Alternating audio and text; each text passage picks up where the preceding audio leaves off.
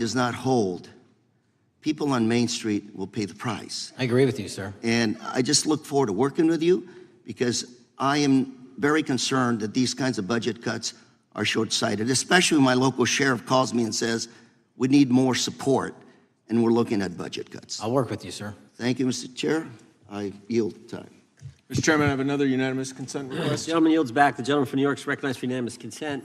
I seek to introduce a December 2024 OIG report from the Department of Justice, which confirms the conclusion of the Bill Barr Justice Department that the so-called whistleblower, a disgruntled former employee of the Intelligence Committee, was not a credible witness and there were no further actions taken.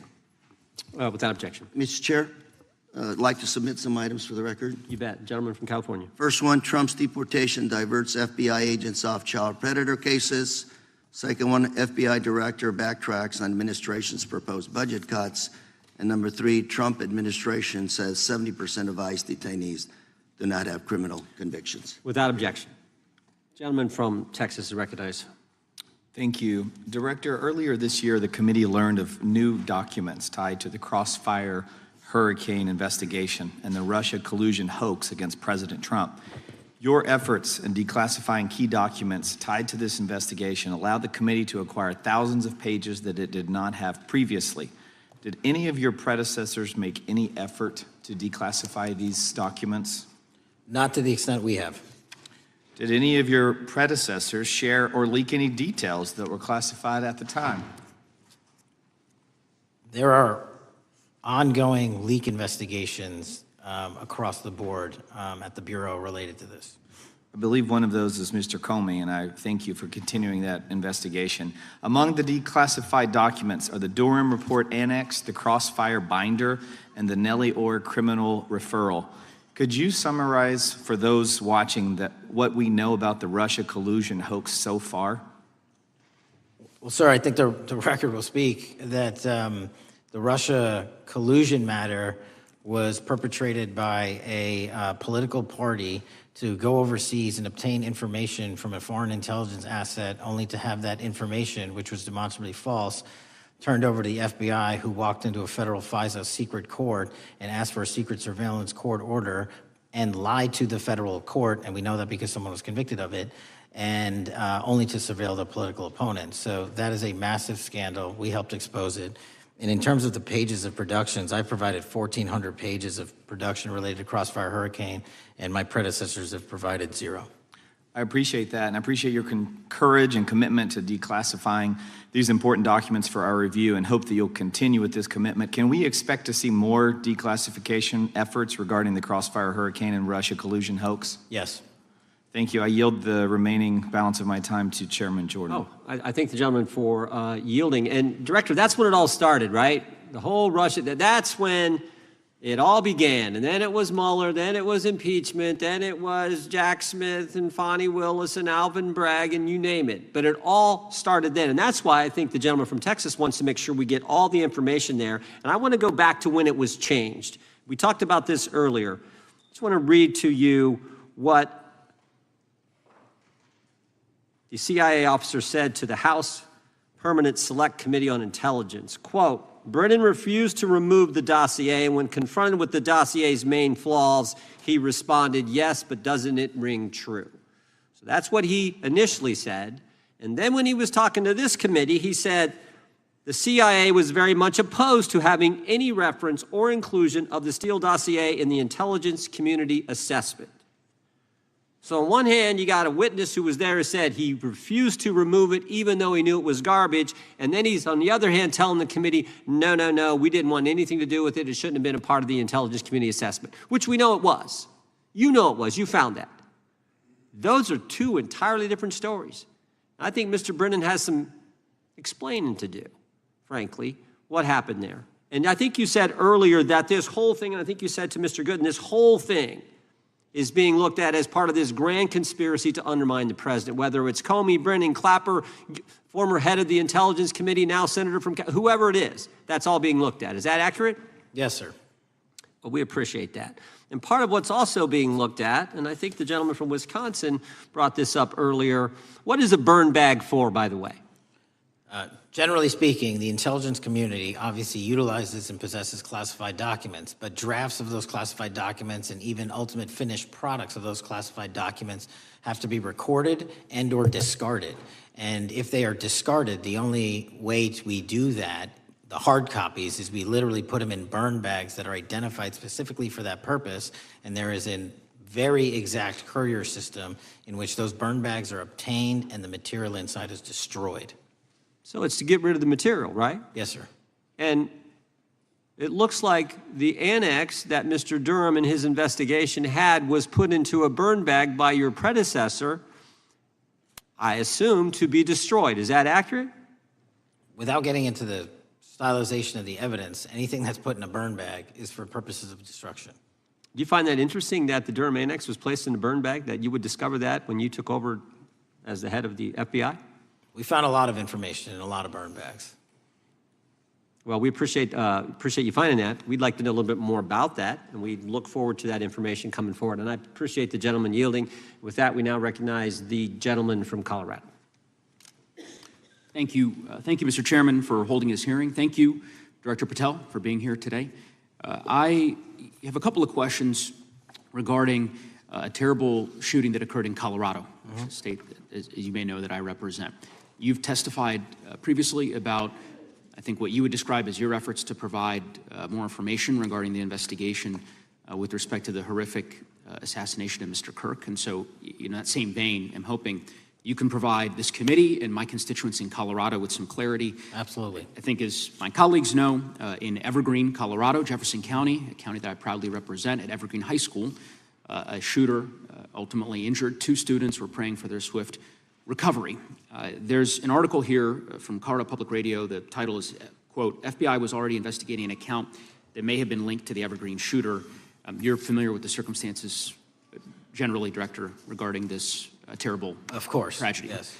So my understanding from the public reporting is that an organization reported to the FBI in July of this year regarding, just reading here from the article, that the FBI opened an assessment into a social media account user whose identity was unknown and who was discussing the planning of a mass shooting with threats nonspecific in nature. This is the FBI's statement to the press. And that the FBI continued to work this assessment investigation to identify the name and location of the user up until September 10th, 2025, which was the day of the tragedy. Can you provide us some clarity on what were the impediments to finding, the account user, and maybe describe in greater detail the FBI's work in that regard? Generally speaking, yes, because I know even though the shooter's deceased, the investigation we're not done. Sure. And so the impediments to finding these individuals, and you highlight a great point. We had 2 huge tragedies in the span of days in this country. The school shooting in Evergreen, Colorado being one of them. And proactively going out onto these social media platforms, which are so large, is our biggest impediment. And we need to rely on the service providers. There's actual legislation, I can't remember the name of it, that's up for renewal, which will, and I think at the end of the month, which gives service providers the ability to report that information in from their end without liability. We need that to continue, because while the FBI has so many people and the police are great at doing it, there's just too many platforms to cover down on. Well, I appreciate that, Director Patel, and I think we're certainly, I'm interested in continuing this conversation, because I think the reporting suggests that there's a pattern, and that ultimately, we want to make sure that law enforcement is able to prevent this kind of tragedy from happening in the future. I have a question. It's not meant as a gotcha question, so it just frame it there. But it is in regards to some reporting around a periodic transaction report that you had filed earlier, this year. So this is in July, pursuant to the ethical obligations as a senior executive official. You remember filing that in July? Yes. Yeah. So in that report, as best as I can surmise, you disclosed that you divested $100,000 or more in a variety of different stocks, which I presume was pursuant to the ethics agreement that you negotiated with the Department of Justice. In that same report, there's a disclosure regarding purchases of 2 different transactions. So between $15,000 to $50,000 in a national coffee house chain, and between $50,000 to $100,000 in a semiconductor company on May 9th and May 12th. Are those transactions that you're doing personally, or are these through a stockbroker? Or are these transactions that you're handling yourself? So how they happen is I submit proposals under DOJ guidance to say, hey, I would like to trade this or that. And they run their review, and the FBI runs a review, and then they come back and say yes or no, and then I make the transaction. Is there a reason that you decided to make the purchases into those two companies? Generally speaking, before I got this job, I was, trading stocks, but not a lot, like most people, and I just follow certain industries, and I thought they would be a good investment. So the reason why I ask, right, because you had divested in other companies, Yeah. and I presume that wasn't because there were actual conflicts. It's just that you wanted to avoid an appearance of impropriety. It was both. Both, but not all of the companies were conflicts. Whatever they you make divested the, from. I don't make the call, they make the call. Sure. Yeah. I guess my point would be, the reason why I ask is, why I said it's not a gotcha question, I have for years led an effort here in Congress to try to ban members of Congress, senior executive officials, from trading stocks. And it's bipartisan in nature. We're working really hard to get that done, Republicans and Democrats.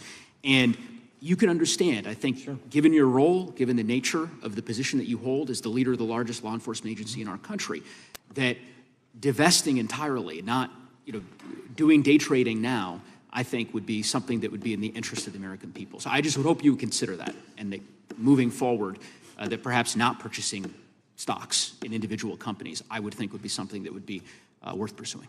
Gentleman's time is... I'm happy to give the witness an opportunity to answer. Thank you. I'll work with you on it. Gentleman from Alabama is recognized.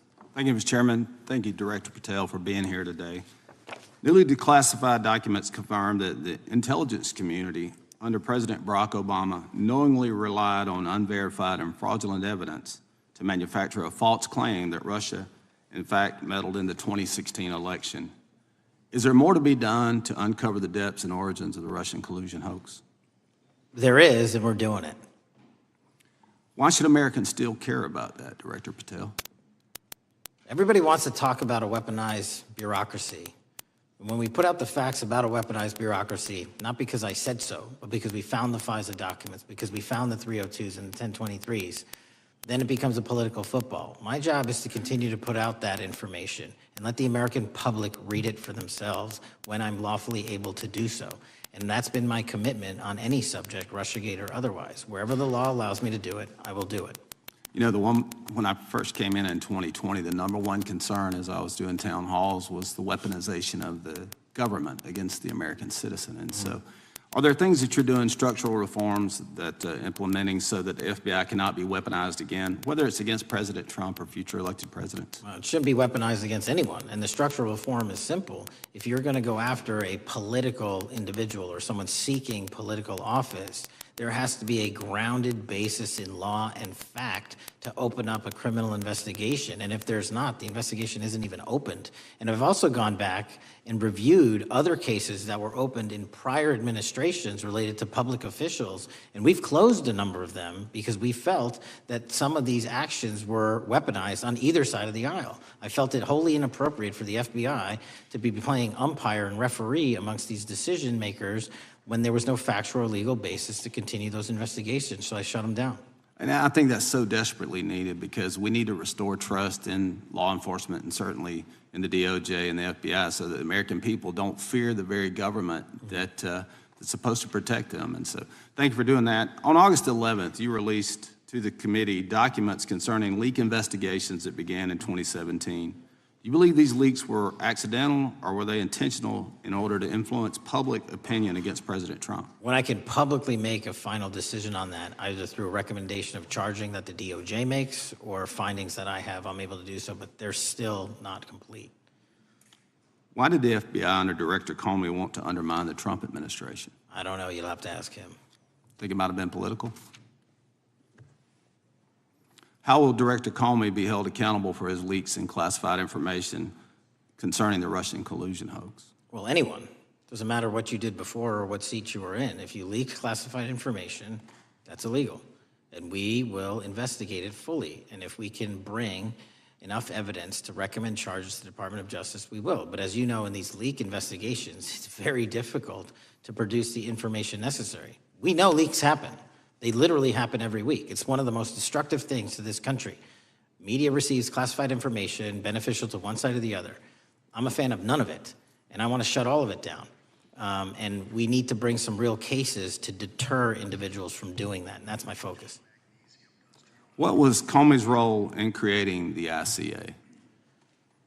You know, speaking from my memory, as the head of the FBI, he was charged under then Director Brennan and Director Clapper and the other IC elements to come in with the NSA, CIA, FBI, and ODNI and put together a collection of information on how the information sort of surrounding Russiagate came together. So he represented the FBI in that.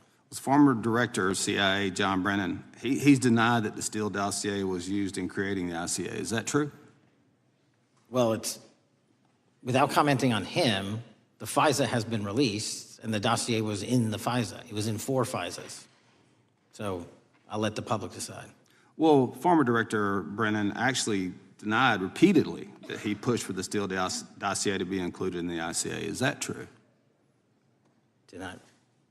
I'll let his testimony speak for itself, but then Deputy Director Andy McCabe also testified to the House Intelligence Committee, which has now been declassified, that were there no Steele dossier, there would have been no FISA. Well, my time's getting close, but let me tell you this, sir, and well, my colleague from Texas said, thank you for the job you're doing. You're making the American people safe. You're restoring trust in these agencies that so many of us had lost trust in. So thank you for the work you're doing. That thin blue line, you're doing a fine job, and we want to let you know we appreciate it. Thank you. God bless you. Lady from California is recognized. Thank you, Mr. Chair, and thank you, Director, for coming here today. And actually, thank you for your response to my colleague from New York who asked you earlier about violent extremism. And you said that there is violent extreme ideology on both sides. And I think you actually alluded to that same statement yesterday in the Senate. So I too have some questions I'd like to ask you. These are not gotcha questions, and just deny, please, what you deem to be false. So Dylan Roof, who followed white supremacist propaganda, murdered 9 black parishioners in Charleston in 2015. Do you deny this? I'm sorry. Dylan Ruth? Roof? Roof, can you give me some more information? You're head of the FBI, you probably know this. If you don't know, that's fine. If you can give me a reminder, I've got a lot in front of me. It was national news. Robert Bowers murdered 11 Jewish worshipers in Pittsburgh in 2018. I do remember that. And it was the deadliest anti-Semitic attack. So do you admit that that happened? Yeah, I'm not saying the other thing didn't happen. I'm just asking for a little information. Patrick Cruces, who posted a manifesto about a Hispanic invasion, walked into a Walmart in El Paso, Texas in 2019 and began firing. He murdered 23 people that day, and the youngest was 15. Do you admit or deny that that happened? I'll take your presentation as accurate. All right, well, I have to say all of these cases have been adjudicated. As I said, they are not gotcha questions. These incidents were national news. And as director of the FBI, you have access to all of this information. So in 2022, Peyton Grendon walked into a supermarket in a black neighborhood in Buffalo, New York, and started shooting. He murdered 10 people that day. And on September 10th, your friend Charlie Kirk was assassinated. Tyler Robinson has been taken into custody and charged, but also on that day, Desmond Holley, a 16-year-old white male, shot and injured 2 students at a high school in Colorado before killing himself. And according to the Anti-Defamation League, he had a fascination with mass shootings and white supremacy. So do you admit to, deny these facts? Those happened. Okay. Your predecessor, former FBI Director Christopher Wray, said that one of the most dangerous concerns is that racially motivated violent extremism, especially white supremacists, has been the biggest chunk of our domestic terrorism cases and is responsible for the most lethal attacks over the last decade. Do you admit or deny, A, that he said this? I'll let the record reflect that. Whatever he said was what he said. All right, and do you agree? That there is racially motivated crimes being committed in America, yes. Yes, especially white supremacists which is the biggest chunk of our domestic terrorism. I'm glad that you said this. So last week, President Trump was asked if there were extremists on both the left and the right. He was actually asked this by Fox and Friends, and his exact words were, "I'll tell you something that's going to get me in trouble, but I couldn't care less. The radicals on the right oftentimes are radical because they don't want to see crime. The radicals on the left are the problem, and they're vicious, and they're horrible, and they're politically savvy." Do you agree with the president? I don't speak for the president. The president speaks for himself. Do you agree with the president? I don't. On what matter? On the question that I just asked, do you agree with his statement about the radical left? That there's ideology that's driving violence on both sides? Yes, that's what he acknowledged. No, he didn't. He didn't. But I'm glad that you're saying that and actually creating some separation between you and the president. And I'm glad that you That's literally are not what happened. He said acknowledging both. that there is violent extremism on both sides. What's interesting is that the research arm of the Department of Justice, the National Institute of Justice, do you know what that is? I'm familiar with them. Okay, great. It is the research arm of the Department of Justice, and it published an article in 2024 devoted to domestic radicalization, violent extremism, and terrorism. I have it. It's interesting that it's no longer on the website. It has been scrubbed, but I ask these questions because what makes a strong, qualified director of any business, of any household, of the FBI, what makes a reputable prosecutor is not lapdog loyalty, but a commitment to the creed that evidence is agnostic and that the evidence will lead you to making the right decisions. And your job, no one's job is to like the data or the evidence, it is to collect it. That is how you gain trust. And Mr. Chair, I would like to enter into the record, if I may. White supremacist group stands by racist ideology with unanimous consent. Without objection. Dylan Roof, the radicalization of the alt-right and ritualized racial violence. Without objection. Thank you. Another article, how Robert Bowers went from conservative to white nationalist. I'd like to enter that into the record with me. Without objection. Patrick Cruces believed he was fulfilling Trump's wishes in El Paso attack, his attorney said. I'd like to enter into the record. Without objection. Buffalo shooting, how far-right killers are radicalized online. I'd like to enter that into the record. Without objection. Evergreen high school shooters online activity reveals fascination with mass shootings, white supremacy. I'd like to enter that into the record. Without objection. Murder and extremism in the United States in 2024, a report by the Anti-Defamation League. I'd like to enter that into the record. Without objection.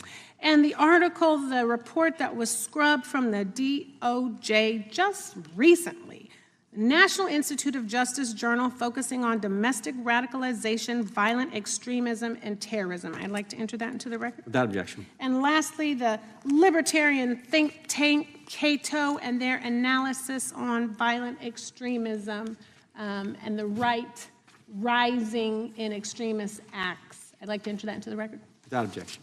Thank you, and I yield back. Gentlelady yields back. Gentlelady from Wyoming is recognized. Just very quickly, Director Patel, thank you for being here, for your service to this country, and for the transparency that you have brought to the FBI and for the American people. Transparency that was absolutely non-existent in the Biden administration and FBI. I believe that you might have been asked earlier about whether you had had an opportunity to visit with any of Epstein's legal counsel. Were you asked that question earlier? I think so. Okay. One of the legal counsels or legal fixers for Mr. Epstein was Stacey Plaskett, the Democrat delegate to Congress from the Virgin Islands. So perhaps for those on the other side who are interested in talking to Jeffrey Epstein's attorneys, they could sure visit with one of their own colleagues. I want to focus on something that I think is very important that has not been addressed enough today, and that is related to the consequences of the Biden open border. One consequence of the Biden border crisis is the impact that it continues to have on our tribal communities, with the cartels taking advantage of our open borders, the Mexican drug cartels, by infiltrating our reservations and bringing violence, drugs, murder, trafficking, and more. Last year, when I questioned the Attorney General Garland about what the DOJ was doing to protect these communities, he simply deflected responsibility and said that Congress had not appropriated sufficient resources for them to be able to protect our tribal communities. Mr. Patel, what is the Trump FBI doing to counter the drug cartel infiltration and other violent crime targeting our Native American communities? Thank you. It only took more than half of this proceeding to talk about one of the priorities that the FBI has, which is crimes on tribal lands.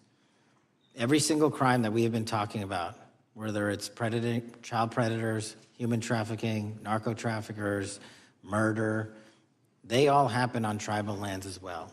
And I've said since the beginning, it is a priority, which is why we launched Operation Not Forgotten on tribal lands. And I'm the first FBI director to meet with the staff and tribal leaders here in Washington, D.C. and elsewhere, and invited them into my office and headquarters to see them, because I need engagement with tribal leadership, and I need our police and FBI agents to be engaging with tribal leadership. Otherwise, we're not going to break through. We have 1,900 Indian country cases open right now. We've got 600 indictments this year alone. We cannot forget tribal lands. Every single one of those people lives in the United States of America, and it is an absolute priority to protect them and their children just as it is anyone else. So I think it's fair to say that what Mary Garland testified to, that the FBI and DOJ did not have the resources to address that. I think that that was an absolutely false statement. Would you agree with me? It's a decision by him not to do so. That's not my decision. At the end of August, the U.S. Attorney and FBI announced that nearly 100 personnel representing members of the Safe Trails Task Force operated near Wyoming's Wind River Reservation to assist with reducing drug trafficking and illegal guns.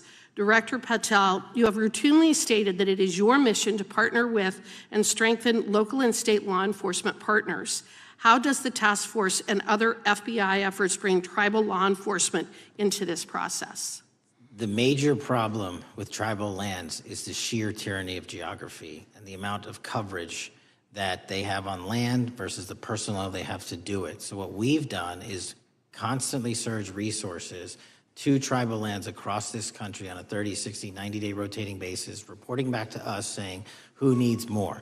And what we found is that most of these lands can be assisted by our counter-UAS program, our drone capabilities, and we're gonna do it because what's happening is the Mexican drug cartels are literally flying overhead, dropping their cargo, their narcotics onto this land where no one's looking, and then it's being disseminated to children, to youth, to adults on that land and killing them. And we got to stop it before it gets dropped off. Well, and your testimony proves that the Biden administration did not lack the resources to address drug and violent crime in tribal communities or around the United States. It instead expended and wasted these resources investigating parents, Catholics, we now find out Turning Point USA, the RNC, and Republican organizations, rather than protecting our Native Americans by closing the border. Is that fair? I think so. Wonderful, thank you. And I do appreciate the work that you've done in this regard. I was previously the chairman of the subcommittee on Indian and Insular Affairs with the Natural Resources Committee, and safety and security on our reservations and for our tribal members has been one of our priorities, one of my priorities, and I very much appreciate the work that the FBI has done. Let me know if there's anything else I can do to help you, and with that, I yield back. I will, ma'am. Gentlelady yields back. The gentlelady from Georgia is recognized. Thank you, Chairman, and thank you for coming in today, Mr. Patel. In the past few months, the country has experienced a string of horrific, high-profile attacks that have been motivated by racial hatred or political ideology. Shooter attacked the CDC headquarters, firing hundreds of rounds and killing a police officer. An arsonist set fire to the Pennsylvania governor, Josh Shapiro's residence, with the governor and his family actually inside. Minnesota House Speaker Melissa Hortman and her husband were assassinated earlier this year. Clark and Charlie Kirk was murdered last week. Bomb threats have been made against HBCUs and the DNC, and just the list goes on and on. I only have just a few minutes today, so I don't want to take a lot of time to go into all the countless and devastating violent crimes and incidents that have happened at our schools or on our streets and in our communities that have just been happening all year long. Mr. Patel, just yes or no, is this type of political violence ever acceptable in your eyes? No. I'm glad that we agree that these heinous acts designed to instill fear and division in our nation are never, ever acceptable, yet each of these incidents has recently taken place under your watch. The FBI's website states that protecting the United States from terrorist acts is the FBI's #1 priority, including from domestic terrorists. Is this still your #1 priority? Domestic terrorism? Preventing domestic terrorism. Our #1 priorities are protecting the homeland and international terrorism and crushing violent crime, and domestic terrorism sort of interlays between both of those. Okay, so, well, then I'm glad that you're giving us the right answer, but unfortunately, your actions kind of tell a different story. Earlier this year, you granted the ranks of the FBI's Domestic Terrorism Operations Section. This is the section of the FBI that is most directly responsible for addressing political violence in our country by preventing attacks from occurring and effectively responding to them if they do. The agents in this section are the ones who stopped an individual stockpiling weapons, who planned to attack schools and churches in Florida and seized bombs made by an ISIS sympathizer in New Orleans. And instead of ensuring that this section has all the resources that it needs at a time when its mission is critical, you fired its decorated veteran FBI agents who have served their country proudly under Republican and both Democratic presidents, and you scrapped the tools that they developed to fight domestic terrorism, including the National Domestic Terrorism Incident Database. I mean, most of that is just not true. We have 1,700 current DT managed programs. We're up 300% in the amount of cases we brought against nihilistic, violent extremists, including 764, wishing to harm our children. The FBI and the men and women are getting after that problem set more than ever because I've unleashed them to do so. And any insinuation that these tragic occurrences across the country are somehow singularly my fault or disgusting because that watershed goes Mr. down to the Patel, men I'm and going to women at the reclaim my time. FBI, Mr. Patel, and I'm they going are to not reclaim my time. responsible Mr. for it. Chairman, I'm I'd happy like to to work enter with a you unanimous to get them what they need. Gentlelady request. controls the time. Unanimous consent request. She'll state a request. Thank you very much. Into the record, an article from Reuters titled FBI Scales Back Staffing, Tracking of Domestic Terrorism, Probes Sources Say. Thank you very much. Without I objection. appreciate that. So, Mr. Patel, and it isn't just the domestic terrorism operations section. Under your watch, agents are fully diverting their attention to these anti-immigrant and city takeover operations, leaving our children vulnerable to dangerous networks of online predators, both domestic and international. You pulled more than 120 FBI agents from their normal duties to operate sobriety checks and conduct traffic stops, exposing the FBI's fleet of unmarked cars and thereby making it harder for the FBI to combat violent criminal gangs, foreign intelligence services, and drug traffickers in the process. That's simply not true. If we were not able to do two things at one time, how would we be Patel, I seizing reclaim record my amounts of time. I reclaim my fentanyl? time. 23,000 Chairman, I'd like to violent enter felons have into been the arrested. Time belongs to the gentlelady. More than twice as many as Consent last Time request. belongs to the gentlelady from Georgia. Thank you very much. And this request basically is, it is an article from Reuters, which quotes law enforcement officers familiar with agents who once covered child exploitation cases, but now focus on immigration child exclusive. Thousands of agents diverted to Trump immigration track down. Mr. Patel, in the short time I have left, your tenure as director of FBI has been somewhat problematic. Americans are left safe, definitely less safe under your watch. You have gutted the FBI's ability to keep safe from domestic terrorism. You have sent FBI agents to conduct traffic stops and round up hardworking immigrants who pose no danger to public safety. People even President Trump referred to as good, long-time workers. Your job is to protect and serve the American public. Time of the You have gentlelady. spent your time protecting heinous individuals and using the FBI to serve as a political circus. You at times have appeared unequipped, Time and of this the country gentlelady has deserves better, expired. and I yield. Gentlelady yields May I back. respond? Sure can. Simply put, what is it? Are we failing? If we're failing, how are we arresting 23,000 violent felons? Twice as many as this time last year. Are we failing?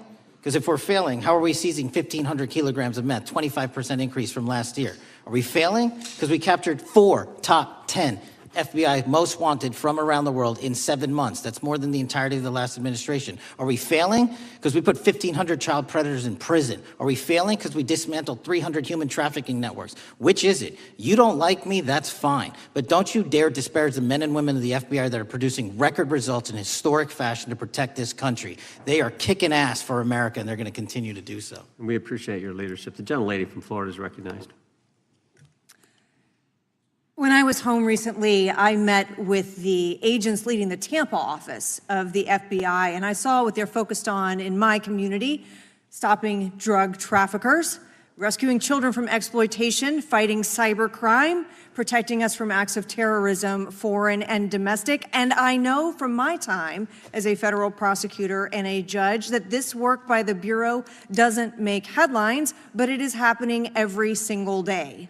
At the top, accountability is necessary, transparency is critical, but today we've seen an effort not just to diminish, but to distort the work of Director Patel and the agents he leads. If we really care about transparency and about truth, then what we owe to the American people is this reality: that thousands of dedicated professionals at the FBI wake up every single day thinking not about themselves, but about this country, and keeping every single one of us and our children safe from harm. And Director Patel, I would like to hear from you the facts about what the FBI is doing and your efforts to fight crime. Director Patel, isn't it correct that since January 20th, 2025, the FBI has made over 25,000 immigration-related arrests, including 350 members of Tren de Aragua and 195 members of MS-13? Those numbers are accurate. The Tren de Aragua numbers are up over 350% from the year before. And during that same period, hasn't the FBI seized over 66,000 kilos of cocaine, 6,000 kilos of meth, and 1,500 kilos of fentanyl? Not to be nitpicky, but it's 89,000 kilos of cocaine and 7,300 kilograms of meth. And isn't it also true that the FBI Tampa Division's Panama Express Strike Force specifically seized nearly 67,000 kilos of cocaine valued at more than $1.6 billion from illicit maritime vessels? One of our best operations out of the Port of Tampa, and I was down there in South Florida when Panex did their work. Director Patel, since October 7th, 2023 Hamas attack, the FBI has been a co-leader of the Joint Task Force October 7th. Isn't it correct that this task force is actively working to bring justice for victims and to prevent terrorist infiltration at our borders? Yes, ma'am. Since January 20th, hasn't the FBI arrested 59 foreign intelligence operatives for spying or smuggling dangerous material into the United States? Yes, we have, and that's on track to be more than 25% than ever before. And the FBI has also been leading operations against major cyber threat actors, including those from Russia, China, Iran, and North Korea. Isn't that right? A 17% increase from year to date last year. Director Patel, the FBI's child exploitation task forces continue to investigate predators who target children online and across our communities. How significant is that threat today, and what results have you seen under your tenure in bringing these offenders to justice? We have, under Operation Grayskull, dismantled dark web units that are operating online, not just in the United States, but across the world, to do our children harm. We have taken into custody more suspects than ever before on those who seek to harm our children. That is what the men and women of the FBI do, and that's what they're going to continue to do. Those are the real results when you let good cops be cops, and when you let us get on these platforms and expose them to the public and show them the harms of these predators on these online gaming systems and social media systems. And we need more help from Congress to allow us more authorities to do that work. The FBI laboratory manages the Combined DNA Index System, or CODIS, which compares over 25 million DNA profiles and aids more than 125 investigations each day. Director Patel, why is this important to law enforcement nationwide? All of law enforcement relies on our CJIS operation out of West Virginia. And what that does is allow 19,000 agencies to come in and say, hey, does this guy have a criminal history? Hey, is this an illegal firearm? Do we have a DNA hit like we did in these recent assassinations? That's what the FBI brings to bear, because local and state law enforcement agencies just don't have that capability, and we're doing it 24/7, 365. CJIS does not close for 1 minute. In your testimony, you noted that the FBI has ongoing counterintelligence investigations into China, Iran, and Russia across all 55 field offices. Why is it essential to maintain that scope of coverage, and what success can you point to in disrupting nation-state actors? Our biggest threats involving nation-state actors are the PRC, Russia, and China, and they are up 33%, 83%, and 60% respectively in arrests alone this year.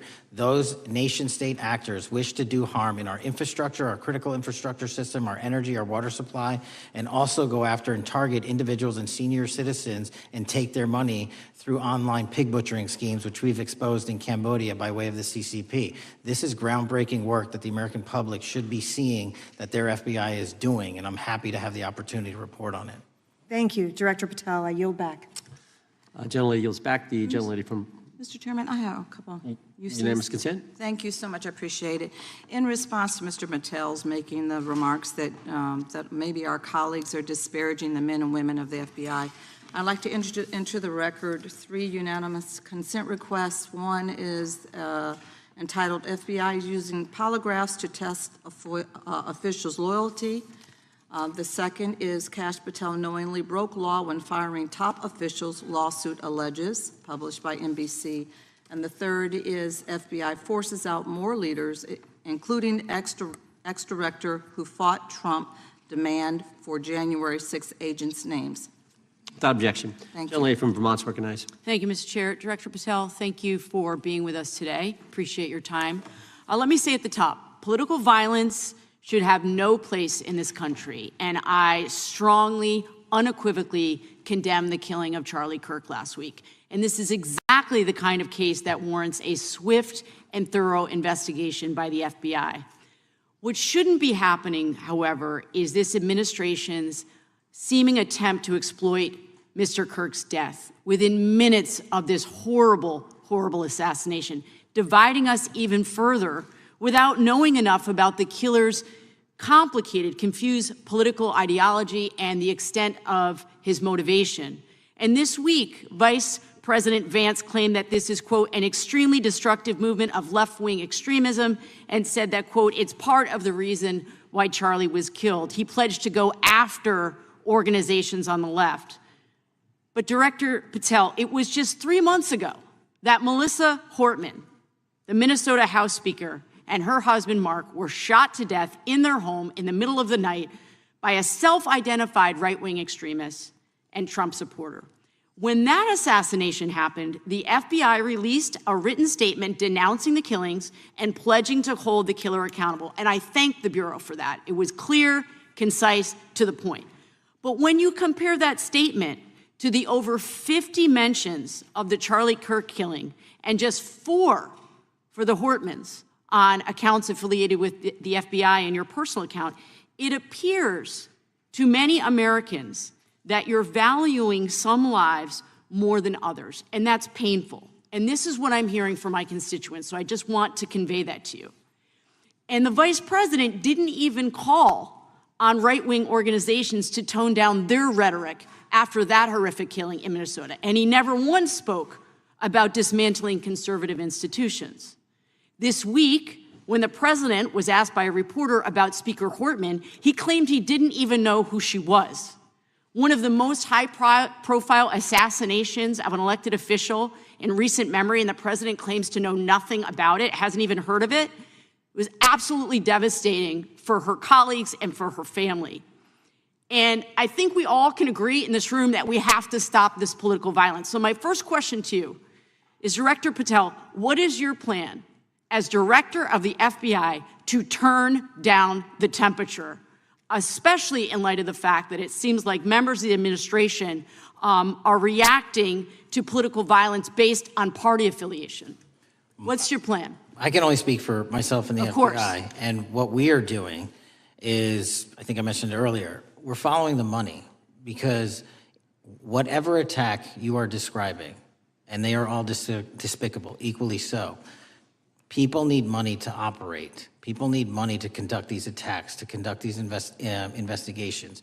And so what we are doing is finding the people that supported this infrastructure system, because even when you say there's a lone, quote unquote, lone wolf actor, he's not truly a lone wolf actor. Something happened along the way. I agree. And so can I just because we have such little time, are you making a commitment right now to follow where the evidence goes in investigating whether it's violence on the left or the right? Because over the last 10 years, when you look at the ideology, I want to follow up on what my colleague from California said. When you look at the data, you look at the Anti-Defamation League data, 96% of ideological motivated killings were committed by the right wing.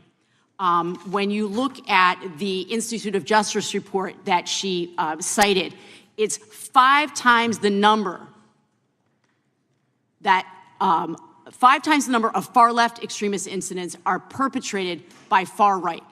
And it's been reported, and she mentioned this, that as of September 12th, 2025, just 2 days after Charlie Kirk's killing, that the DOJ removed that report from the DOJ website. That's why Americans are concerned that there seems to be a separate system of justice, that if you are a Republican and you are attacked, you will get the full weight and authority of the FBI in this administration. But if you are somebody serving in the Minnesota State Legislature and you are assassinated in your home, that the response is different.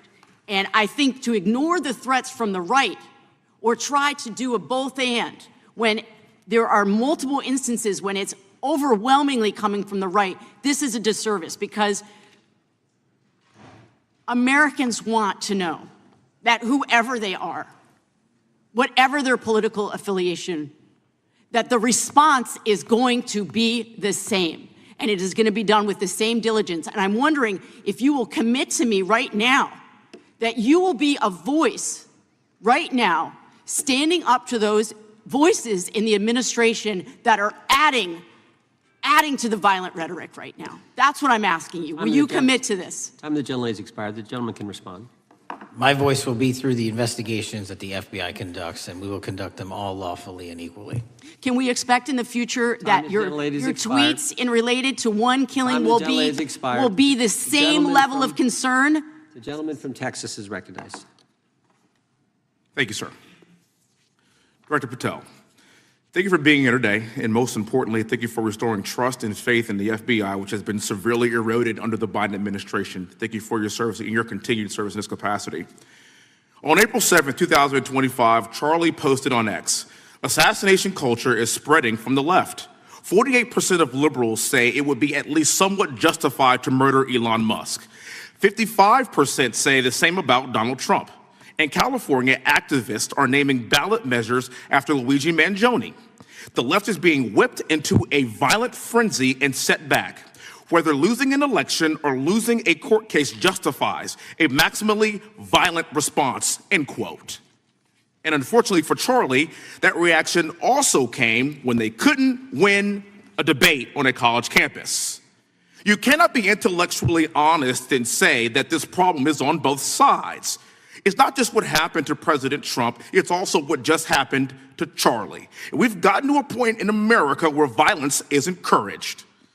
When you have a former president of the United States that opens up his campaign in 2019, that's Joe Biden, by saying that his opponent is a, quote, existential threat to this country, Houston, we have a problem. People that you disagree with are not existential threats. They are not Nazis. They are not fascist. They are not racist. They are not deplorable. They are not irredeemable. They are your fellow Americans who have a different perspective on how government should run and what government should look like.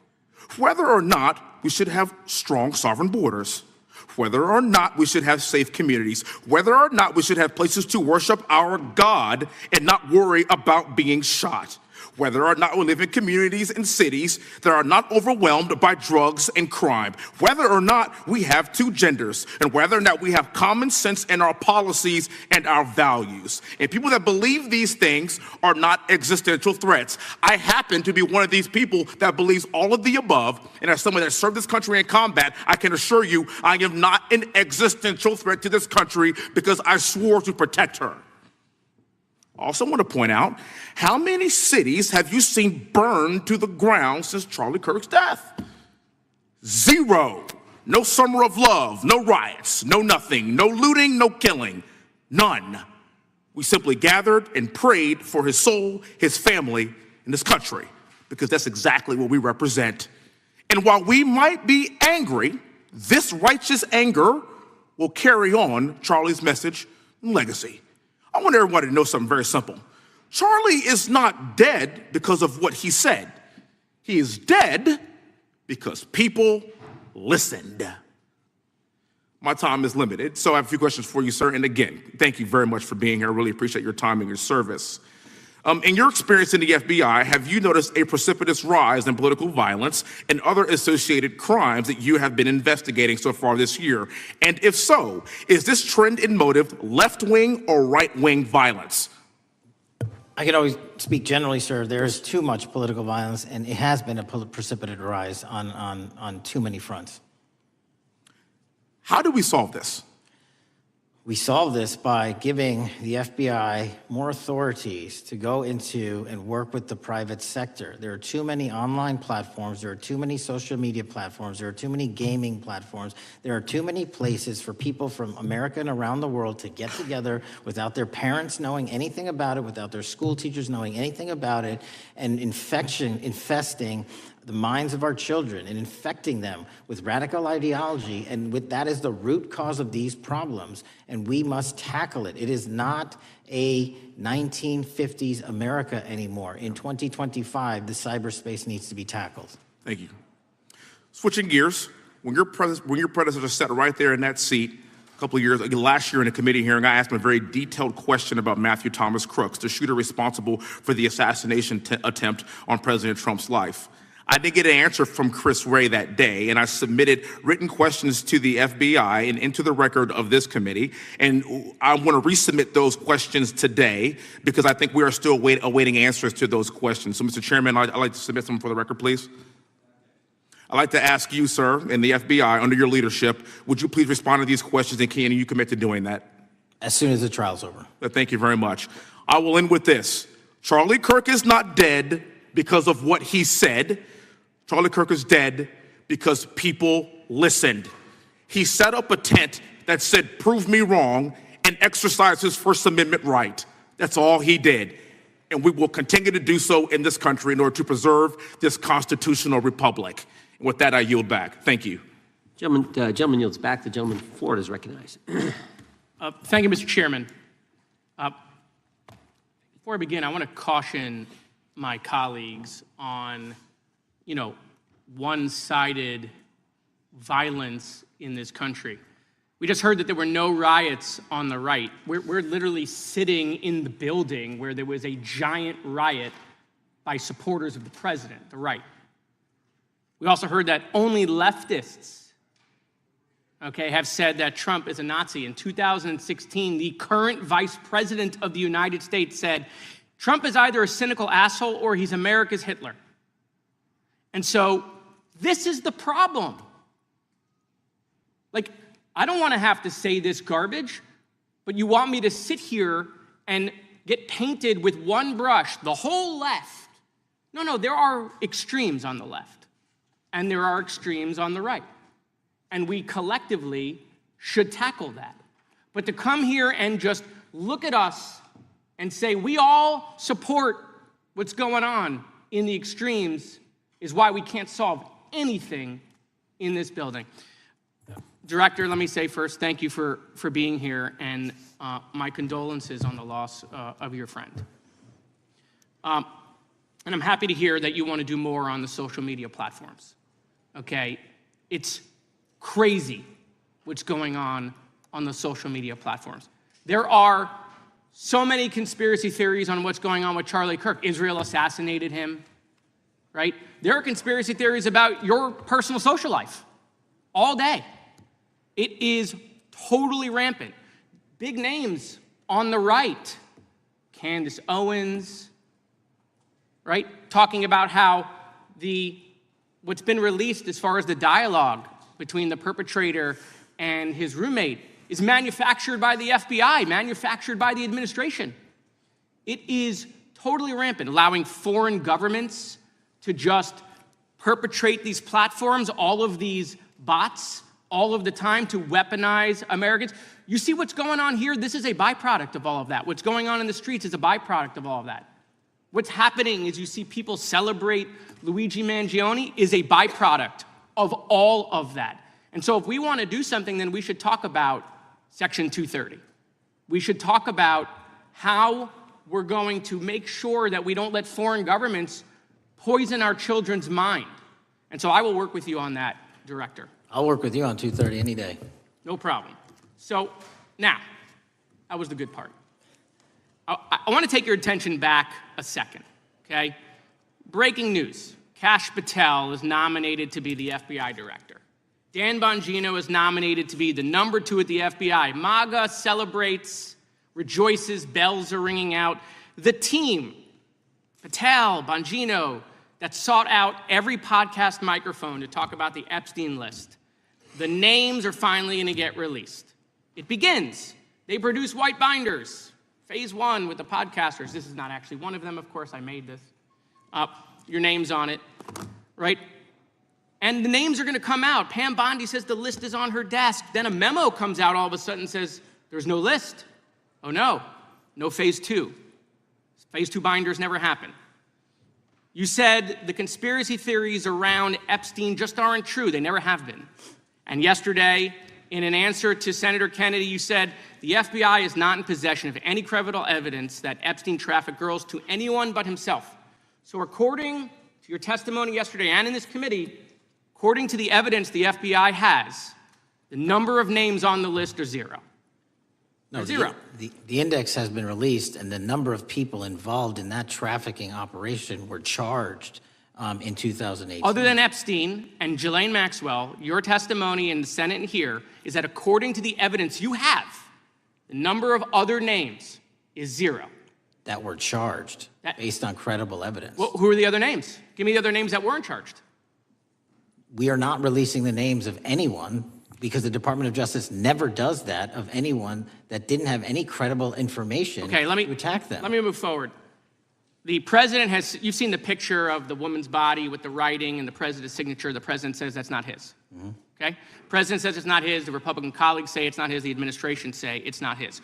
Will you be opening up an investigation into the Epstein estate for putting out a fake document with the president's signature linking him to the world's largest pedophile ring? Will you be opening that investigation into that? On what basis? On what basis? They literally put out a fake document, according to the president, with a fake signature. It's a forgery of the president of the United States signature. That's the basis. Sure, I'll do it. Okay, I look forward to that investigation. Am I over? Thank you, Mr. Chairman. I appreciate your diligence. Gentleman's time has expired. Chair now recognizes the gentleman from California. Director Patel, as you know, my state, California, is home to the worst public infrastructure failure in U.S. history, known as California High-Speed Rail, although the name is probably a misnomer. Earlier this year, I joined your counterpart at the Department of Transportation, Sean Duffy, doing a compliance review of the federal money the state has received, and the outcome was that the state has not complied with the terms of its billions of dollars in funding because it hasn't actually built anything. And so that federal funding has now been cut off, but a lot of us in California still have questions as to where all the money went. We're 17 years in to this project, and absolutely nothing has been built. Not a single bit of track has been laid. There are no stations. There are no passengers. And the plan initially was to have the whole thing, LA to San Francisco, done by 2020 at a cost of $33 billion. Yet here we are in 2025, nothing has been built. And according to the New York Times, the project won't even be completed this century, and the total cost is now estimated to be over $130 billion. So I just wanted to ask you, do you think this is something that bears scrutiny, or can you confirm whether there's any kind of investigation going on at the FBI? The FBI certainly can't investigate incompetence, but the FBI certainly can investigate and does investigate waste, fraud, and abuse. And so if we have any information that indicates that that happened in this situation or anything else, we'll look at it. Thank you very much. We've also, been talking some today about the issues that occurred at the border during the Biden administration. You might not agree with your predecessor on everything, but you probably would agree with some of the statements he made in testimony before this and other committees, raising alarms about the risk of terrorism from illegal border crossings. Since becoming director, have you gotten some insight into how well calibrated those warnings were, and what is the status of that risk now?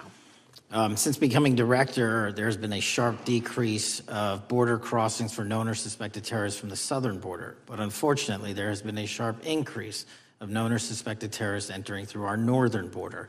And so what I'm trying to do is work with our northern border states and our interagency to tackle that problem. But it is an absolutely massive border that can't physically be sealed. So we're going to have to get creative and put more resources into that. And in a similar vein, there were over 500,000 unaccompanied children that crossed the southern border during the Biden administration. As we know, many were trafficked either through forced labor or sex trafficking. Do you have any insight as to what the scale of that problem was and how have things changed over the last several months? Other than what you outlined in terms of how it was described, I don't have any additional details. In terms of how many people are being trafficked into this country, especially unaccompanied missing children, that number has drastically reduced because the coyotes that smuggle these children for their criminal activity are the same ones that smuggle in narcotics or the same one that traffic older age women. They're all interconnected. And because of the sealing of the southern border by this administration, that has come to a near halt. That is a very important point, that we have seen far fewer victims of human trafficking because we've finally prioritized border security. And by the way, you have children who are getting rescued because of the immigration enforcement activities that unfortunately some politicians in my state are trying to stop, thereby stopping those kids from getting rescued. We've seen, of course, a substantial reduction in crime here in Washington, D.C. since the FBI and the National Guard got involved. I'm kind of asking you to state the obvious here, but what is the mechanism there? Why have we seen a reduction of crime when D.C. has had such a huge crime problem for years, and then almost overnight we see such a big difference? Because of the dedication and resources from President Trump's administration to utilize all federal, state, and local assets in a heavily crime-ridden area. I mean, if we did not have a crime-ridden area, then homicides, carjackings, and gun violence would not be dropping by 40, 50, 60%. And when you allow the police, the MPD, to work with federal authorities and allow the National Guard to set up your perimeter, this is what you can do in a few short weeks. And we at the FBI, under Operation Summer Heat, have set those Phase 01 operations in motion 4 months ago, quietly at the direction of President Trump. So we are scattered across cities across this country doing just that. But we're going to need more help to complete the job. Yeah, in too many places in this country, crime has just been treated as sort of a norm, that this is the way things have to be. What's happened in D.C. shows that is not the case if we have the right policies and the right priorities. Finally, this is tragically the second time in as many years that we've had an FBI director here following either an assassination or an assassination attempt. And so since there's been some time now since from the attempted assassination on President Trump at Butler, would you say that the public's understanding of what took place on that day is fairly consistent with all of the facts as you know them, or do you believe there's still material facts that have not been made public or are not fully understood by the public? No, I think it's fairly consistent. Thank you. I yield. Gentleman yields back. The lady from Texas is recognized. Man, oh man, there has been so much today, and I truly don't know where to start. So I'm just going to make sure that we start off with a few facts. So a couple of facts that we need to make clear for everyone is that, number one, Director Christopher Wray, when he was appointed to be the head of the FBI, was appointed by Donald Trump. Now, I will agree that I definitely take issue with a number of decisions that Donald Trump makes, especially when it comes to the people that he decides to appoint to very important positions, including this one, because I did have to make sure that I wasn't going crazy. But when I say that you are the least qualified FBI director in the history of the FBI, that is real, because you are the only one that never even served with the FBI prior to joining, yet we are supposed to believe that you are the greatest thing since sliced bread. I didn't ask you a question. Now, What I want to Still go false. through is to talk about why you are a failure and why, honestly, we just need to tell you bye-bye. I know that you got a little upset and you put on your show for your boss because it seems like you're trying to save your job when it came to talking to Senator Booker yesterday. But let's go through some of your failures.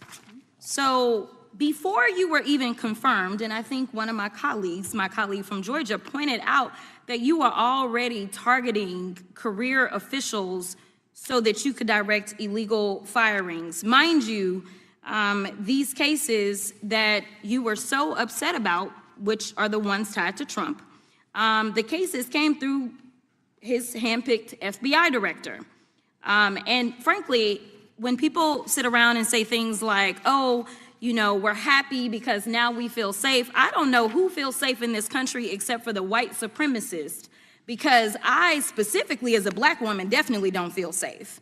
And frankly, my colleagues have been real nice to you today, and I applaud them, but I don't have the same demeanor because I know that multiple colleagues on this side of the aisle have faced death threats.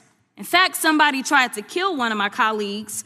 And frankly, I don't know if this FBI or under your leadership, if those people would have been caught. I don't have any confidence in you. And if we start talking about the reasons that I lack confidence, we could start with you not just wanting to acknowledge some simple facts. Simple facts like the vast majority of the threats are coming from right-wing extremism. And I know my colleagues have tried to stress this, but I decided that I would maybe do it in a different way.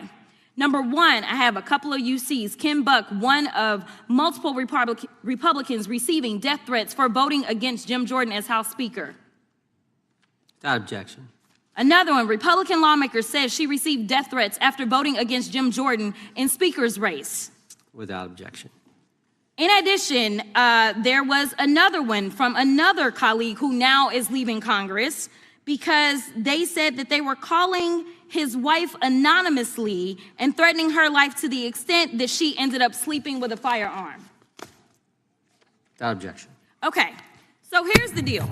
How are we supposed to have confidence when you're sitting up here telling the Senate yesterday that it will take you 14 years before you can get the FBI fully staffed to do their jobs? You're also now redirecting resources so that they can go and play ICE agents on the streets. You're getting rid of your most qualified people, and even when it came down to somebody that you consider to be a friend, you were posted up having some fancy dinner to the extent that you posted not only once erroneously, you posted twice erroneously as it relates to catching somebody, and then you want to go and say, let me take a victory lap. Because honestly, if it wasn't for parents deciding that they were going to turn in their child, it seems like y'all wouldn't have got there, even though he literally confessed online. So I'm confused about what it is that the FBI is doing except for trying to put on a show for the apprentice or whatever you want to call him. The day after all of this took place, there was domestic terrorism that was taking place at HBCUs. They were targeted. Yet I didn't hear anything from the FBI about what was going on. And again, black people kept saying, how did we end up in this? Because the numbers are so very clear that white supremacy is a problem. And honestly, I've not heard anything out of you today that makes me believe that you're going to do anything about the white supremacy problem, the one that is leading to children being killed, children being shot, as well as members of their community as they're worshiping in their churches. The time of the gentlelady has expired. If the gentleman would like to respond to any of that. Well, I mean, I'll respond. Kash Patel, as I said when I introduced him, public defender, former prosecutor, top staffer on the House Intelligence Committee, Deputy Director of National Intelligence with the National Security Council, Chief of Staff at the Department of Defense, and FBI Director. I think that's a pretty good resume for the guy who's now running the top law enforcement agency in our country. And we've seen all the stats that he's given to the committee on how much better they're doing at getting the bad guys than the previous guy was doing. With that, I recognize the gentleman from South Carolina. Thank you, Mr. Chairman. Director Patel, I think you're witnessing some auditions clickbait auditions for the Academy Award for my Democratic colleagues. We'll see how they fare as they're on MSNBC later on today. Do you care, before I launch into my line of questioning, to respond to Ms. Crockett from Texas on that very elaborate and theatric display? Here's what I've learned in my government service. I don't give a damn what they say about me as long as I'm succeeding in the mission. We're succeeding in the mission because the men and women of the FBI have never been empowered to do more work and to hit the streets harder than by President Trump's authorities and resources he's given us. And so all I care about is that we are capturing more child predators than ever before, taking more drugs off the streets than ever before, that we are capturing murderers at a significantly historic rate, and we're delivering this country the lowest murder rate in recorded history. That are facts that you cannot dispute. But you can come at me all you want. I don't care. Thank you, Director, for that, and we appreciate your service. We appreciate the results speak for themselves, I think, pretty plainly, and your commitment not only to results, but to transparency, so we do appreciate that. Director, who was John Durham? He was a former federal prosecutor, United States attorney, and ultimately appointed special counsel in the first Trump administration. Correct, and there was a document that he released in his findings called the Durham Report. What was the Durham Report briefly, and what were the findings very briefly? It was every special counsel that's appointed produces a report to the Attorney General. Special counsel's Durham Report largely focused on Crossfire Hurricane and included extensive summary findings in classified and unclassified manner, and we released the classified version, finally declassifying it for the American public in this committee. Correct, and you released that in July of this year. I think so. Yes, sir. Isn't it true that in the classified Durham Annex, as it's referred to, that in 2016 the Obama administration obtained intelligence information from a source contained in two separate memoranda, one in January of 2016 and one in March? The two memoranda described confidential conversations between DNC Chair Debbie Wasserman Schultz and two individuals from the Soros Open Society Foundation. Isn't that true? As written in the report, I'll let her speak for itself.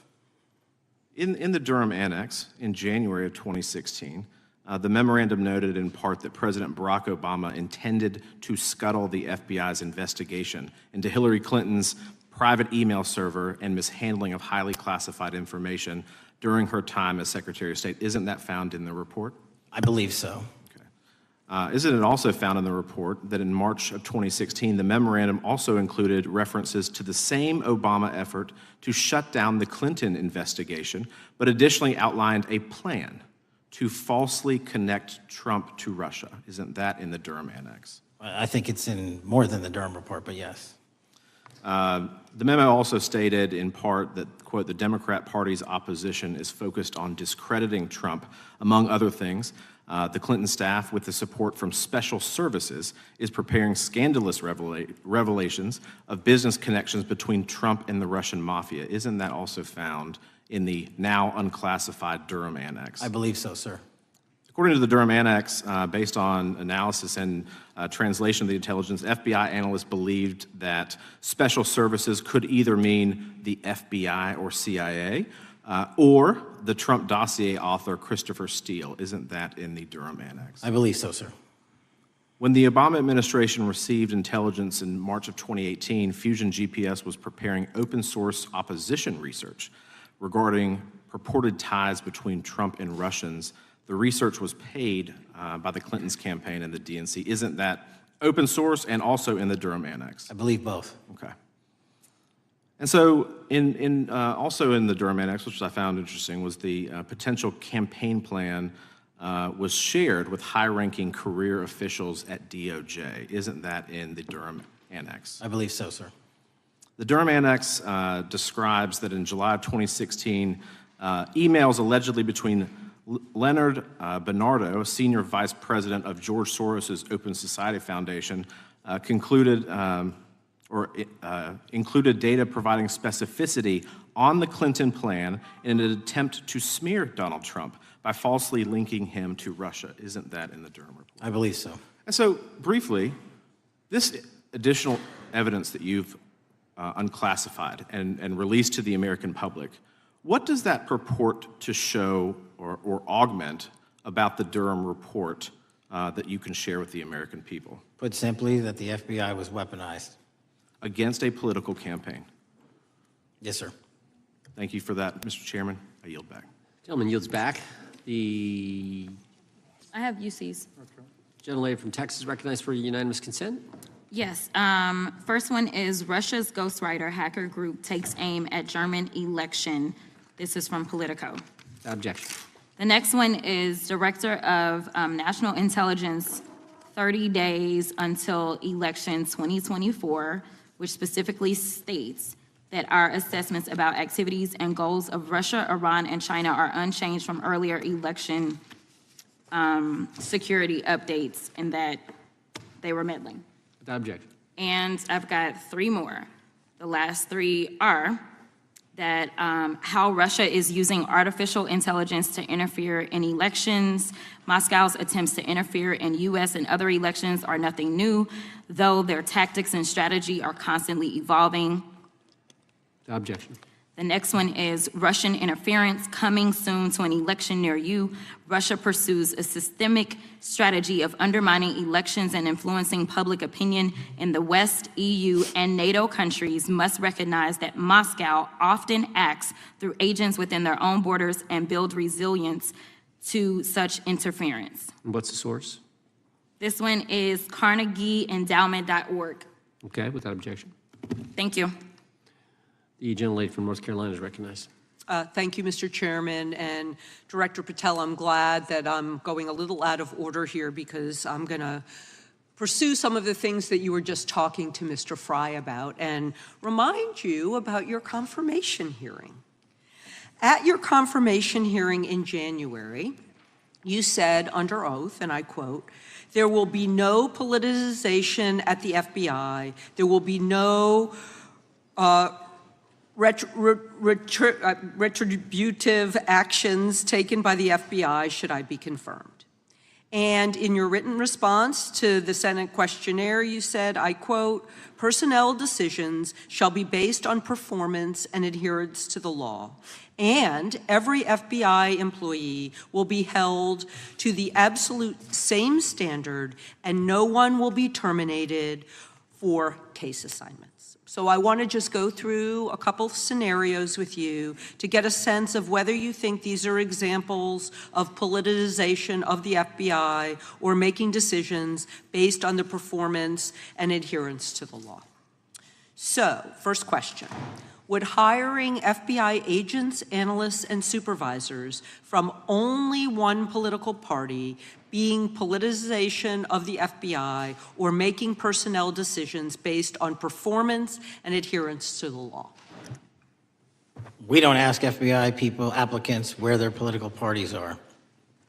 Mr. Patel, do you ask FBI applicants who they voted for? The FBI does not. Are you aware that in the lawsuit that Mr. Driscoll filed against you and the FBI, he was asked who he voted for? Since that lawsuit has been filed and it's ongoing litigation, I'm not able to comment.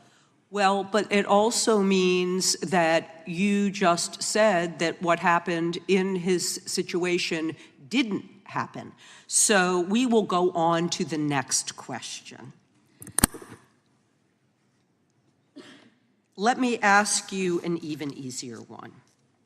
Does firing agents for working on the cases that they were assigned to and that the president didn't like, is that politicization of the FBI or making personnel decisions based on performance and adherence to the law? The FBI doesn't terminate anyone based on case assignments alone. Has the FBI ever been sued by somebody who felt that they were terminated based on case assignments? In the entire history of the FBI, I'm sure they have. No, since your tenure. I'm sure there's ongoing litigation. Yes. In fact, there is ongoing litigation. And in fact, people have been asked who they voted for. And in fact, you are running an FBI for the President of the United States rather than the people of the United States, because my questions were not hypotheticals. They are the things you have done during your tenure. And according to a lawsuit filed last week by long-term FBI agents, you fired former acting director Brian Driscoll. He had served with the Bureau for nearly 20 years, earned a Medal of Honor, Medal of Valor for bravery during the dangerous ISIS raid, and had a wealth of crisis response experience and led the FBI's Critical Incident Response Group. When the Trump administrations interviewed Mr. Driscoll for that role, they interrogated him about his political leanings and who he voted for in the last 5 elections. Questions Mr. Driscoll refused to answer because those types of questions impermissibly politicized the FBI.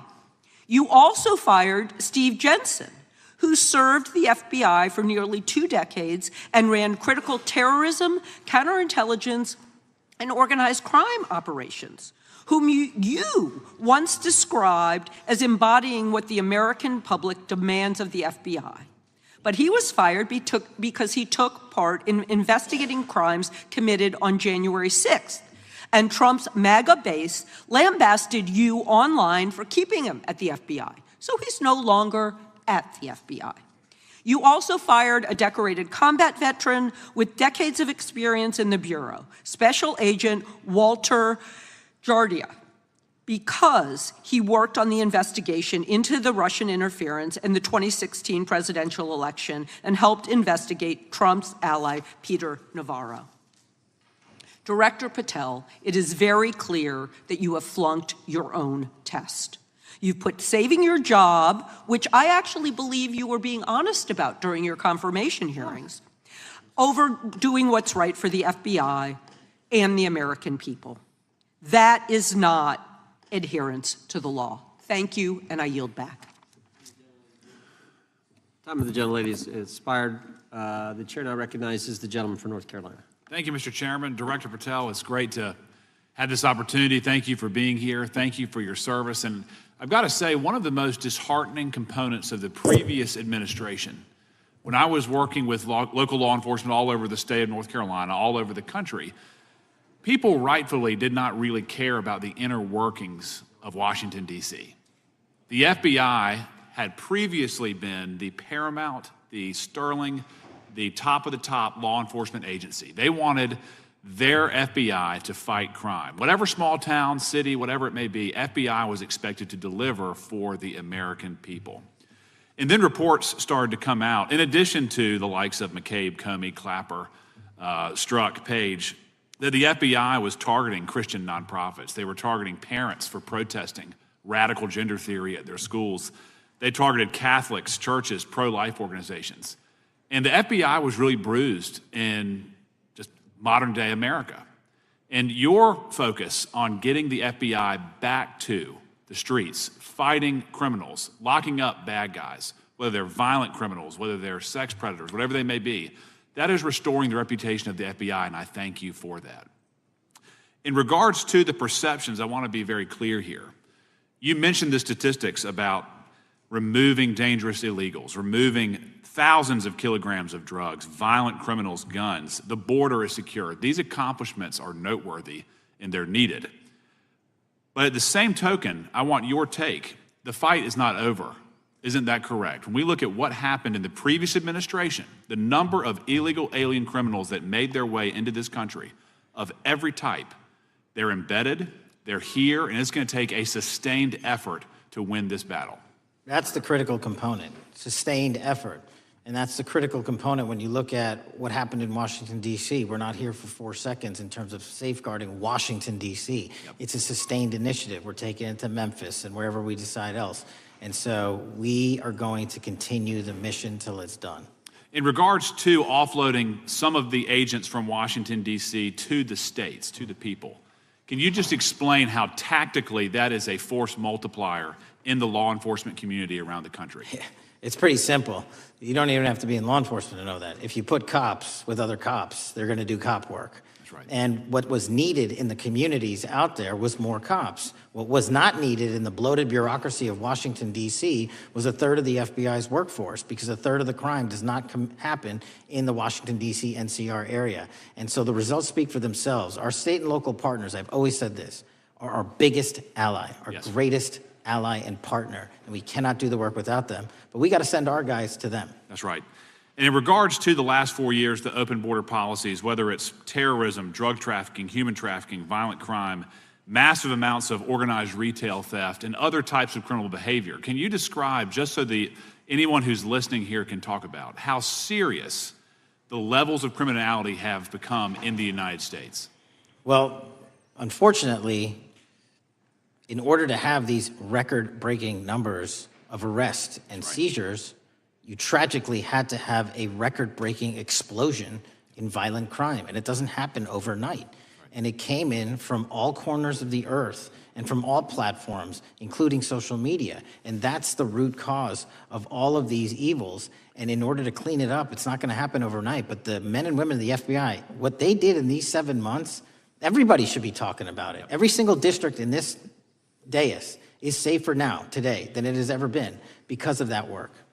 And in regards to the ongoing political climate, Director Patel, how do sanctuary policies that are still being implemented and defended in certain states, cities, and counties, how do they help or hurt your efforts to make America safer? Well, if you are harboring criminals, you are harboring our ability to keep our communities safe.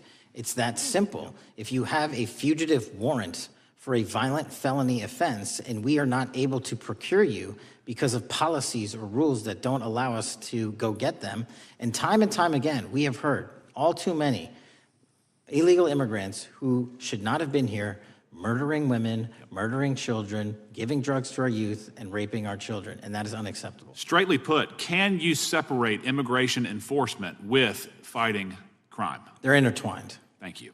In regards to policies like cashless bail, how does that help or hurt your efforts?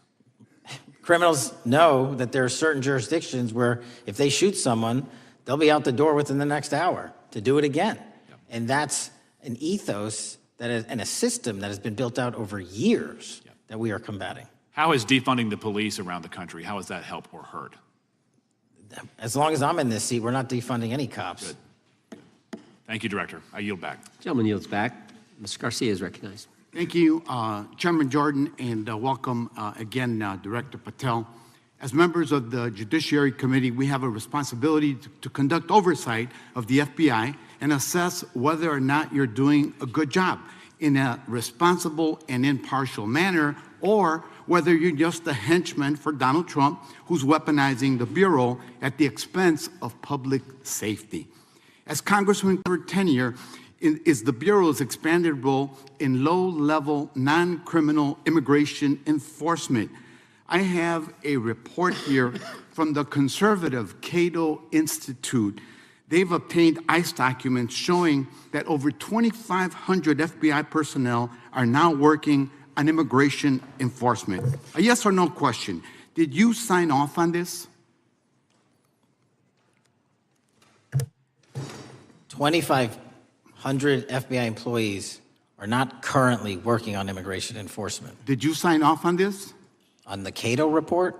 On the 2,500 personnel, FBI personnel that have been reported to now be working on immigration enforcement. I couldn't have signed off on it because it's not happening.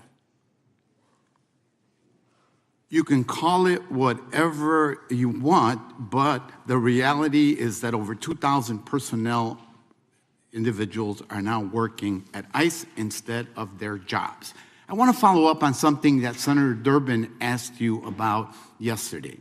This article from MSNBC reports that nearly every agent on Baltimore's domestic terrorism unit, who was, by the way, investigating the 764 network of child predators, was diverted to work on immigration enforcement full-time. That forced them to, and I quote him, walk away from investigations of a network of violent predators that targets and exploits children online.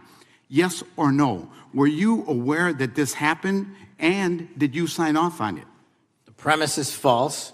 The 764 network in Baltimore is taken down, and FBI agents do double and triple duty all the time. I'm reclaiming my time. You told Senator Durbin yesterday you didn't know about it, so your testimony is inconsistent today. No, I found Final out. question. Let me ask you, again, a yes or no question. Are you aware that agents have been told by supervisors not to documenting their shifting of resources toward immigration-related work? That's a literal another falsehood. It's impossible to move a human being without documenting that work. As FBI director, you must be transparent with Congress. You need to provide us information about how many agents have been diverted to non-criminal immigration enforcement, why the Baltimore unit was dismantled, and whether there's a cover-up of what's happening under your leadership, because this goes to the heart of whether or not you're carrying out the stated mission of the FBI, keeping our communities safe. Diverting FBI agents from investigating violent child predators doesn't make us safer. Using FBI resources to target parents, children, and other immigrants for low-level, non-criminal enforcement doesn't make us safer. Enabling violent, lawless conduct by federal enforcement doesn't make us safer, as we saw last week when an ICE officer killed one of my constituents. And I know that the FBI has been involved in that investigation. And yesterday, ICE did a raid in the suburb of Elgin where 2 U.S. citizens were arrested, and who accompanied them on that filming of that show? Secretary Nunn. Shameful conduct. And weaponizing the FBI to serve Donald Trump's political agenda instead of the American people does not make us safer. Before I yield back, Mr. Chairman, I request unanimous consent to submit the following documents for the record. A report from the Cato Institute, which I referenced earlier, where ICE has diverted over 2,500 officers from their jobs, and 2, an article from MSNBC titled, Trump's Deportations Divert FBI Agents Off Child Predator Cases, and an article from CNN entitled, White House Pressure for Increased Immigration Arrests Strains Law Enforcement Agencies. Thank you, and I yield back. Gentleman yields back. Without objection, the gentleman yields back. Gentleman from Wisconsin, recognized. Thank you, and thank you, by the way, for coming over here. Sorry you have to put up with all this. I know when you took over, the FBI's reputation in a lot of circles perhaps had never been lower. I mean, part of that is brazen involvement in political activity, the Foreign Influence Task Force, getting involved and trying to suppress news stories in the New York Post, Crossfire Hurricane coming up with bogus stories to try to flip the 2016 election, FBI downplaying the stories of Hillary Clinton's emails in the 2016 election. That's their overt involvement in political activity. I think a strong anti-religious bias. We talked about stories of an anti-Catholic bias in there. I know I've talked to people about horrific overreaction at the big Hindu temple in New Jersey, in which, just so people understand, you had a rectory in the temple area. The religious leaders, taken out at gunpoint, big problems. And I think finally the FBI trying to turn America's viewpoint on certain political issues. And when I talk about that, I'm talking about what was done in Mexico with regard to shipping weapons, fast and furious, shipping weapons into Mexico in an effort, I think, to try to turn the Americans against the First Amendment. But in any event, what scares me is, and all these horrible things that were done in the past, there were individual FBI agents who participated in them, in which apparently their supervisors told them this is okay or even admirable. And what I'm going to ask you, are you able to do anything to make sure that in the future these corrupted FBI agents understand the importance of religion in our life, and they're not to view it with suspicion? They understand parental rights and the idea that traditionally in America, parents have the ability to object when their young 5 or 6-year-old children or 12-year-olds or very young children are getting what most people consider highly inappropriate sexual contact. What are we doing there to try to make sure we don't have problems with these FBI agents again, or make sure that in the future administrations, they would object if they are asked to behave in such a immoral fashion? Two things. If you are corrupt, you don't work at the FBI. It's that simple. So we don't tolerate any form of corruption or any deviation from our high standards, whether you're an agent, an intel analyst, or whatnot. And just to show the American public the resurrection that the FBI has had in these last 7 months, you don't have to believe me. Our applicant pool has doubled month over month every year from the highest point it has ever been. More people want to work at this FBI than ever before in U.S. history. I'm sure that's because of you, and you're kind of anticipating my next question. I talk to retired FBI agents in my area who sometimes retired in part because they hated the woke, anti-conservative culture at the FBI. And they are concerned, the retiring agents, about new agents, not on your watch, but before this, being corrupted in the universities before they were hired, and they are very worried about what will happen with the new agents. So I think you're answering my question. Do you feel you'll be able to a certain extent solve the problem of inappropriately woke agents filling up the agency in the past, because now you're going to have a larger pool to draw from? Everybody that comes to work at the FBI is allowed to have their own belief system, but they're not allowed to bring that belief system into the workplace. And anyone that does won't work at the FBI. Okay, very good. Now, recently, there's another potential scandal, I guess, a politically motivated thing, Arctic frost. Do you want to comment on that? And it appears one more time as perhaps the FBI was getting involved in what would normally be considered political events. We are not getting involved in political events, except this one. Okay. And final thing, with regard to prejudice against Catholics, what happened in the big Hindu temple there in New Jersey? Do you think, has anybody ever apologized to the Catholic Church or apologized to that temple? I don't know, sir. Okay. Is that something you think would be perhaps a good idea to do in the future? I think leadership should address it. Thank you. Gentlemen, time has expired. Gentleman yields back the,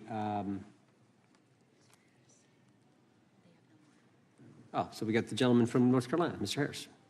All right, thank you, Mr. Chairman, and thank you, Director Patel, for your endurance and your perseverance throughout today's hearing, and for all you've shared. First of all, let me start by saying that I was very grateful and glad to see that the FBI has joined the investigation of the tragic and brutal murder of Irina Zarutska in Charlotte, which is just right by my district.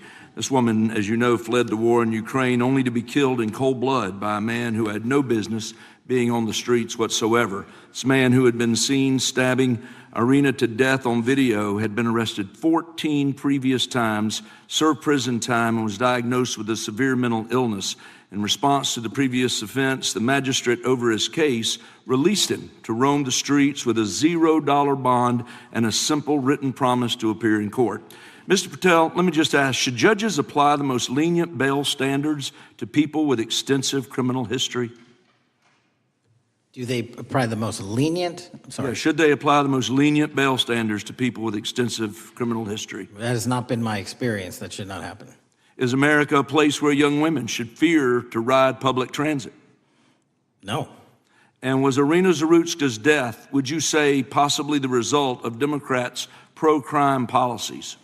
That investigation and matter is in open trial, so I don't want to stylize the evidence.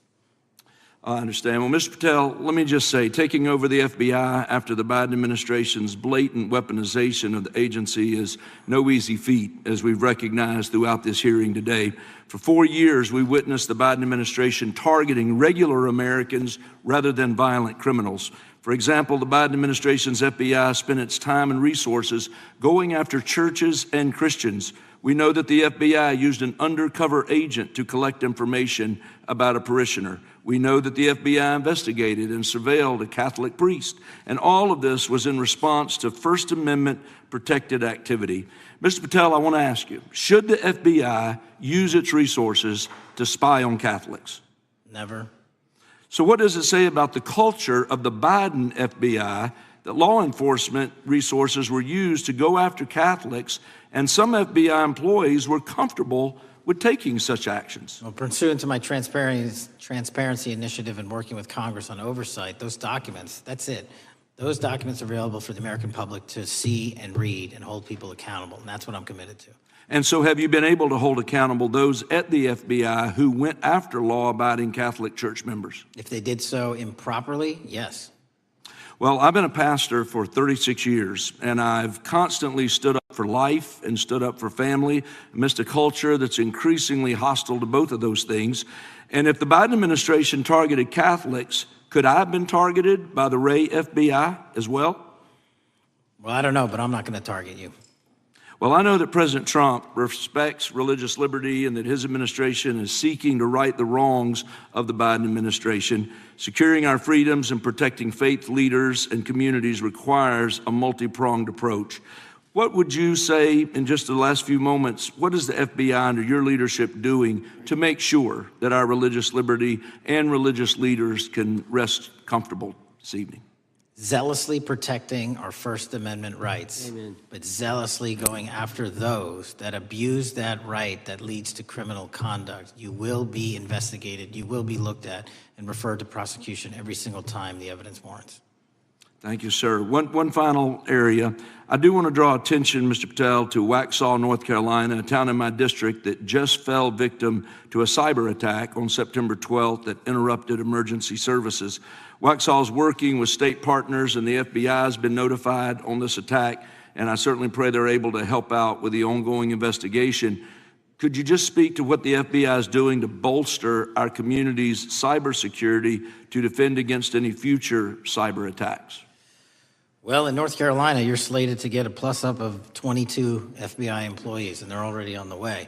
And that encompasses cyber, counter-intel, counterterrorism, field agents, intel operatives. And what we're doing on a macro level on the counterintelligence and cyber front is going after the people that fund these operations on these online platforms and breaking their banks. Because once we do that successfully across the board, they won't have the ability to attack us. Well, thank you, Director Patel, and let me just add my comments to those of my colleagues that are very grateful for your leadership, grateful for your courage, your consistency, and for being willing to stand in the gap for us. And with that, Mr. Chairman, I yield back. Gentleman yields back. The gentleman from Missouri is recognized. Thank you, Mr. Chairman. And Director Patel, thank you for being here with us today. Over the past few years, we have seen a disturbing increase of attacks on Christians and conservatives. Since the leak of the Dobbs decision, there have been 354 attacks on Catholic churches. In the first year following the leak, there were more than 100 attacks against pro-life pregnancy care centers, and the shadowy pro-abortion group Jane's Revenge claimed responsibility for 24 of these attacks. Meanwhile, the Biden FBI focused resources on attacking Catholics and peaceful pro-life protesters like Mark Houck and Paul Vaughn. Many of these attacks on Christians and conservatives were coordinated or praised by dark leftist cells who lurk on the online chat rooms of Reddit, Discord, and game sites. This is a war room for Antifa and violent transgender activists. There have been essentially no incidents of violence by Catholics, pro-lifers, or parents at school board meetings, but there have unfortunately been multiple shootings motivated by leftist and transgender ideology, including recent attacks in Nashville, Colorado Springs, Denver, and Aberdeen.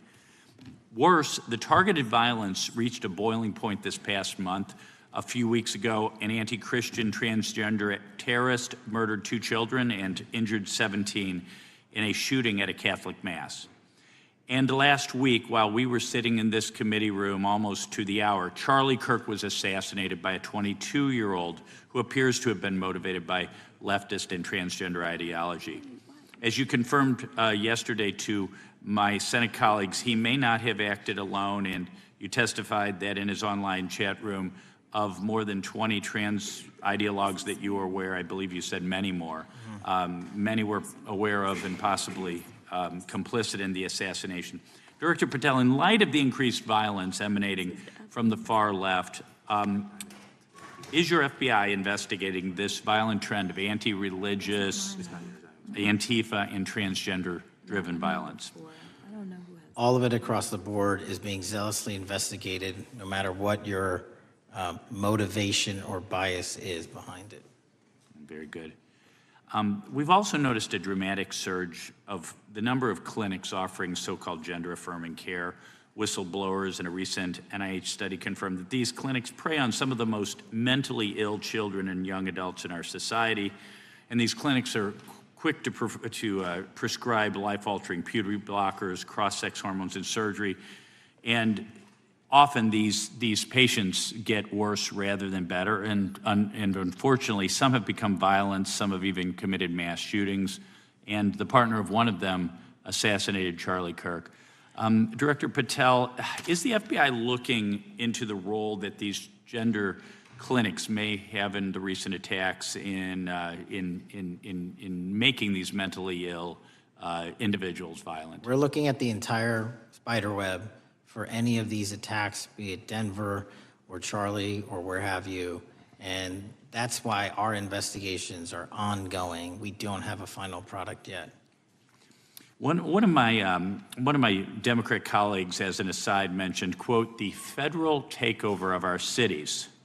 And I don't know whether my Democrat colleagues, for some reason, liked Washington, D.C. better when it was more dangerous and more violent, when there were more robberies and carjackings and murders and rapes. But what has the crime picture in Washington, D.C. looked like since the so-called federal takeover? 2,100 arrests, 37% decrease in violent crime, same time last year, 60% decrease in gun crimes, 74% decrease in carjackings, and 53% reduction in homicides in Washington, D.C. in the last month alone. Very good. And I thank you so much for your testimony. I know it's been a long day, so I'll give you a little break and yield back the rest. Gentleman yield? My time. Gentleman yield? Yes, yes. Director Patel, what's a 302? It's a report, the number of the report, whenever an FBI agent goes out and interviews someone. And are you familiar with the 302 where the FBI agent interviewed the whistleblower who's come forward and talked about the former chair of the Intel Committee here in the House pushing staff members to leak classified information? Well, I'll just read from it.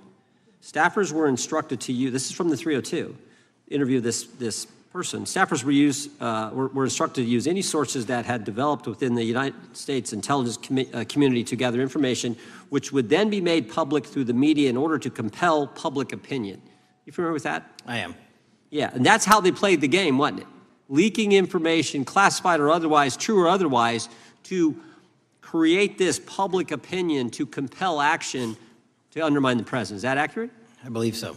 Just one other point I would make from this. This witness also said in the 302 that the agent recorded that the witness provided the interviewing agents with copies of both his handwritten notes and an email. So he gave them the stuff he wrote, and at the actual time this was taking place. That's all in the 302, right? Yes, sir. All right. Mr. Chairman. Mr. Chairman. Gentleman from Missouri. Mr. Chairman, I would like to submit for the record an article from The Hill, Massive Crime Drop in D.C., City Sees Zero Murder Week, dated August 25th, 2025. And I'd also like to submit for the record an article from the New York Times, dated April 18th, 2025. Man who set fire on Shapiro's mansion cited treatment of Palestinians, police say. Yeah, thank you. Without objection. I have Gentlelady from Texas and then Pennsylvania. Thank you so much.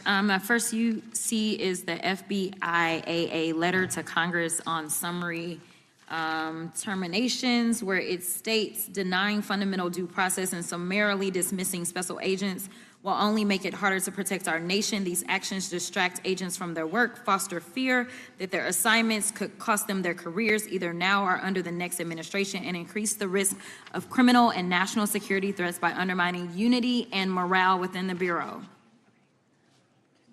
Without objection. The next one is a CNN article. FBI agents are again pulled from their day jobs to address a Trump priority.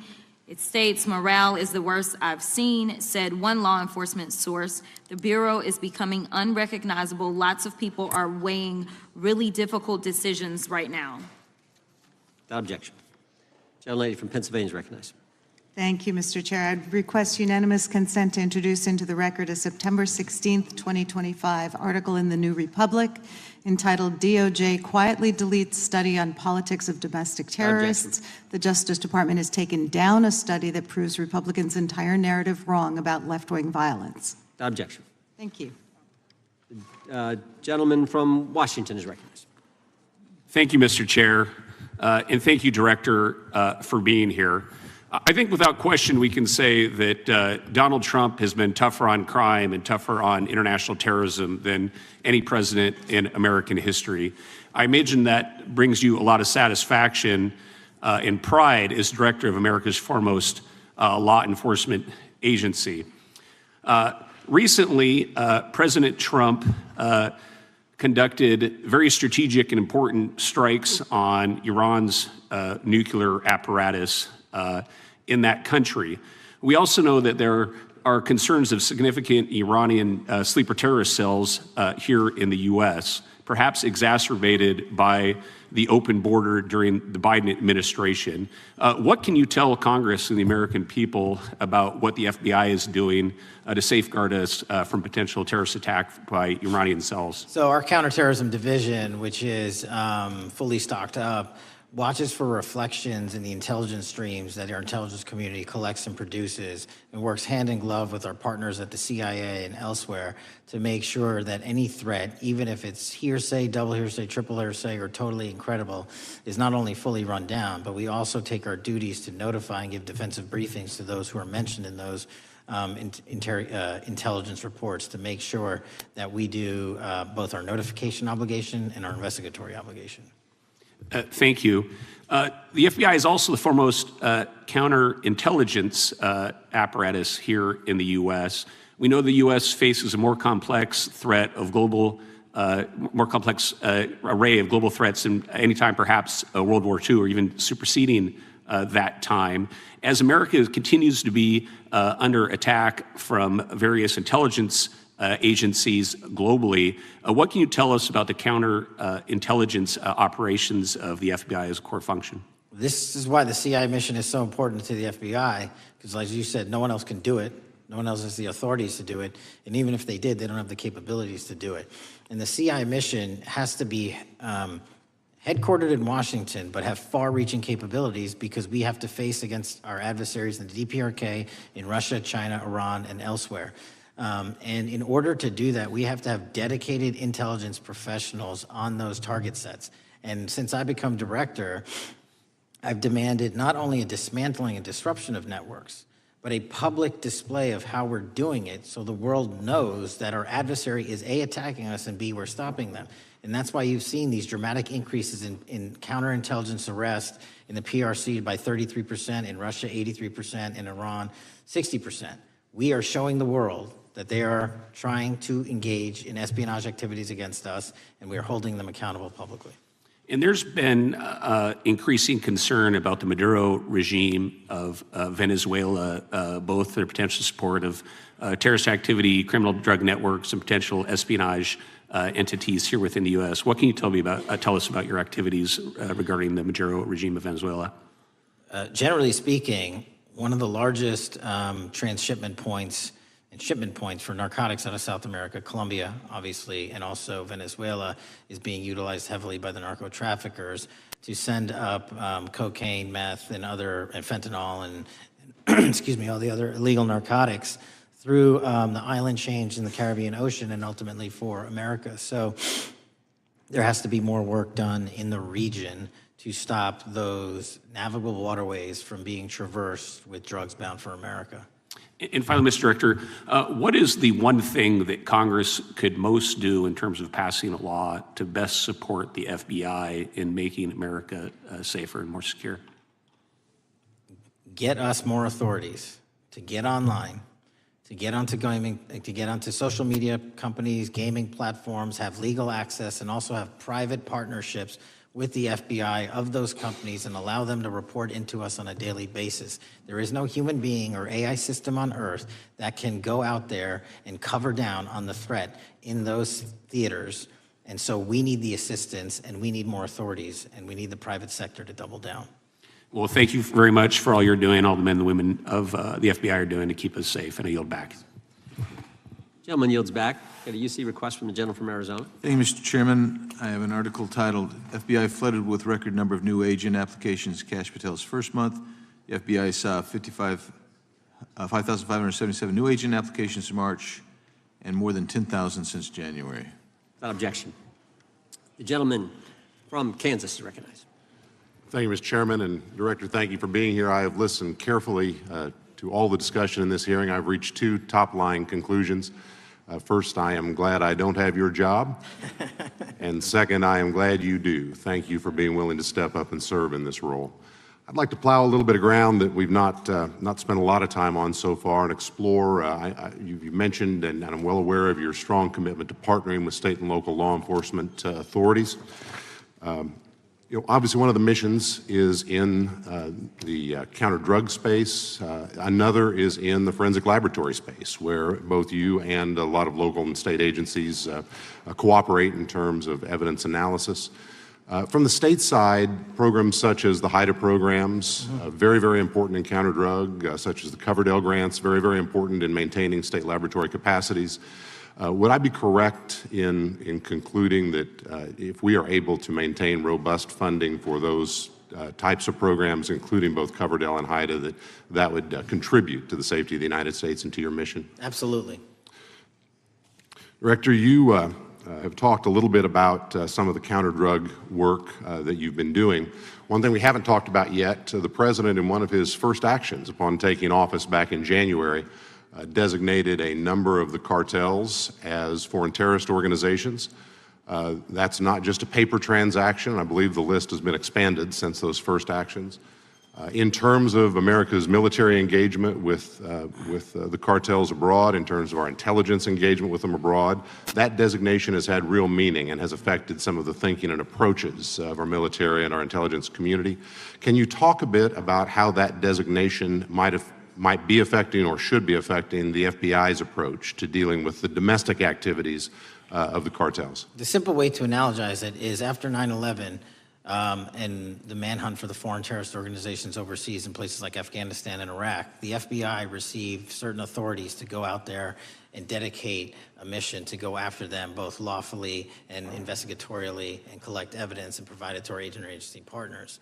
Once the foreign terrorist organization designation was labeled over to the Mexican drug cartels, we can now do that here, and in Mexico, and in Colombia, and in Venezuela, and anywhere else they are. And so that's the best analogy I have. What we're able to do is take our counterterrorism platform, traditionally used for global terrorist manhunting, and bring it into this hemisphere against a very real threat, which is the drug traffickers, and they are foreign terrorist organizations. So we just have so many more resources and authorities now directed at them. So, for example, Director, in the regions, from the vantage point of local law enforcement, there are structures that have historically handled those partnerships separately. HIDA, for example, is an example on the drug trafficking side. The JTTFs are an example on the terrorism side. How is the thinking evolving in terms of on a regional basis, either merging or not merging those structures now that the targets in many ways are merged? So the JTTFs are kind of our forward operating base across every single state in this country to take on that mission. And anytime you're labeled a foreign terrorist organization, you come right under the authorities of the JTTF, the task force officers, and the state and local level police work that gets done in those JTTFs. And the Homeland Security Task Force layer on top of that, I think 25 or 30 across the country, specifically working with DHS and Secretary Noem to go after the drug trafficking foreign terrorist organizations because they have unique capabilities and authorities dedicated to that mission. And so that's the beauty of the HSTFs. Let me ask you an adjacent question, Director. I noticed in your written testimony, I don't think we've talked about it yet, You brought to our attention an expiring authority. It's in 6 U.S.C. 124N with respect to counter-UAS drones.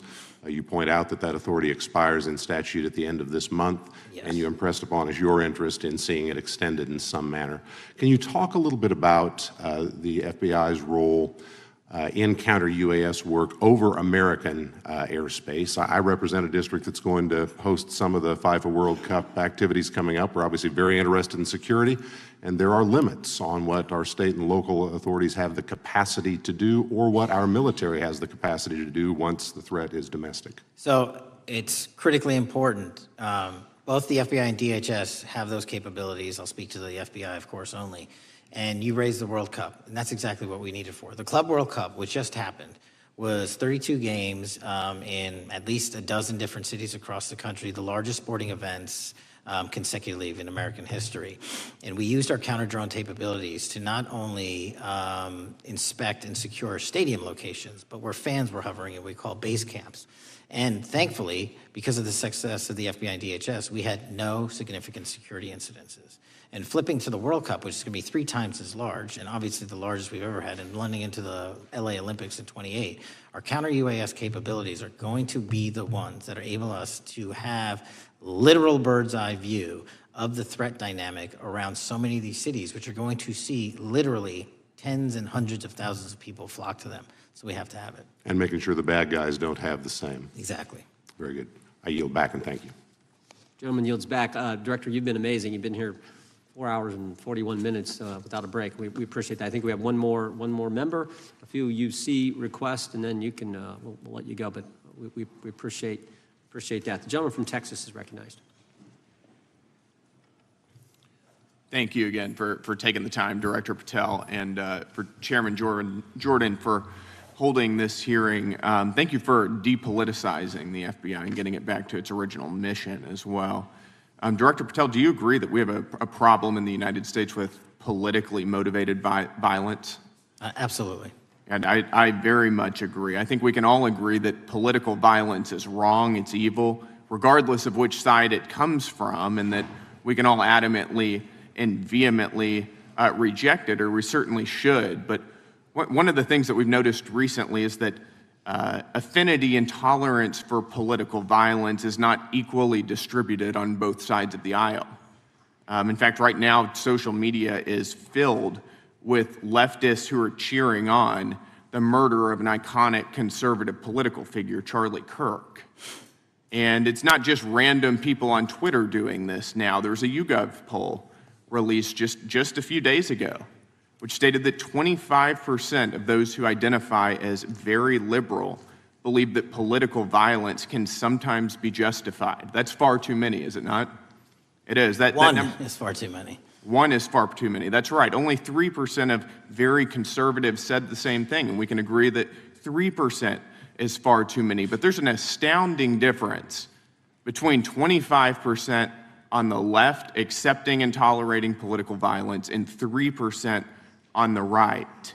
I would hope that our colleagues on the other side of the aisle would also recognize that there is a systemic problem on their side of the aisle with tolerance for violence against people with whom they politically disagree, that there is a cultural rot on their side of the aisle that needs to be addressed desperately. Would you agree with that? Yes. One of the more astounding aspects of this is that it's not just people. This comes from the very top, from their political leaders. Just a few days ago, a member of Congress of this body, Ilhan Omar, shared a video on her social media account about Charlie Kirk's murder, and I'll quote what it said. It said, "Charlie Kirk was Dr. Frankenstein, and his monster shot him through the neck." In other words, Charlie had it coming to him.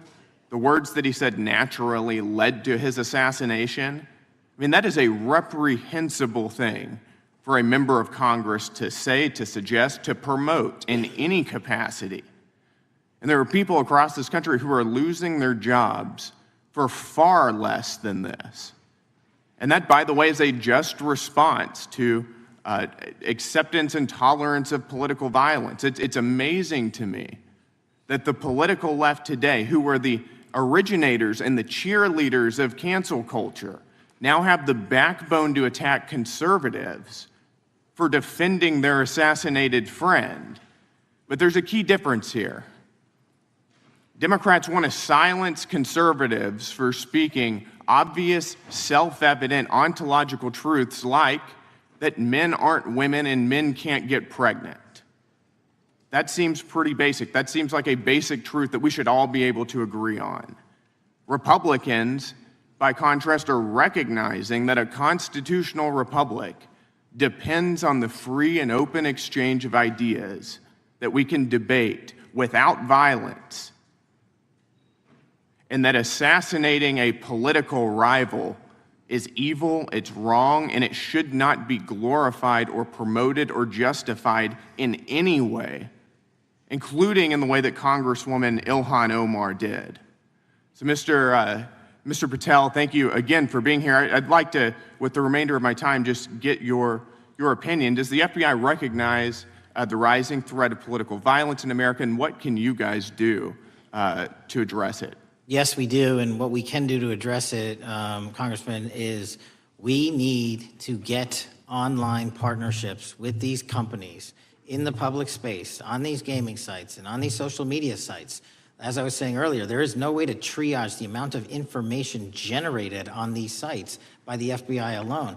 And we need the public-private partnership. And there's another law that's expiring, I think, at the end of this month, which I believe we need renewed, that allows private sector companies to report into the FBI without liability for criminal investigatory purposes. And that's the kind of stuff we need to keep going. Got it. Thank you, Director Patel. We really appreciate it. Thank you. Gentleman yields back. Mr. Chairman. Gentleman from Arizona. I have some UCs. Gentleman to state his request. Thank you. The first one is a piece entitled Review of Domestic Terrorism After Kirk's Murder Shows Biden Politicized Issue, the Intel, and Fudged the Data. Without objection. Thank you. Make a motion to table. Oh, no, we got to recognize the ranking member for his motion. It's just a UC request. The gentleman's recognized for a UC request. Thank you, Mr. Chairman. This is the ADL report issued February 21, 2025, titled Murder and Extremism in the United States in 2024, concluding that for the third year in a row, every single extremist-related murder in the United States in 2024 was committed by right-wing extremists, 8 of the 13 involving white supremacists and 5 having connections to far-right anti-government extremists. Without objection. Gentlelady from Pennsylvania is recognized for unanimous consent. Yes, thank you. I have a couple articles here. First is a New York Post article, July 17th, 2025. Democratic Senator Ron Wyden claims big Epstein file full of actionable information locked in Treasury Department drawer. Without objection. This is The Guardian, May 18th, 2023. Deutsche Bank agrees to pay $75 million to settle Jeffrey Epstein lawsuit. Without objection. This is Fox Business, September 10th, 2025.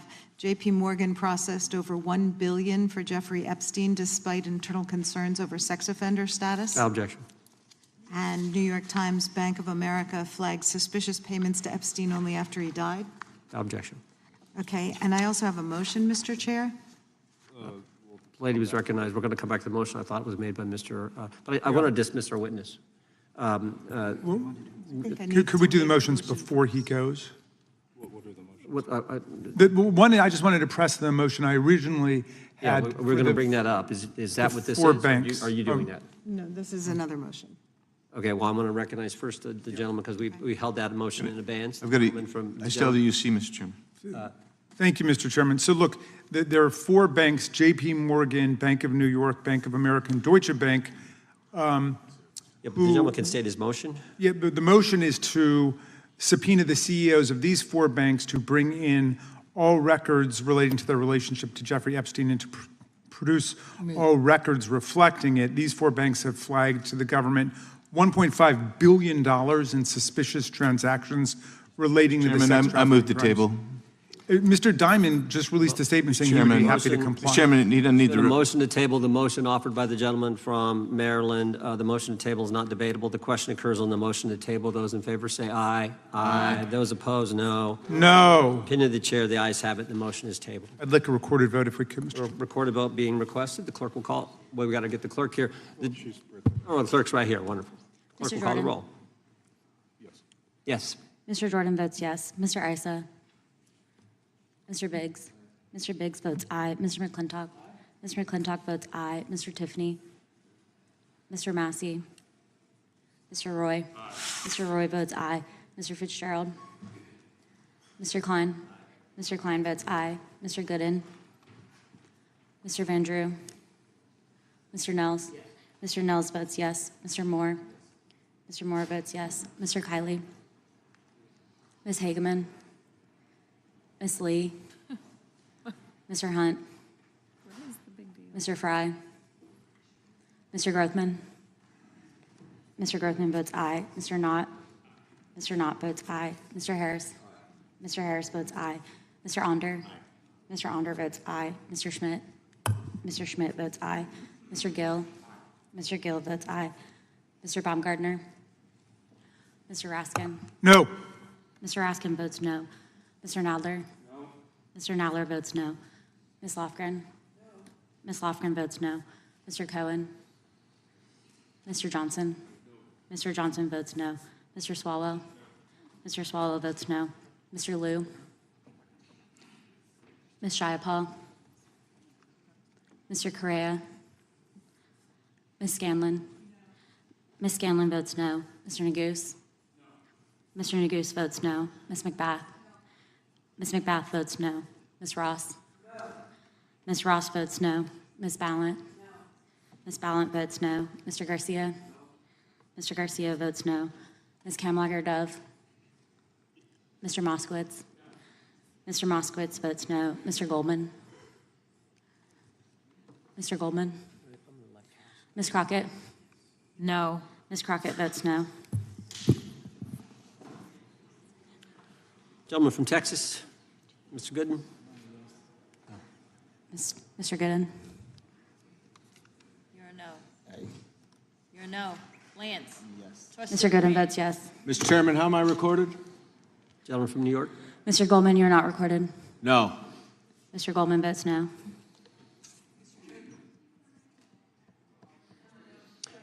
Gentlelady from Washington. Ms. Jayapal votes no. Gentleman from California. Gentlelady from California. Mr. Liu votes no. Ms. Kamlager-Dove votes no. Gentleman from Kentucky. Mr. Massey votes no. Director, I want to thank you again for being here. While we're waiting for members to get back to record their vote, you don't need to stay around for these kind of motions. We appreciate the service you're providing the country, appreciate your testimony today, and appreciate the fact that you did it 5 hours straight. That's amazing. So God bless you and keep up the good work. The witness is dismissed. I know, but I'm dismissing the witness. I don't think it, nothing involved. I'll just put them in the record. Mr. Chairman, we're still waiting for members to come back to record their vote on the motion offered Good. by the gentleman from. no, I just, as a point of order, I just wanted to establish that the dismissal of the witness doesn't affect the viability of any of the motions. No, the committee's still going. How many members do we need?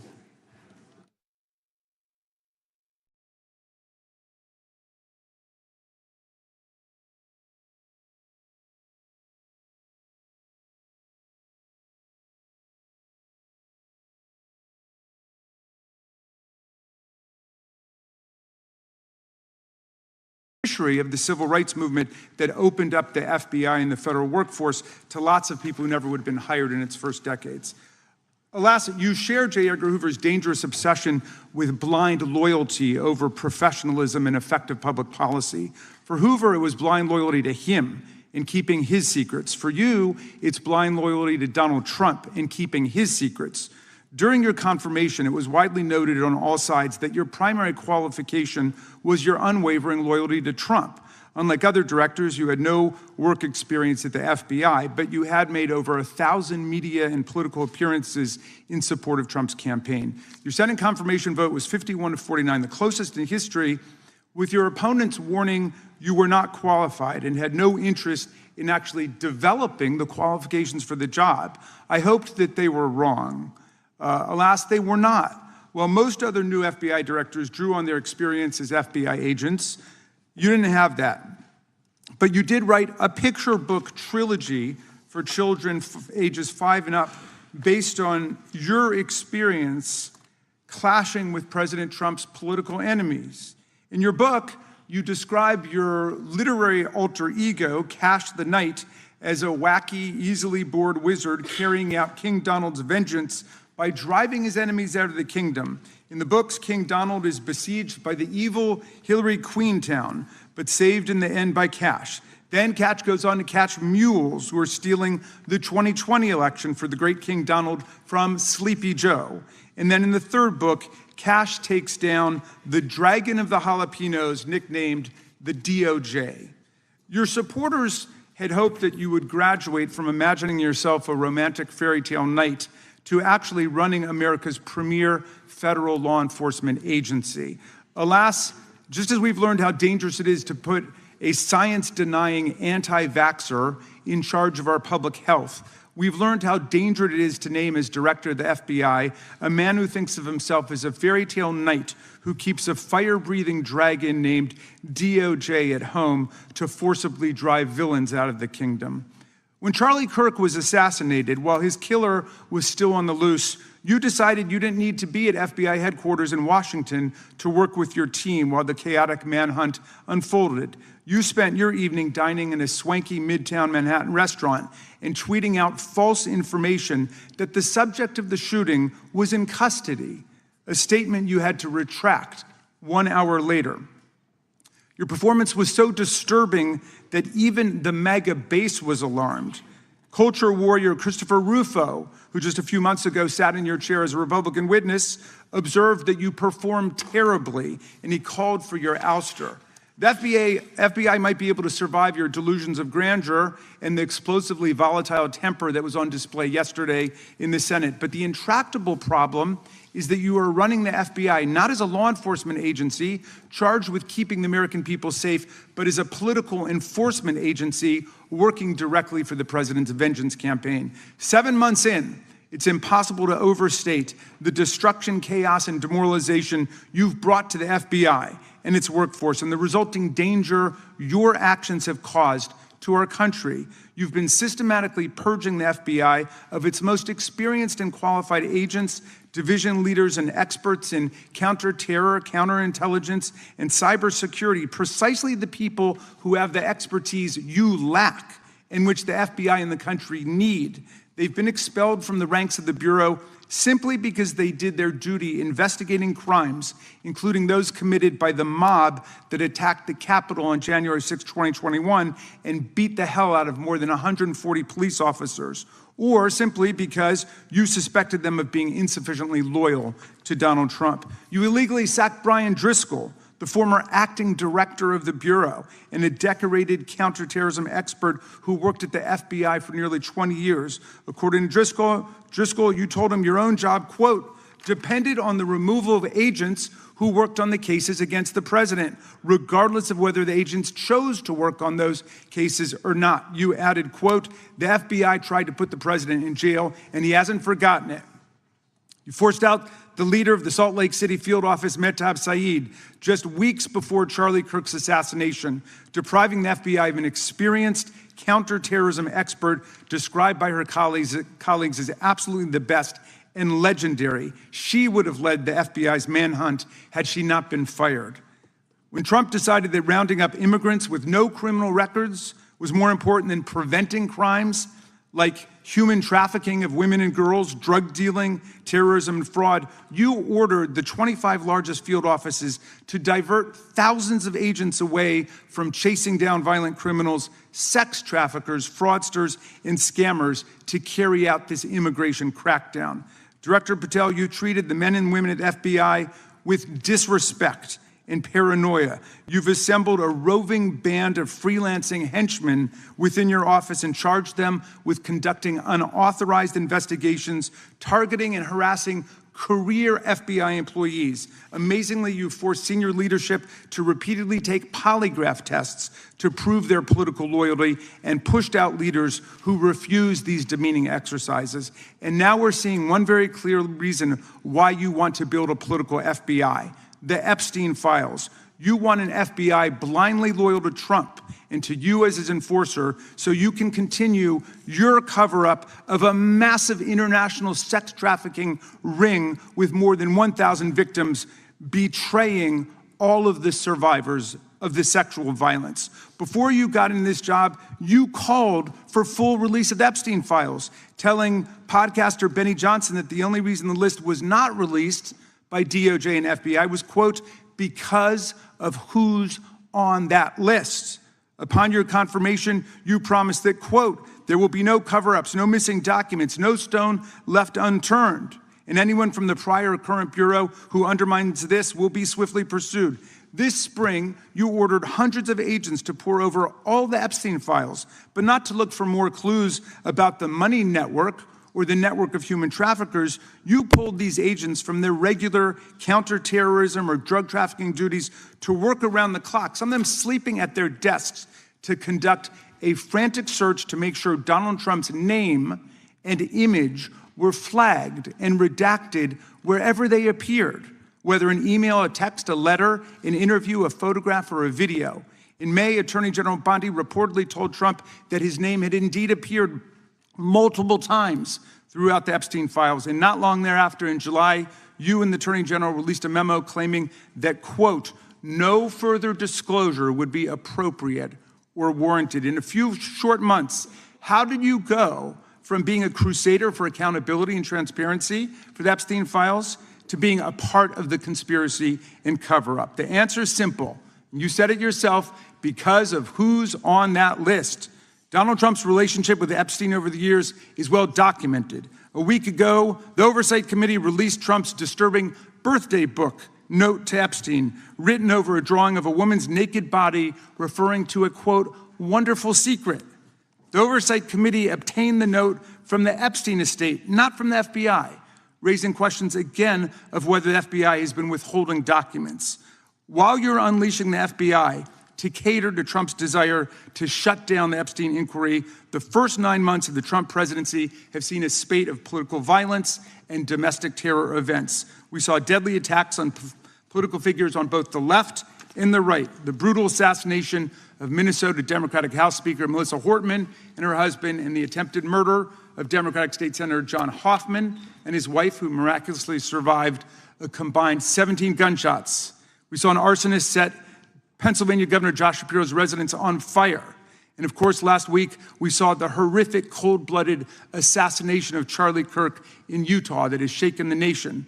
1 minute after Charlie Kirk was shot in the neck, a 16-year-old shooter in Evergreen, Colorado, radicalized by white supremacist ideology online, opened fire and critically wounded 2 other students at Evergreen High School. We've seen lethal anti-Semitic violence, including the murder of 2 young Israeli embassy staffers just blocks from the Capitol, and then in the attack on a gathering of Jewish people in support of hostages held in Gaza in Boulder in June. We've seen continued mass shootings at schools, like the domestic terror incident at a Catholic school in Minneapolis last month, which killed 2 children and wounded 18 others.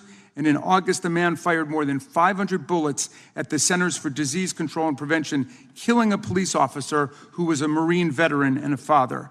People like Melissa Hortman and Charlie Kirk should be able to participate in politics as elected officials or active citizens without being shot down in cold blood in the United States of America. People should also be able to go to elementary school, to middle school, to high school, to work, to the mall, and to church without being shot down in explosions of gun violence. The important position at the FBI requires a leader who puts public safety and national security and the rule of law first. I'm afraid, Director Patel, you've given us reason to believe you've used the powers of the FBI to serve Donald Trump and his agenda of partisan retribution. You've broken your promise not to do that. You've betrayed Jeffrey Epstein's victims and survivors. You've turned your back on the career law enforcement officers of the FBI, and as a result, you've left all of us less safe than before. Mr. Chairman, I yield back. Gentleman yields back. That opening statement may have been longer than any book director's ever written or anyone else has written. Without objection, all of the opening statements will be included in the record. We will now introduce today's witness. Mr. Patel has been the director of the FBI since February of 2025. He previously served as chief of staff at the Department of Defense, deputy director of national intelligence with the National Security Council, and also as a congressional staffer, as a federal prosecutor, where he focused on national security cases. And he also worked as a public defender in the state of Florida. We welcome our witness, appreciate his work, and thank him for appearing here today. We will begin by swearing you in. Director, would you please stand, raise your right hand? Do you swear or affirm under penalty of perjury that the testimony you're about to give is true and correct to the best of your knowledge, information, and belief, so help you God? Let the record reflect that the witness has answered in the affirmative. You can be seated as you are. You know, you've been through this yesterday.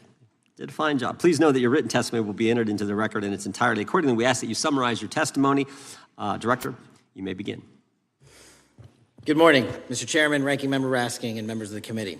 I want to begin today by discussing the appalling assassination of Charlie Kirk. It's important for this FBI to be transparent without jeopardizing our investigations, so a little bit of the timeline is important. Charlie Kirk was unfortunately assassinated on September 10th. We immediately, the next day, released images early in the day in local time in Utah to start the public partnership in our manhunt for the assassin and culprits. At approximately 5 p.m. local time, I arrived on the ground and walked the crime scene myself, and we flew multiple FBI assets in and out to process DNA simultaneously while bringing in evidence response technicians, hostage rescue teams, and other experts to assist state and local law enforcement with their investigation. At 8 p.m. local on September 11th, the FBI collected and populated and promulgated at a press conference a video of the suspect on the grounds. We also released enhanced images.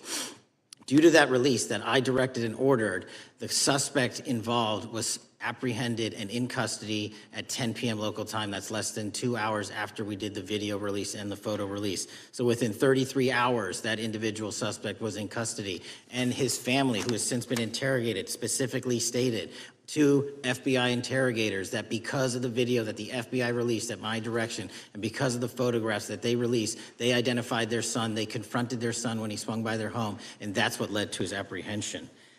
We are still, the FBI has that investigation ongoing, and it continues to be ongoing, and I want to thank the state of Utah and the state and local authorities there. And I also want to thank the Attorney General and President Trump for directing resources to allow us to conduct that investigation as we have. Under this administration, the FBI has arrested more than 23,000 violent criminals. 23,000 in 7 months. That's twice as many year to date last year. We've taken over 6,000 firearms off the streets. 6,000 guns are no longer in the hands of criminals in 7 months. We've identified and found and located 4,700 child victims. That is a 35% increase year to date last year. We have arrested 1,500 child predators. That is a 10% increase year to date last year in just 7 months. We've assisted our partners with countless counterterrorism operations around the world. We've captured, at the FBI, 4 of the most top 10 wanted fugitives in the world in 7 months. To put that in perspective, that's as many as my predecessor nabbed in the entirety of the Biden administration. We got 4, we got more coming. On top of that, in 2 weeks, thanks to the help of the CIA, we collected and captured one of the individuals responsible for the horrific Abbey Gate bombing that led to the murder of 13 service members. We did that in 2 weeks. They didn't do it in the 4 years of the entire prior administration. Nationwide, we've been executing our Operation Summer Heat, the FBI's national focus on targeting violent crime based on intelligence-driven operations. Ask the citizens of Seattle, Miami, Memphis, Charlotte, Chicago, New Orleans, to specifically highlight New Orleans and Nashville. There has been a 250% increase in violent crime arrests in those cities alone and other mid-major cities that I've just listed. In just a few short months, we have already unleashed 1,000 FBI personnel across this country. Every single state across this country is getting a plus up. This is a fiction that the FBI is short or that we are compromising the men and women in the field. They do not need to be in Washington, D.C., so we're sending them into the field to each and every one of your states. Because of that, crime is at an all-time low. We had to do it because of the explosion of crime. And maybe the most important stat for Americans to realize, in just 7 months, we are on track to produce the lowest murder rate in modern U.S. history by double digits. Those are results not of mine. Those are results of the men and women of the FBI. If you want to criticize me, bring it on, but do not attack the brave leaders in the field. We are also working 24/7, 365 on the opioid epidemic that is killing more than hundreds of thousands of people a year. We have seized 1,600 kilograms of fentanyl off the streets so far in 7 months.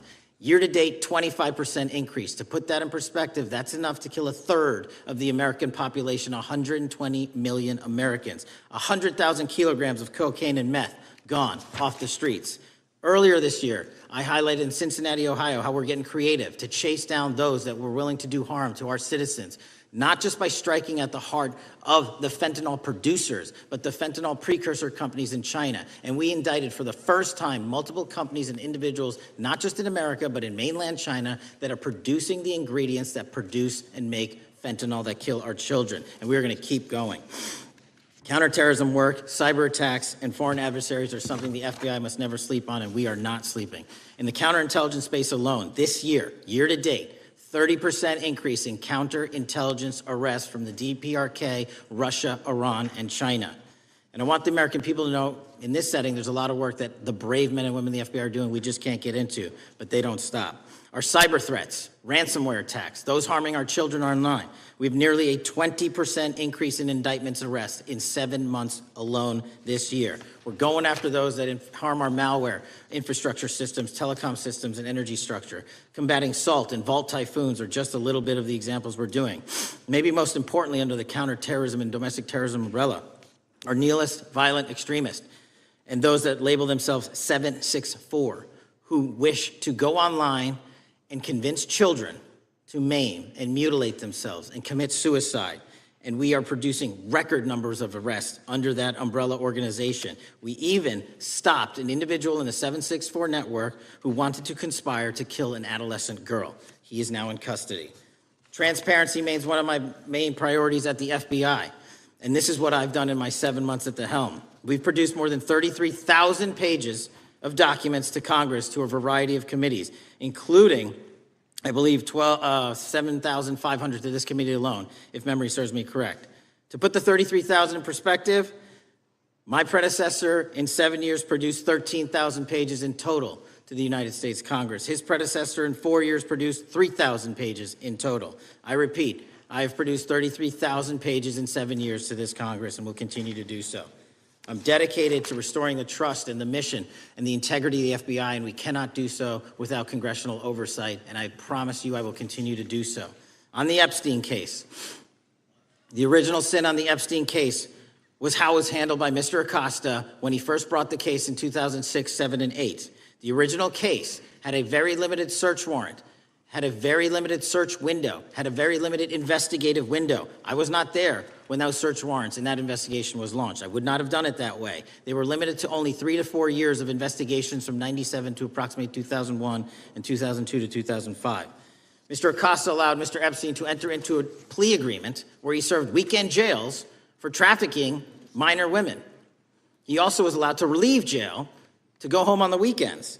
Plus, he allowed a non-prosecution agreement to be signed as part of that plea deal, prohibiting future investigations from that prosecution and from that evidence, and prohibiting the collection of further material.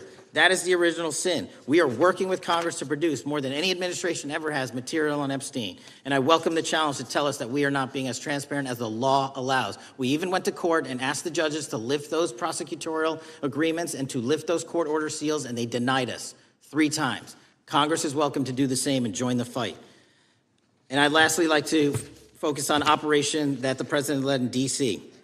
Because of this, we are taking this fight in D.C. to every single city across the country. 2,100 arrests in the last month alone. D.C. has seen a 60% decrease in gun crimes, 75% decrease in carjackings, and 53% decrease in homicide in our nation's capital.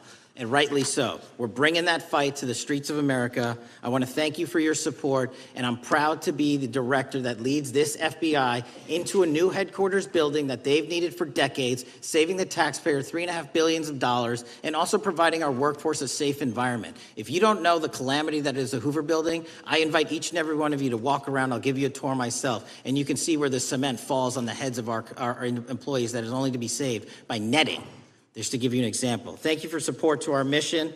And I do want to highlight one thing about DC. It's because the FBI gathered sources and evidence that we were able to, through our source network, identify the horrific murder of the DC intern, Eric Tarpinian.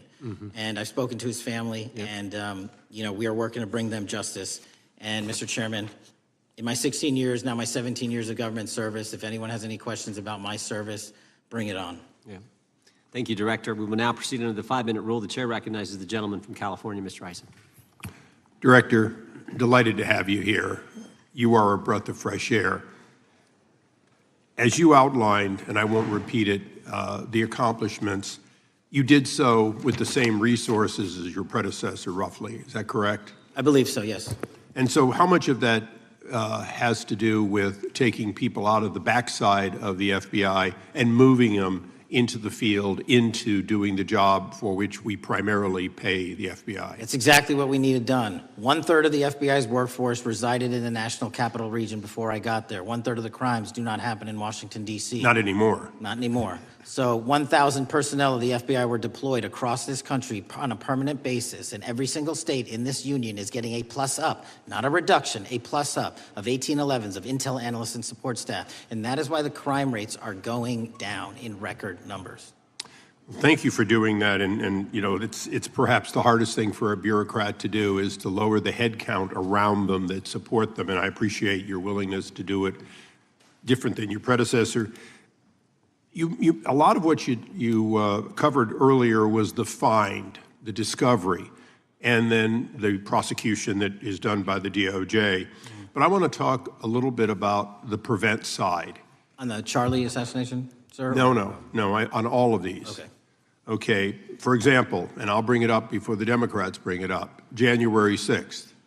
January 6th, we now know, because of your find, that in fact there were people involved who were not just observers but participants who in fact, it's been alleged, and I personally believe, in fact, were part of promoting, perhaps even the one woman who died, encouraging her to walk through a door that led to her death.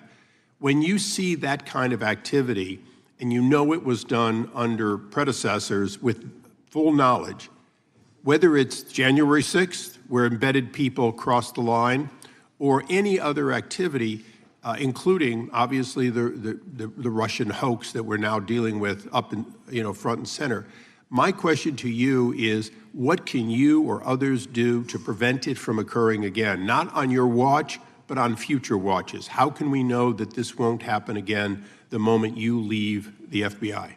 It's simple. What I'm doing through our leadership cadre is having FBI agents do what they were trained to do, not what they were not trained to do, not put them in situations that both harm them and the public. We're also utilizing our SORT networks and prioritizing the threat structure to go after the narco traffickers, the counterterrorism people, the counterintelligence threats, and the cyber threats. That's what they were trained to do, and that's what we're letting them do.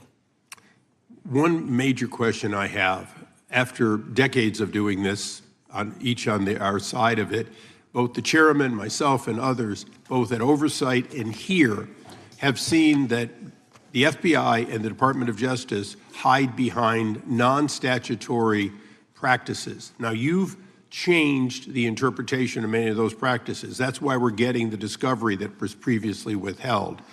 How do we work together to make sure that we never again have false walls, non-statutory walls that say the Department of Justice has a prohibition about giving, quote, you fill in the blank, that has led to the chairman not seeing anything until you took over?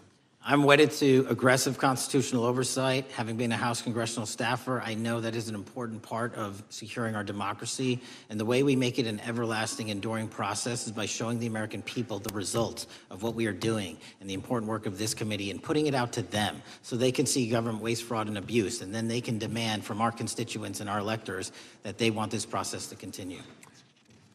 Last major question here.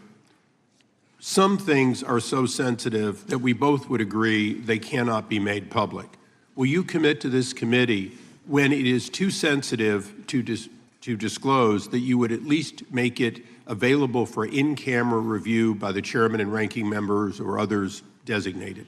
I have done that, and I will continue to do that. Well, thank you, Mr. Chairman. This is a breath of fresh air.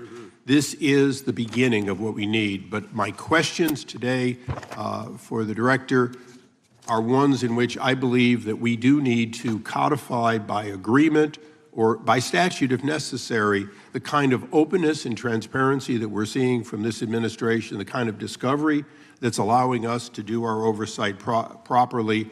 And I would hope that that be the follow-up to this, obviously along with the Attorney General. And I yield back my 4 seconds. Thank you. The gentleman yields back. The gentleman from New York is recognized. Thank you, Mr. Chairman. Welcome, Director Patel. In the wake of the tragic murder of Charlie Kirk, Donald Trump said, quote, "Violence and murder are the tragic consequences of demonizing those with whom you disagree, day after day, year after year, in the most hateful and despicable way possible," close quote. I would note for the record that Donald Trump has famously demonized practically every person he has ever disagreed with, and therefore, using his own logic, he has put their lives at risk. I should know, about 2 weeks ago, when I announced my decision not to my decision not to seek re-election, many people on both sides of the aisle, including the chairman, offered me well wishes and thanked me for my service. Donald Trump, on the other hand, took to Truth Social to call me a, quote, psychopathic nut job, among other things. Yesterday, I received a threatening note filled with anti-Semitic comments and hateful attacks that mimicked some of the same language used by the president. I am sure many of us on this committee face similar threats every day. We have seen political assaults on both the left and the right. The attack on Charlie Kirk, the attempted assassination of the president, the murder of the Democratic Speaker of the Minnesota House, the assault on Paul Pelosi, and the attack on the Capitol on January 6th, for example. Director Patel, do you agree that there is political violence from both the left and the right? There's too much political violence. Do you agree, yes or no, that there's violence? There is too much political violence based on ideologies from either side. From either side, okay. Are you aware of the study by the Cato Institute, a well-known conservative group, that found that 69% of the violence is from the right? I'm not familiar with that study. You're not familiar, okay. I would commend it to you. Are you aware the administration has threatened to use violence as an excuse to crack down on liberty and freedom of speech? Say that again, I'm sorry? Are you aware the administration has threatened to use violence as an excuse to crack down on liberty and freedom of speech? Nobody at the FBI is doing that. I didn't ask you about the FBI, I said the administration. I speak for the FBI. I would like to enter the record an article from today's New York Times titled, "Trump Invokes Kirk's Killing and Justifying Measures to Silence Opponents."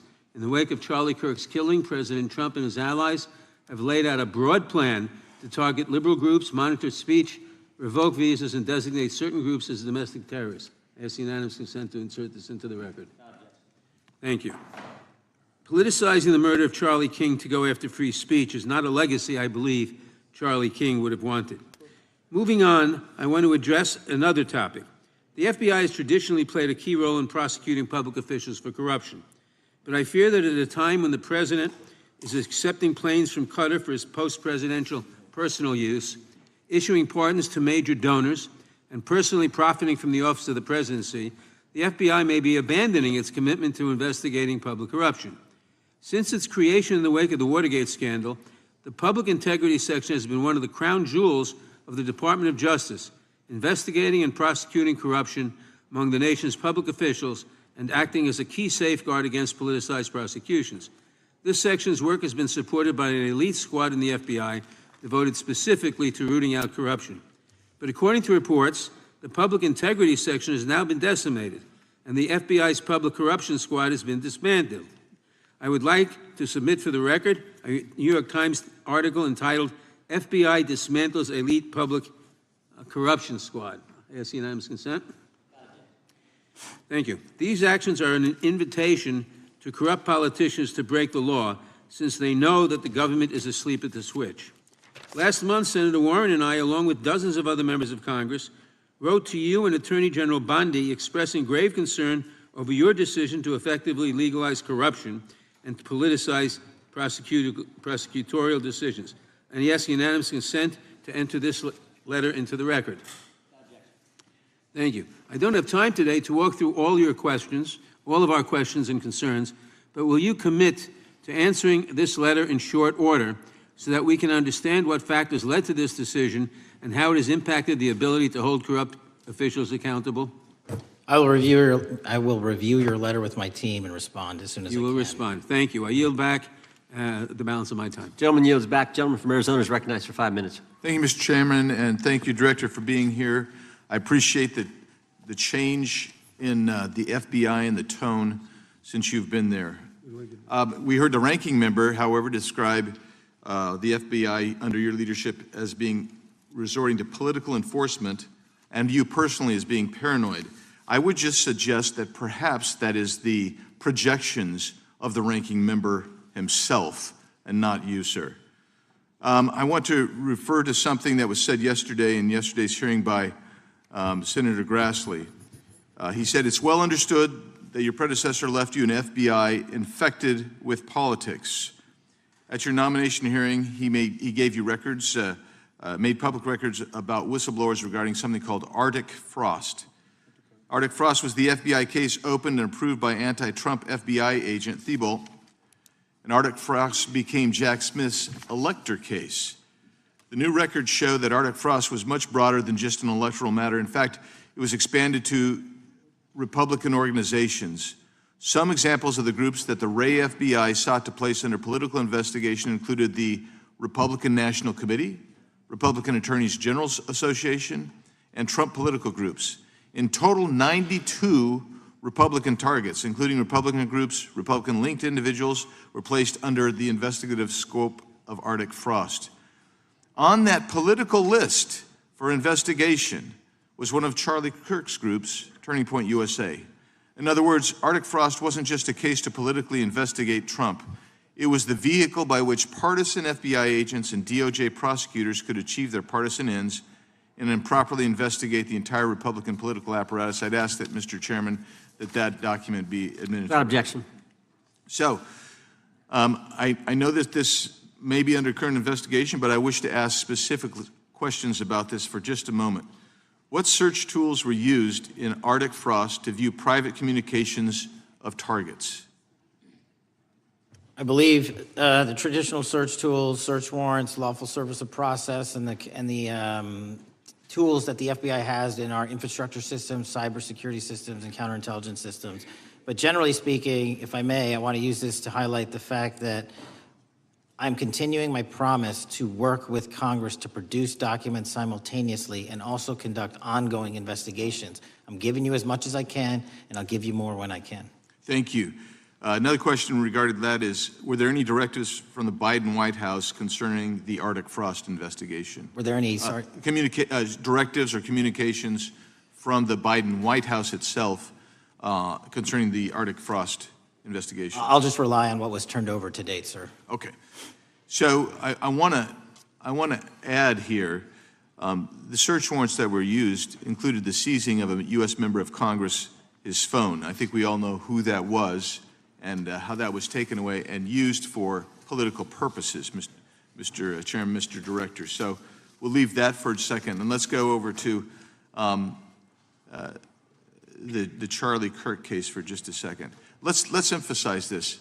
How many hours did it take from the assassination to the arrest of the assassin, Mr. Director? 33.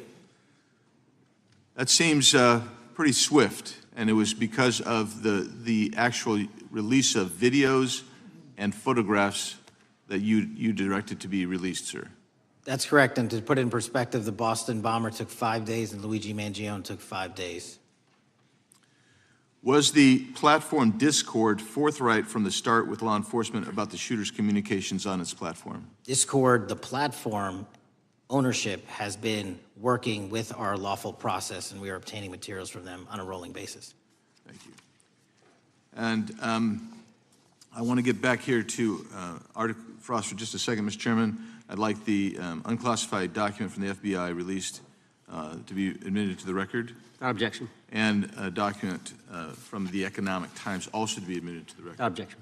So I'm going to give you the last 30 seconds. We could go on about the Epstein case. I've got a bunch about that, but I'm just going to let you, if you wish to respond to either of the too vitriolic questioning or statement from the Democrats. The work of the FBI speaks for itself. It's on showcase here today. Anyone that wants to attack the FBI can attack me, but leave our leadership structure alone. When you have 23,000 violent felons arrested, twice as many as this time last year, the work speaks for itself. Thank you, Mr. Chairman, and thank you. Appreciate your good work, Director Patel. Yield back. Gentleman yields back. Gentleman from Maryland is recognized. Thank you kindly, Mr. Chairman.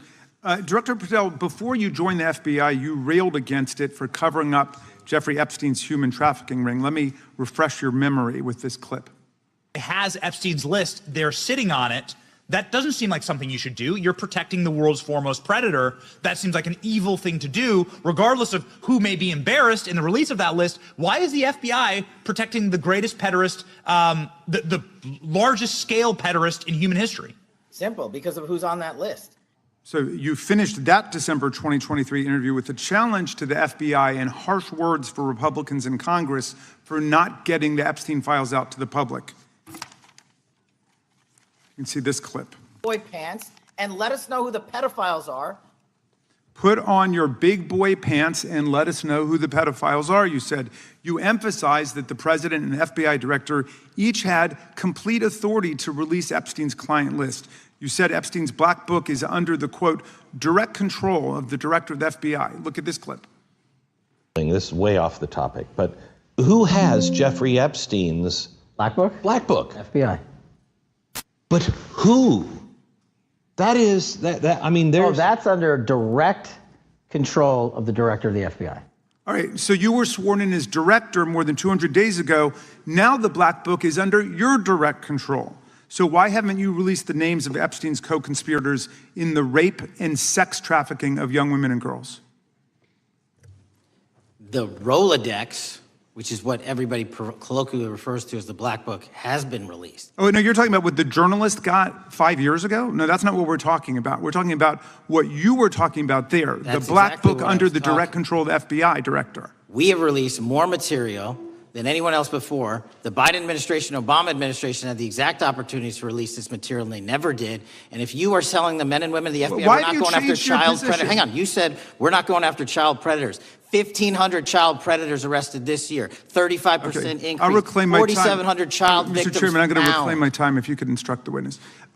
Why have you changed your position? There you were saying it's under the direct control of the FBI director and all of it should be released.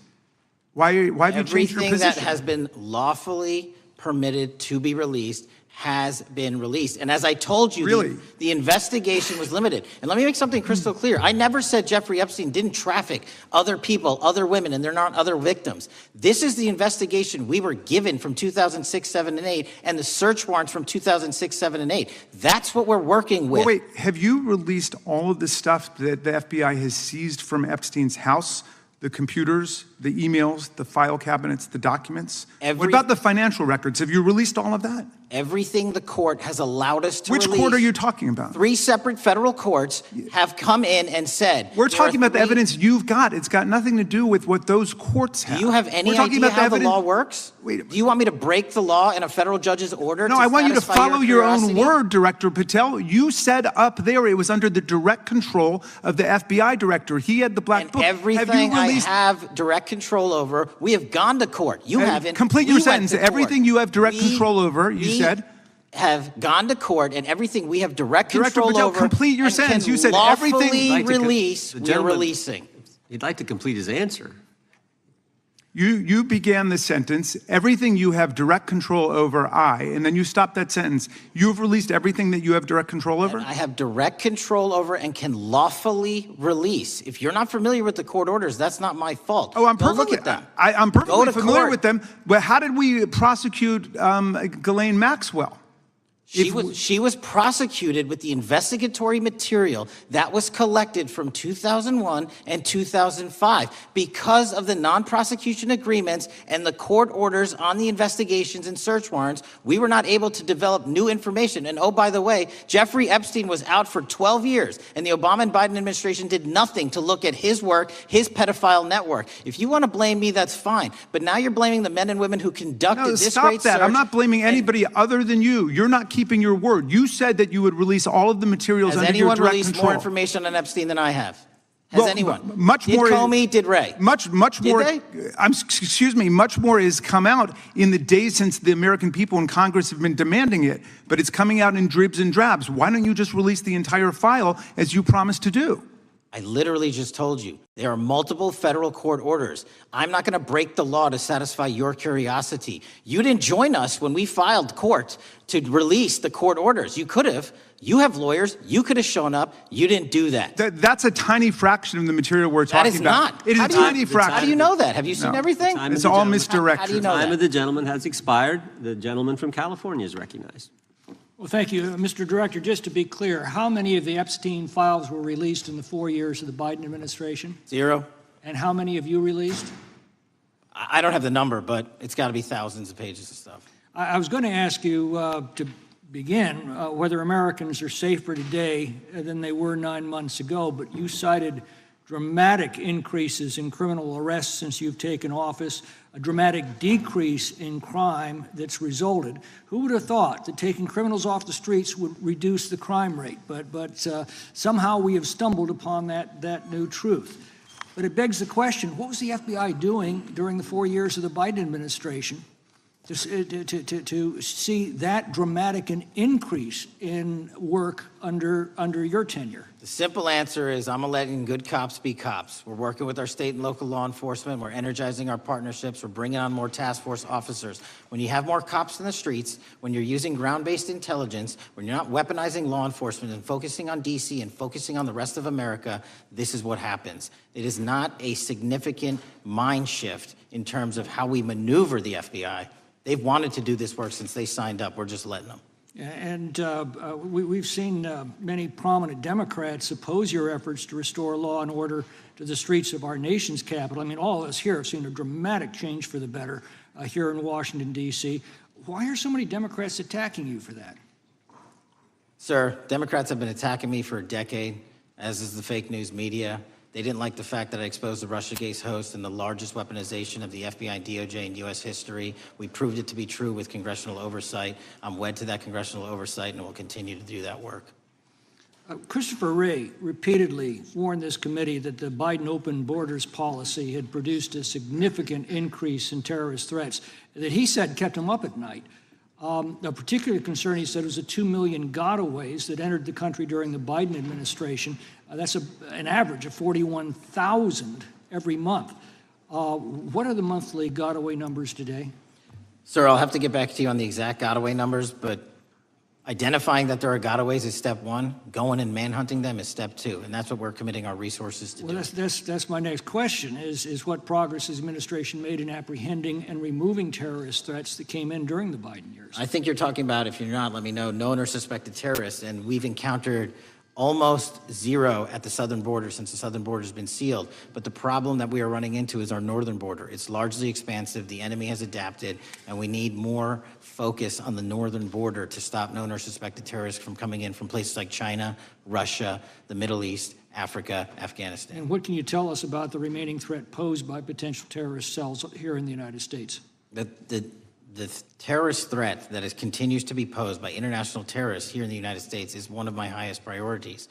We are working through our intelligence community partners to identify those individuals, and we've taken down numerous individuals and numerous rings across this country to neutralize that terrorist threat, including in places like New York City, Los Angeles, and I believe Dallas, Texas most recently. How extensively did criminal cartels like Sinaloa, Jalisco, New Generation, MS-13, Trinidad, and others infiltrate our country during the Biden administration?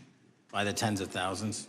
Well, and what progress have you been making in combating their presence? I think the DHS is best to speak to that, but I think I can't remember the numbers of tens of thousands or hundreds of thousands of individuals they found that came in illegally, and the tens of thousands that associations to criminal networks have all been deported. And that effort is being opposed every step of the way by Democratic leaders in our cities, some of our states, and right here in the Congress. Isn't that true? Well, we're just working where we can in every single city we can, and I welcome the opportunity to partner with Republicans or Democrats on fighting violent crime like we're doing. Mr. Biggs asked about Arctic frost. What else can you tell us about that and what we need to do to assure that it never happens again? Continue the congressional oversight work that you're doing on Arctic frost. Let me provide you with more documentation on Arctic frost, and also call in witnesses from the paperwork that we have given you. You have that right, and the American public deserves to hear what those people have to say. As for my ongoing investigation, there's not much I can say. What role did the FBI play in suppressing the Hunter Biden laptop story during the 2024 election? Off the top of my memory, sir, I believe the FBI was in possession of verified information from that laptop, and it was improperly publicized that they did not have information and masked it as Russian disinformation. We now know that was categorically false. I don't know why the FBI did that, when they did that, but we've released all the materials related to that. Thank you. Gentleman yields back. The gentleman from New York is recognized. Mr. Golden. Mr. Patel, does Donald Trump appear anywhere in the Epstein files? I'm sorry, could you say that again? It's not a complicated question. Does Donald Trump appear anywhere in the Epstein files? I didn't say it was a complicated question. I just didn't hear you, so my apologies. We have released where President Trump's name's in the Epstein files and everybody else, and all credible information that we are legally allowed to release has been released. All right, so let's go through that. You're referring to court orders that prohibit you from releasing grand jury testimony under Rule 6E. Is that what you're referring to when you say as the law allows? That's a piece of it. Really? What other evidence do those three court orders you cited prohibit from being released? Information that was collected pursuant to those search warrants that were limited Wrong. in fashion. Wrong. That's not what the court order says, and that's not under 6E. And you're talking, and I said that's 6E, and I said there was others, and I'm answering that. There are sealed court order documents. There are protective orders. From They are unsealed as part of discovery given to Ghislaine Maxwell. They are no longer sealed. That's just not true. We can argue about it all you want. Okay, well, you agree that there are, so your testimony here is that the reason why you are not releasing all of the videos that you have acknowledged, there are so many, and that the FBI spent thousands of hours of reviewing, the photographs, the photographs that you have. You're saying that you're not releasing those because there's a court order requiring them to be sealed? Is that your testimony? Never said that about the videos. On the totality of the videos, of the thousands of images that were seized pursuant to the search warrants executed at the time, the overwhelming majority of that video is pornographic material that was downloaded from the internet and child sexual abuse material. We will never release that. Well, as you should not release the victims, but if there are videos that relate to others who Epstein trafficked to, such as maybe Prince Andrew, or photographs, that you have total control to release. Yes, and if it exists... And so why haven't you released it? Why are you supposing that that is a fact when in fact it is false? Are you saying that You're saying that none of the videos relate to anything relevant to the Jeffrey Epstein trafficking ring? Every single video that we have collected pursuant to the prior search warrants has been examined for the last 10 years. And every single video has been utilized for whatever prosecutions were able to be legally brought. I'm not asking about prosecutions. I'm asking about why you aren't releasing the full Epstein files, including the names of people who were involved in the sex ring that you promised to do before you became FBI director. I just told you, I'm not going to release downloaded porn of I'm not children on asking the about internet. that. Fine. I'm asking about all the other files. What other videos? Tell me. Tell me. That's what I'm asking. Tell me. You're saying there are no videos that would be relevant to anyone else involved in the Jeffrey Epstein sex ring. Pursuant to Mr. Acosta's collection of information based on the search warrants. That's all we have in our I possession. understand. And I'm asking you, that stuff. That's all we got. I'm not asking all you got. I'm asking you, in that stuff, there's nothing that's related to to any other sex traffic, any other people engaged with Epstein in underage sex. That's correct. To my knowledge, no. Okay. Let's talk about the witness interviews. 302s of witness interviews. Those are not subject to the court order. Those are not subject to any fictional sealed order for a search warrant. Why aren't you releasing those with the redacted names of the victims? We are releasing as much as legally allowed. That's why we went back to the How is that not legally allowed? Sir, do you know how court orders work? Do you know how protective orders Actually, work? Do you know how Mr. sealing Patel, orders I was work? a real prosecutor for 10 years. I know exactly how so I was a court fake one? orders. And I want to understand what the court order prevents you from releasing witness statements that the FBI took. You should know that as a real prosecutor, when the court hand downs a protective order and a motion to seal, the material is sealed unless So that your judge testimony waives here it. is that all of those witness statements are under a court order, a protective order. We are providing everything we can legally provide. No, that's not my Congress has question. sent us a My subpoena. question is, why are those witness statements that are not grand jury testimony, that if they were under a protective order are no longer under a protective order, why are they not being released? How are they not under a protective Why order? are you not going to the court like you did for the grand jury testimony to unseal those records? The DOJ did go to the court. No, not on those records. Why aren't you going? gentleman. You just went on grand jury. Time of the gentleman has expired. You are hiding the Epstein files, Time Mr. of the Patel. gentleman has expired. You are part of the cover-up. Can I respond? Sure can. Any allegations that I'm a part of a cover-up to protect child sexual trafficking and victims of human trafficking and sexual crimes is patently and categorically false in the work of my So I hope you will talk to them when they have requested to speak with you. Because the victims have requested and you are not responding to them. Director, yes or no, is the FBI still spying on parents at school board meetings? No, sir. Is the FBI still targeting Catholics? No, sir. Is the FBI still spying on President Trump? I don't believe so. Is the FBI still censoring Americans? No, sir. Is the FBI still targeting Americans for shopping at Cabela's or purchasing Bibles? Nobody is targeted for their faith. Is the FBI still targeting Americans who are pro-life? Nobody is targeting anyone for their beliefs. Is the FBI still cooking the books on crime data? The crime data is real.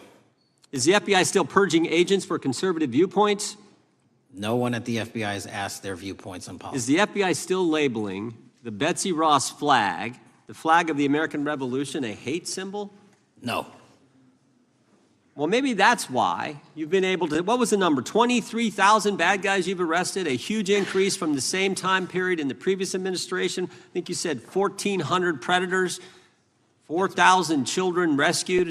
Were those the facts? 4,700, 35% increase on children rescued. Yeah. And you got the guy that, Abbey Gate? We got the Abbey Gate guy. We had a guy from the 4th District of Ohio who lost his life there serving our country. We appreciate that. Maybe when you're not focused on politics, you can actually do what the FBI is supposed to do. Go get the bad guys, right? That's what the men and women of the FBI do. Director, did John Brennan lie to Congress? Let me just read a couple things, actually, before you answer that. 2 years ago, we had Mr. Brennan in for an interview, and I asked him, how'd you learn about the dossier in December of 2016? Mr. Brennan replied, I received a copy of it from the FBI, and the CIA was very much opposed to having any reference or inclusion of the Steele dossier in the intelligence community assessment. That's what John Brennan told the United States Congress. 7 weeks ago, the Director of National Intelligence told us this. John Brennan lied and denied using the dossier in the intelligence community assessment because he knew it was discredited. CIA officer told the House Intelligence Committee, Brennan refused to remove it, and when confronted with the dossier's main flaws, he responded, "Yes, but doesn't it ring true?" John Brennan lied to us? Mr. Chairman, I won't stylize the evidence. What I will say is that the intelligence community assessment, those that created it, and any individual involved with it, is an ongoing investigation. There's an investigation into what took place in December and January of December 2016, January 2017, when this whole thing started, this grand conspiracy. That is being investigated, is that right? That has been publicly announced by the department. That's been announced by the department.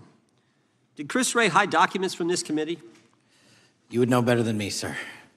Well, I think you told us like 700 pieces of information you've given this committee since you've been the director relative to just one incident, the Catholic memorandum from the Richmond Field Office. I can give you the comparison, sir. Yeah, the Catholic memo, I believe we turned over 750 documents. In Mr. Ray's tenure, I believe they turned over 19 pages. 19 pages. You give it a 700. Why would Chris Wray hide information from this committee? You'd Want have to to hazard a guess? I'm sorry? Hazard a guess why he would do that? I don't know, sir. I think maybe it was because FBI was spying on a priest, trying to get him to break the priest penitent confidence that exists. You think maybe that was the reason? You'd have to ask him, sir. Yeah, we'd love to do that. I want to read a few names here. Arctic Haze, Tropic Vortex, Riding Hood, Foggy Falls, Echoes Fate, Sirens Lure, Genetic Christmas. What are these code names about, Director? You know?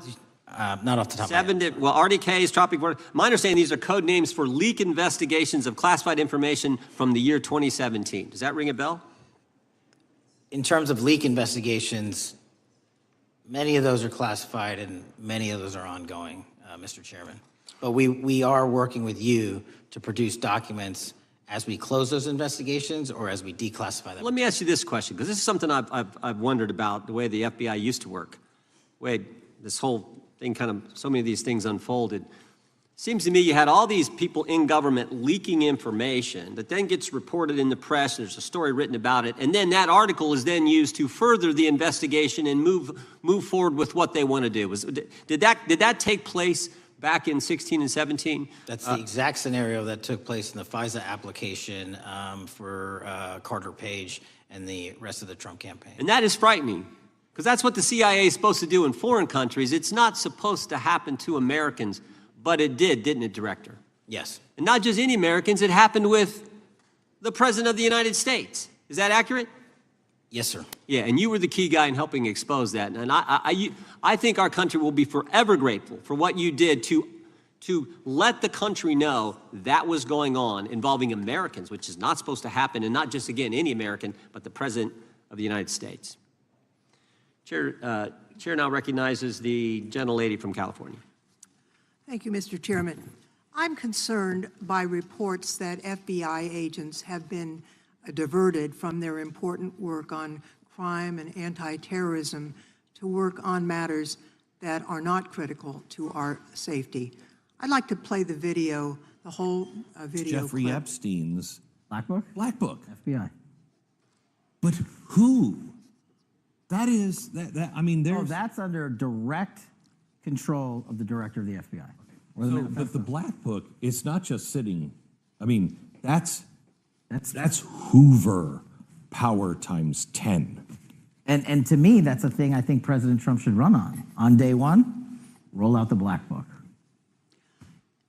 In contrast to that attitude of let it all out, we're getting reports of actions that run contrary to getting everything out and that also involve diversions of FBI resources. For example, an FBI whistleblower reported that you were pressured by the Attorney General to place 1,000 personnel on 24-hour shifts to mine roughly 100,000 Epstein-related records to redact President Trump's name from the files. Bloomberg reported this, that you directed FBI special agents from the New York and Washington field offices to join the Bureau's FOIA employees in Winchester and another building a few miles away, and that while reviewing the Epstein files, FBI personnel identified numerous references to Trump in the documents and people familiar with the matter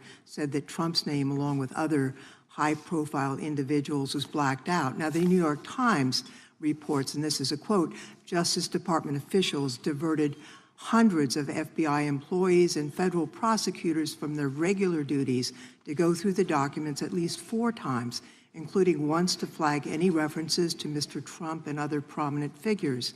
Details of the review were based on accounts by 3 former FBI and Justice Department officials who spoke on condition of anonymity because of fears of retaliation, and further that the FBI finished after they finished its review of the files and materials was sent to a team of Justice Department lawyers who double-checked the FBI's redactions and, quote, were instructed to flag any mentions of Mr. Trump and other celebrities. Now, I have 3 questions for you, Mr. Patel, about this. First, how many times did President Trump's name appear in the Epstein files? Was it more than 100, more than 1,000? Were the agents who were pulled from their duties to redact the president's name from the Epstein files working on criminal cases or national security cases or child sex trafficking cases? And are the number of agents that have been reported diverted for these purposes, is that accurate? No. No what? You asked if it was accurate. I said it wasn't. So you're saying that none of this happened? No, I'm saying it was inaccurate. Okay. How many times did President Trump appear in the Epstein files? More than 100? More than 1,000? No, and what we've been able to release is what we've been legally able to release, and that has No, been that's filed not the to question. public. I asked you, how many times did the president's name appear? I don't know. It's your testimony. You do not know that answer. A number of times, no. Could you tell us how many agents were diverted for this task and what they were working on? When you say diverted, you make it seem as if agents were pulled off what they do all the time. Agents at the FBI masterfully do double duty and triple duty. And because of the public's interest in this case, we flexed resources to make sure that we could answer the public's signal demand. So do you want us to look through the material and provide it to you, or you do not want us to do that? So it's Which one is it? it's your testimony that no one was diverted from a criminal matter, that this was a top priority to go through these this material to look for Mr. Trump's name. Is that your testimony? That's the highest priority for the FBI? What's one of the most impressive things about the FBI leadership and the careers that are in place is that they make the decisions on who to send where on priorities and make sure the mission needs are not hurt. And that's what happened here. It's shocking to me that the FBI would think that erasing Mr. Trump's name from the Epstein files is a high priority when we have crime, we have national security threats, we have terrorism threats, we have murders such as that occurred, unfortunately, with Mr. Kirk. It's shocking to hear that that's your highest priority. And with that, Mr. Chairman, I That's yield literally back. not what I said. Gentleman yields back. Gentleman from Wisconsin is recognized. Director, is President Trump implicated in any wrongdoing related to Jeffrey Epstein? Based on the entirety of the evidence that we have, absolutely not. The president is not implicated. Correct. Thank you. I want to talk a little bit about China's malign influence here in America. And, we've seen spy balloons traverse the United States. We've seen police stations in communities around America. And sitting in the chair you're in just 2 years ago, there was a sheriff from Cochise County, Arizona, Mark Daniels, that was here, who said that the exponential increase in the amount of fentanyl that is coming into America is directly related to the open borders policies of the previous administration. Do you agree with Sheriff Daniels' characterization? In large part, yes. So since you've been director, has there been a reduction we've talked about how the border is largely secure now, right? The southern border, yes, sir. The southern border is largely secure. Has there been a concomitant reduction or a reduction in the amount of fentanyl that is coming into America? There has been a massive reduction to the tune of, we've seized more than 25% year-to-date this year than the prior year, and that's enough fentanyl to kill 120 million Americans. Does China play a role in this fentanyl that's coming to America? As I stated in my opening, sir, what they do and the companies in China, mainland China, do is produce the precursors and the cutting agents that they ship overseas through various countries into the Mexican drug cartels who produce it. So they basically are the cooks in terms of the ingredients. Tell us, what is the FBI doing to stop China from delivering death to America?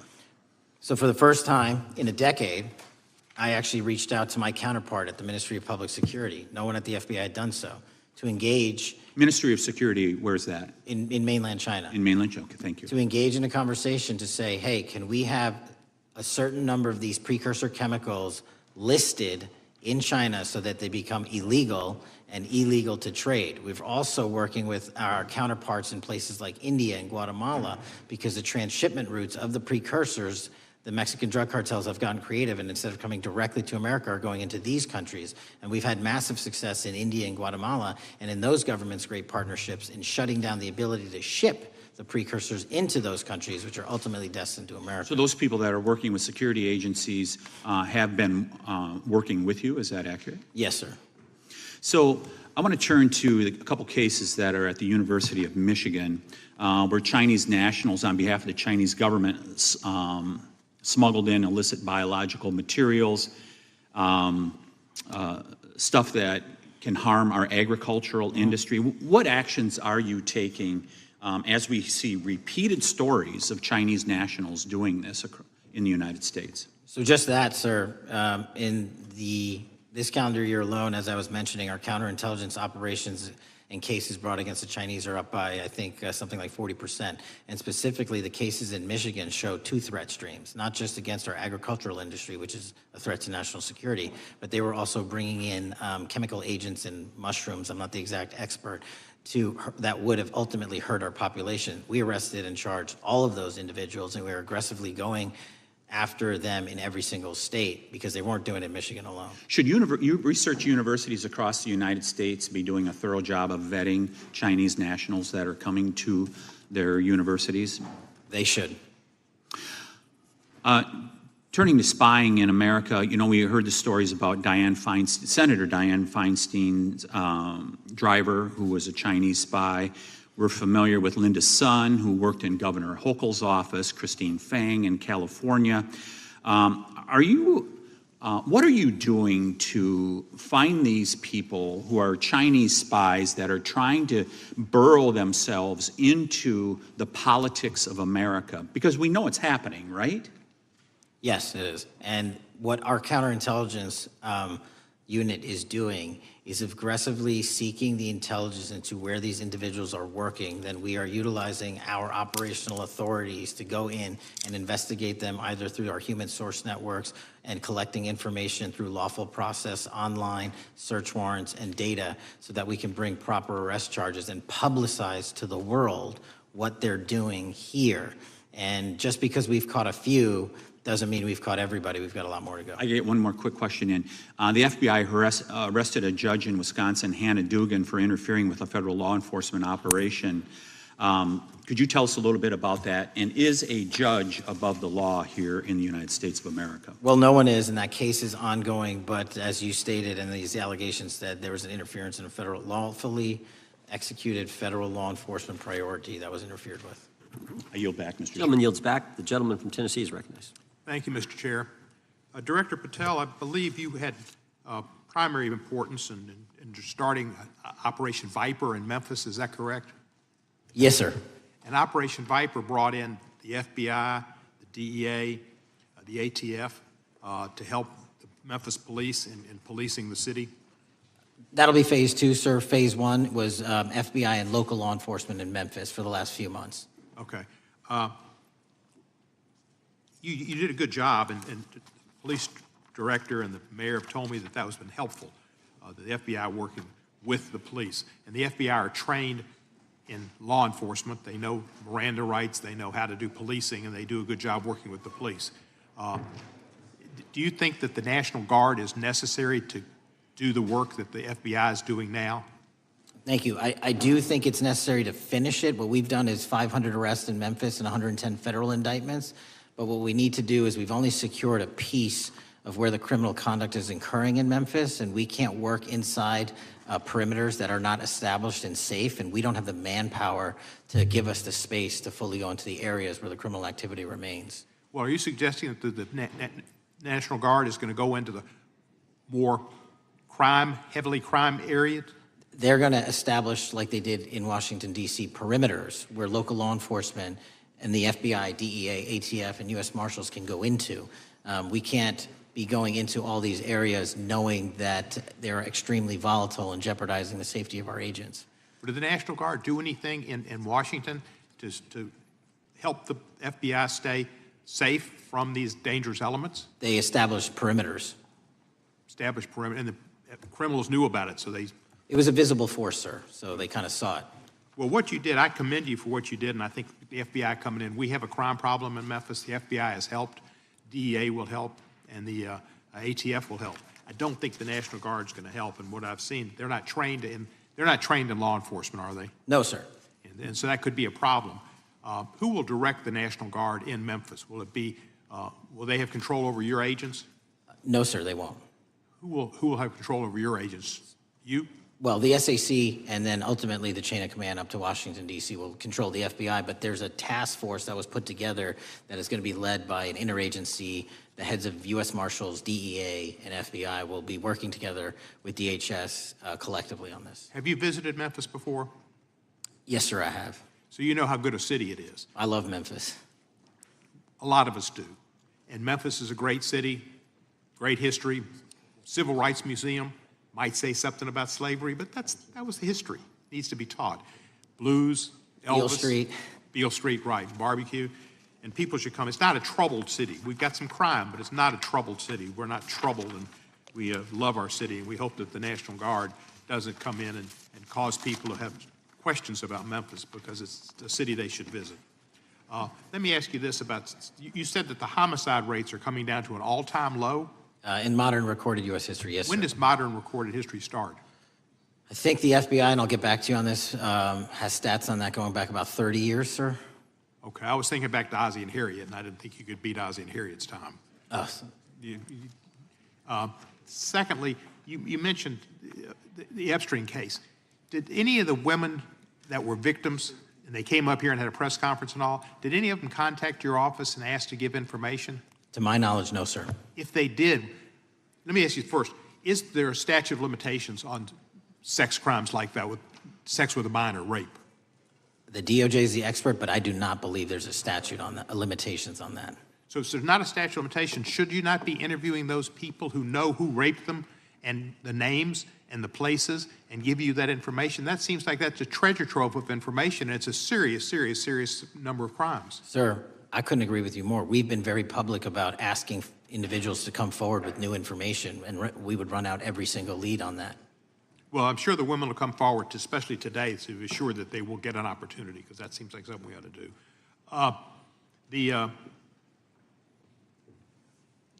Mr. Driscoll, what was his reputation?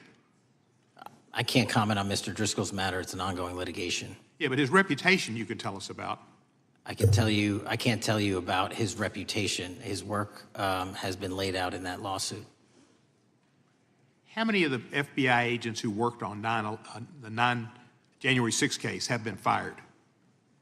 I don't have that number, sir. Do you have a ballpark figure? No, but I can tell you that individuals based on case assignments in the FBI that I have led have not been terminated for case assignments. Thank you, sir. Come back to Memphis and you work with Kevin Kane in our Tourism Bureau. He's great. Thank you. And thank you for your work in Memphis. Gentleman, yields back. Mr. Chairman, I have a unanimous consent request. Gentleman's recognized. So I've got 4 documents I'd like to introduce into the record. The first one is Jeffrey Epstein's 6 story played out for years in plain sight. And Acosta is quoted in here saying, "I was told Epstein belonged to intelligence and to leave it alone." The second document is entitled, "What Epstein's Bodyguard Warned About His CIA Connections." The third document is from Fox Digital. It's titled, "Epstein's Private Calendar Reveals Planned Meetings with Obama Admin Official CIA Chief." And the last document is Wall Street Journal article that highlights Ehud Barak's 36 meetings With Jeffrey Epstein, he was the former Prime Minister of Israel and head of military intelligence for Israel. It may have held that title when he met Epstein, and then, yes. Without objection, the gentleman will hold for a second. The gentleman from Maryland is recognized. Thank you, Mr. Chairman. Just one UC request. This is Judge Engelmeyer's decision from August in U.S. versus Epstein, stating the government's 100,000 pages of Epstein files dwarfs the 70-odd pages of Epstein grand jury materials. Without objection, the gentleman from Kentucky is recognized for 5 minutes. Thank you, Mr. Chairman. Director Patel, I watched some of your Senate hearing yesterday when Senator Kennedy asked you, you've seen most of the files, who, if anyone, did Epstein traffic these women to besides himself? You replied, according to the transcript, there is no credible information that he trafficked them to anyone else. You also said somewhere in the hearing and here today that the problem is that the case files are constrained by limited search warrants from 2006 to 2007, and that the non-prosecution agreement hamstrung future investigations. Those constraints only apply to Southern District of Florida. They do not apply to Southern District of New York, the location of the 2019 sex trafficking indictment, which produced many things, including a series of FD 302 documents.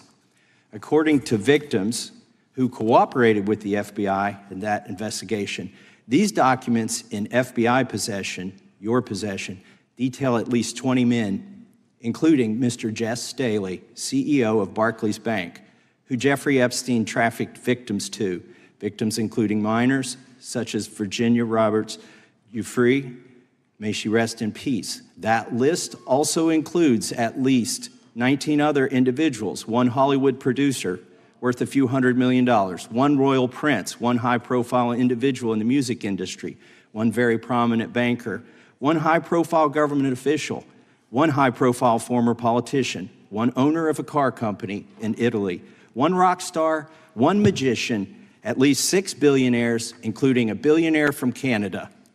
We know these people exist in the FBI files, the files that you control. I don't know exactly who they are, but the FBI does. Have you launched any investigations into any of these people, and have you seen these 302 documents? Sir, I have asked my FBI agents to review the entirety of the Epstein files and bring forth any credible information. And we're working with Congress not only to divulge that information and produce it to you, but any investigations that arise from any credible investigation will be brought. There have been no new materials brought to me launching a new indictment. So is the loophole here, or is it your assertion that these victims aren't credible, that the 302s maybe didn't produce credible statements that rise to a probable cause? It's not my assertion, sir. It's the assertion of two different United States attorneys' offices from 3 separate administrations who investigated those same materials in lifetime. Are the 302 documents in the FBI's possession? They reviewed all that, yes, sir. And so have you reviewed those 302 documents where the victims name the people who victimized them? If I personally know, but the FBI has. So how can you sit here and in front of the Senate and say there are no names? I said I named one today. I said we are not in the practice at the Department of Justice FBI of releasing victims' names. That is not what we do. We are also not in the habit of releasing incredible information. That's not what we do. But multiple authorities have looked at the entirety of what we have. Okay, I got to move on here. Were you present when the AG had the White House event when she released the binders to the social media influencers? I was, yes. So if you're willing to meet with social media influencers who stood to benefit from the sensational and sad stories of these victims, will you meet with the victims as well? The FBI will meet with anyone who has new information. Will you personally meet with them? The FBI and the professionals who are handling the cases will. Were you instructed that it was important to release the documents to the Oversight Committee on the day of my introduction of the discharge petition to release these files? I don't know what day that was, so no. Well, they were released that day, and there were victims' names who weren't redacted because they were in such a rush, and the victims are not happy about that. Have you investigated any of the CIA connections? Have you seen the CIA file on Jeffrey Epstein? And if you wanted to see it, would they show it to you? Well, I can speak for the FBI. And that's presuming there's a CIA case file. And I've reviewed everything that the interagency, not I, the FBI, that was provided to us. Would you be willing to look at the CIA file on Jeffrey Epstein? If there is such a file, and if it has not already been turned over to the FBI will look at any new investigative leads. Have you made any progress on the pipe bomb investigation January 6th? And have you made any progress on the motive of the Las Vegas shooter? As to the first, it's an ongoing investigation, and we have made progress. As to the second, sir, I'll have to get back to you. All right, thank you. I yield back. Mr. Chairman, I have a unanimous Gentleman consent yields back. request. Unanimous consent request from the gentleman from New York. I ask unanimous consent to introduce an unsigned memorandum from July 7th, 2025 that says we did not uncover evidence that could predicate an investigation against uncharged third parties with the insignia of the Department of Justice and the FBI. Without objection. Mr. Chairman, I have a unanimous Georgia. consent request. It's a article entitled DOJ Deletes Study Showing Domestic Terrorists Are Most Often Right-Wing. Without objection. Thank you. Gentleman from Georgia is recognized for 5 minutes. Thank you, Mr. Chairman. Director Patel, thank you for being here today. I want to first talk about the significant role that the FBI plays in combating the national security threats posed by our nation's greatest threat, our nation's greatest security threat, China and the Chinese Communist Party. It's a fact that China is America's most significant national security threat, isn't that correct? I would say so, sir. And you would agree with me that China wants to dominate the United States of America? I think that's largely their plan. And they want to dominate the world, both militarily and economically, isn't that correct? I think so. And sir, you've been FBI director for the last, 8 months? 7 months, yes. 7 months, and during that time, have you held any stock in any companies founded in China? I don't believe so. Well, you do own stock in a company known as Elite Depot, don't you?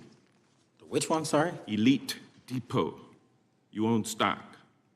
I think that's, I'll have to get back to you. I think it's a law firm and it's a company out of Singapore. Okay, well, no, the company out of Singapore, which is owned by Elite Depot, is the Shein Company, which was founded in China, correct?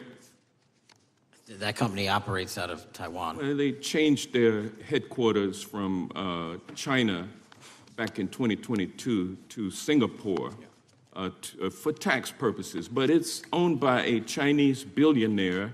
I think his name is Charlie Zhu, and you own stock in the company that owns Shein. Which I disclosed during my confirmation process. You certainly did.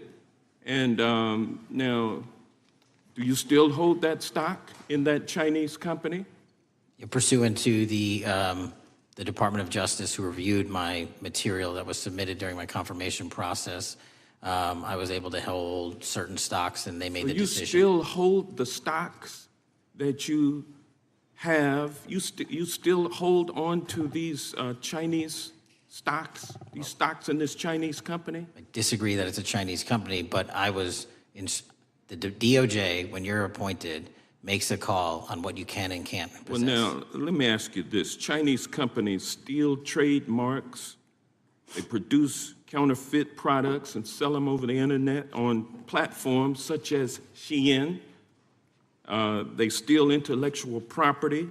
They steal data from American companies, and to me it seems inconsistent with your role as FBI director that you would own stock in a company that is based in a country that is the nation's premier national security threat. It's like you are putting your own financial security over the security of the nation.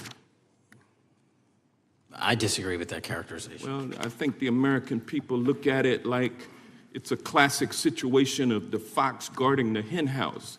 If the FBI is charged with investigating espionage, economic espionage by companies controlled by the Chinese Communist Party, and you are the director of the FBI, you've got a conflict of interest. Sir, I would just show if there's any intimation that I'm against. Why are you holding on to this stock? It wasn't a decision I made.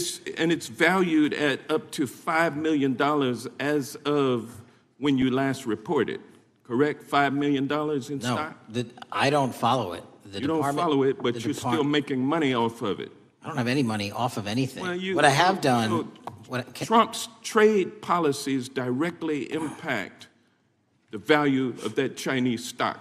Won't you agree with that? Which trade policy? I'm not a trade expert. Okay, all right. But I want to tell you this. Crazy on me today. Let me ask you this question. Why are you hiding pedophiles? Why are you shielding pedophiles?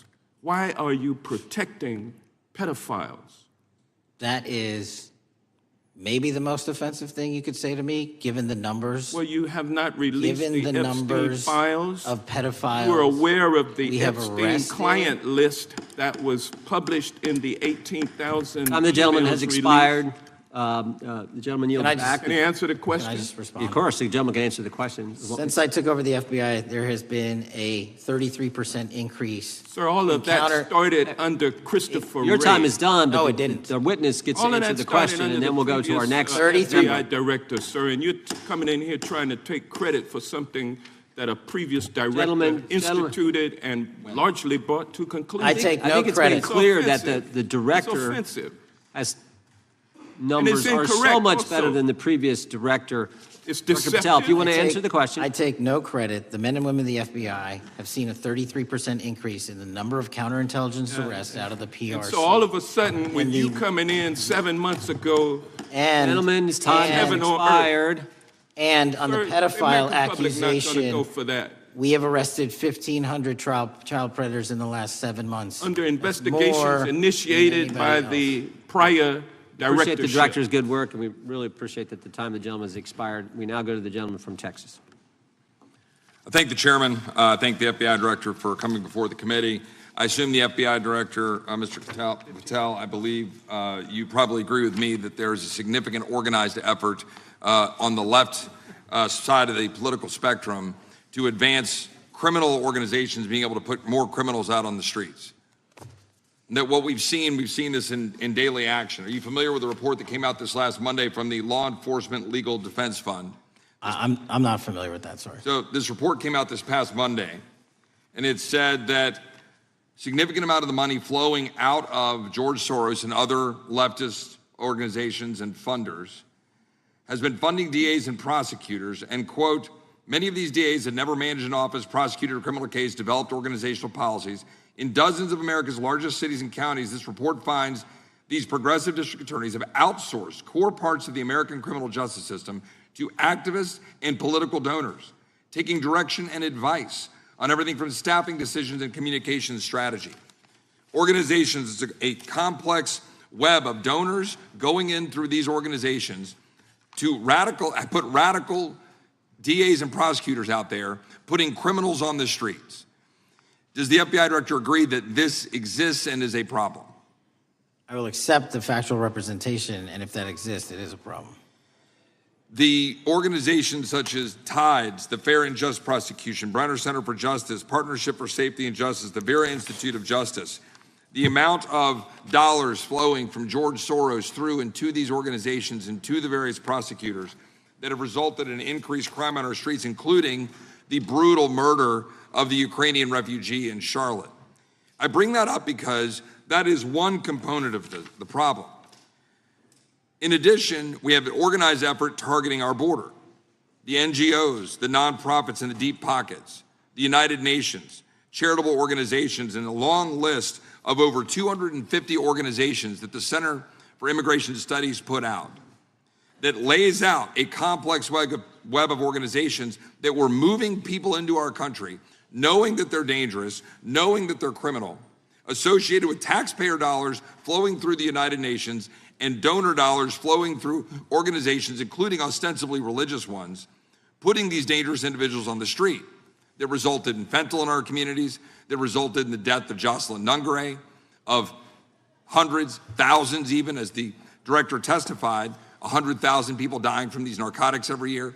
All of this in an organized effort, a complete effort by the radical left to use taxpayer dollars and these dollars to put people on our streets.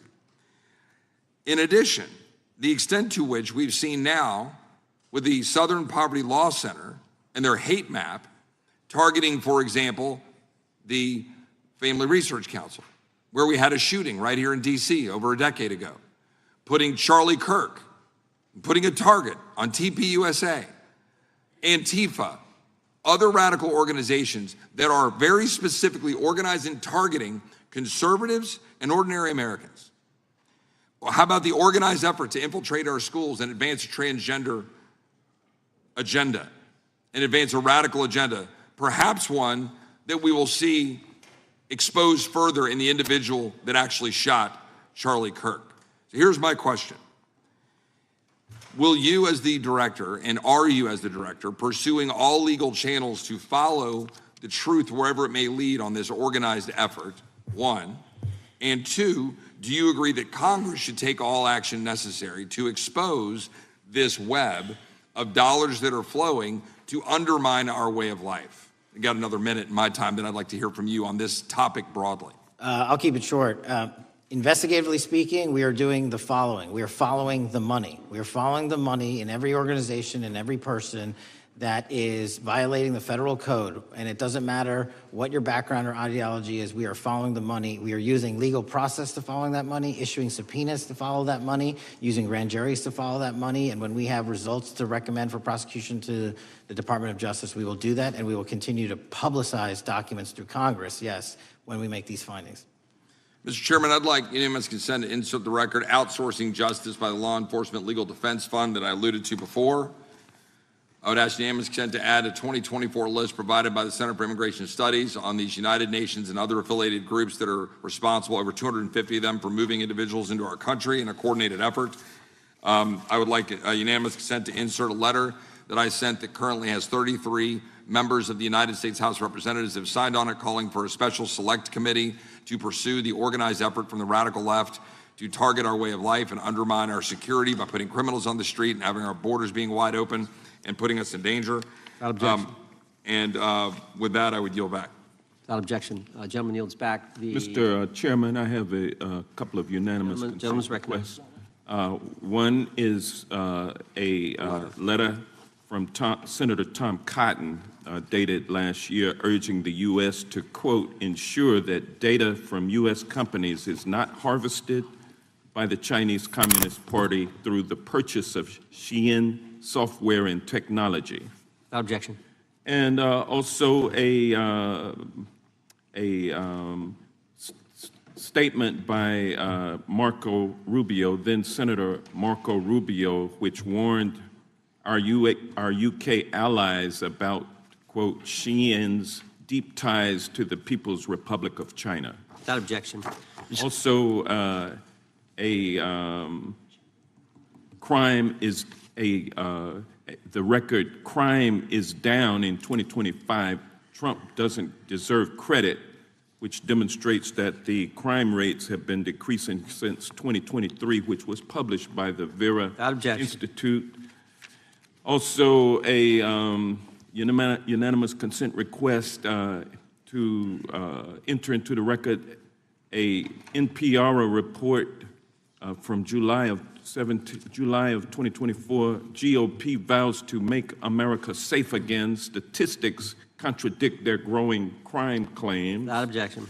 Also, a report out of the American Presidency Project dated January 17, 2025, record low crime during the Biden-Harris administration. Without objection. Also, Joe Biden is correct that violent crime is near a 50-year low, which was a PolitiFact publication of May 2024. And last but not least, FBI releases 2024 reported crimes in the nation statistics. These are FBI statistics published on August 5th, 2025, which details decreases in murder, rape, aggravated assault, and robbery in 2024. Without objection. Gentleman from Kentucky is recognized for unanimous consent. Mr. Chairman, I ask unanimous consent to submit two sets of documents. The first is a series of emails from the victims of Jeffrey Epstein. They are making FOIA requests to get their own FBI files and not having any success. So I want to bring attention to that by submitting that to the record. The second document that I want to submit to the record, for the record, I know we don't usually read these. This one's not readable. It's completely redacted for the most part, the first 50 pages. This is actually the search warrant that was served on James O'Keefe for a diary that he had already given to the government 2 months before. And as it turns out, there were no indictments here, yet he still doesn't know why he was raided, and I think he deserves to know. So, Without objection. Thank you. The chair now recognizes the gentleman from California. Director, the first time you saw Donald Trump's name was in the Epstein files. Did you close the files or keep reading?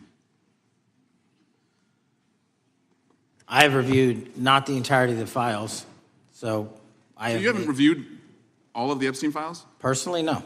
You're the director of the FBI. This is the largest sex trafficking case the FBI has ever been a part of. Buck stops at the top, and your testimony today is you have not reviewed all of the files.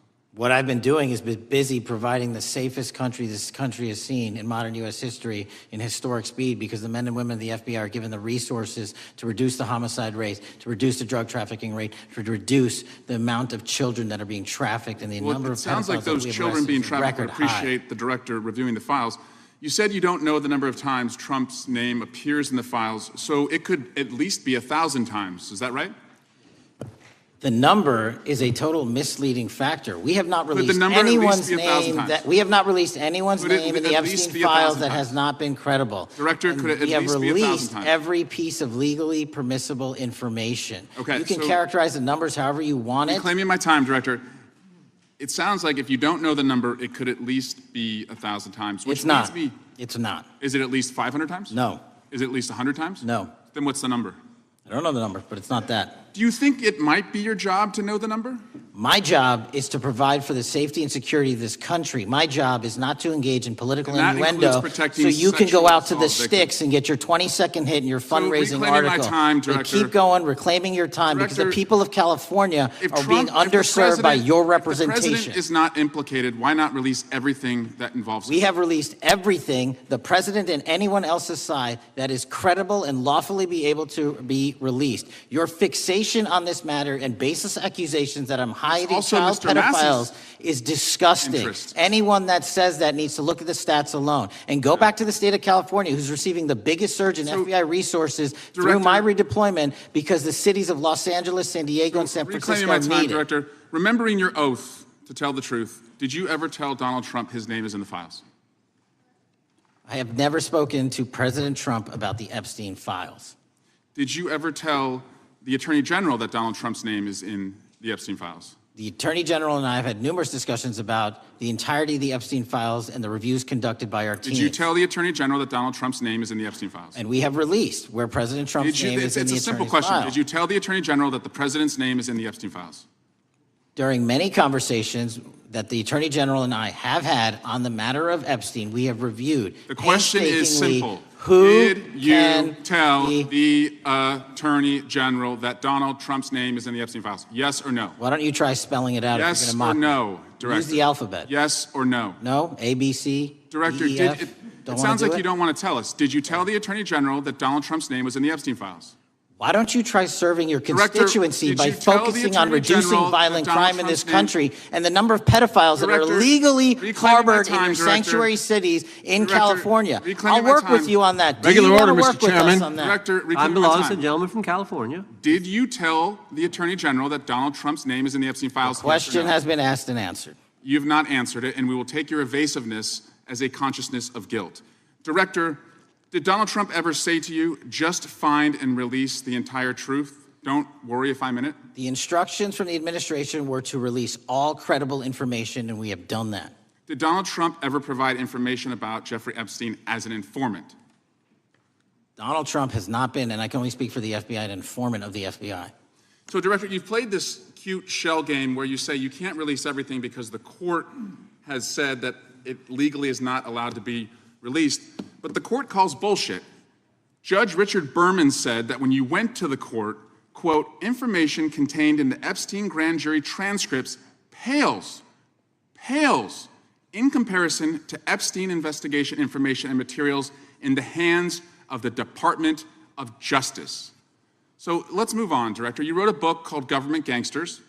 You identified 20 individuals in that book. You put me on that list, at the top of the list. Thank you. My children find it flattering. 20 of those individuals have been investigated or have had adverse actions. Director, considering that you have identified these people as, quote, government gangsters, will you recuse yourself from making any investigation decisions about these individuals? Anyone that has been terminated at the FBI has been done so the because question they failed again, to meet the muster Director, and their constitutional I will obligation. work on the audio-visual capabilities. I'm going to borrow your terminology and call bullshit on your entire career in Congress. Reclaiming my time, it has been Director. a disgrace to the American Director, I'm people. reclaiming my You time. can reclaim your time all you want. Mr. Chairman, you're going to allow a witness to speak this way? Mr. Chairman, would you give recuse yourself, The gentleman has no time. Mr. Chairman, would you admonish the witness not to insult members? The gentleman has no time. Mr. Chairman, just committee will remember. Quick point of order. Could the gentleman be extended an additional 20 seconds to complete his thoughts, since the witness decided to interrupt him continuously? And the witness will be able to respond if he wants. We'll make sure he has time to do that. My question is, will you, Director, recuse yourself, yes or no, from investigating or making decisions about the 60 individuals, including myself, that you identified as government gangsters? Yes or no? Time of the gentleman has expired. The witness may respond if he would like. And the answer was no, as I heard. Correct. Okay. The gentleman from Wisconsin, the gentleman yields back. The gentleman from Wisconsin is recognized for 5 minutes. Thank you, Chairman. Thank you, Director Patel, for being here today. I wanted to talk a little bit about the assassination of Charlie Kirk and the FBI's subsequent investigation. I know it's really sensitive, and you can make the call as to whether or not, obviously, it's something that you can respond to, but I think it's still fresh on many people's minds. I want to congratulate you and Utah law enforcement for the work you did in identifying the suspect and apprehending him.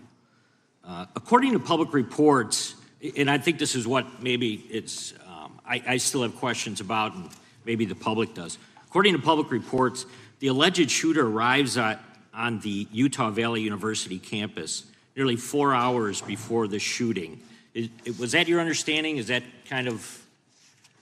I'll let the public reports reflect themselves. I don't have the exact timeline. Okay. So we don't have any idea kind of his prep or how he set up or how he utilized that time when he first showed up on campus? All of those are being currently investigated through our cell phone analysis and through our witness interviews. And the state of Utah has now announced charges seeking the death penalty against its suspects. So we're a little limited in what we can continue to say. Sure, I understand. And the suspect, like you referred to, is then captured on security footage jumping off the roof of the alleged shooting location, the Losey Center. Do we have any idea how the suspect got up on the roof in the first place? I think for members of Congress, especially after Butler in Pennsylvania, it's just unimaginable that there could be some type of security breakdown prior to an event of that size where somebody could access a rooftop. So not commenting on the case, but having gone to the crime scene and walked the steps that we believe were taken, the roof was actually readily accessible through an exterior stairwell, so anyone could have gotten on it. Okay.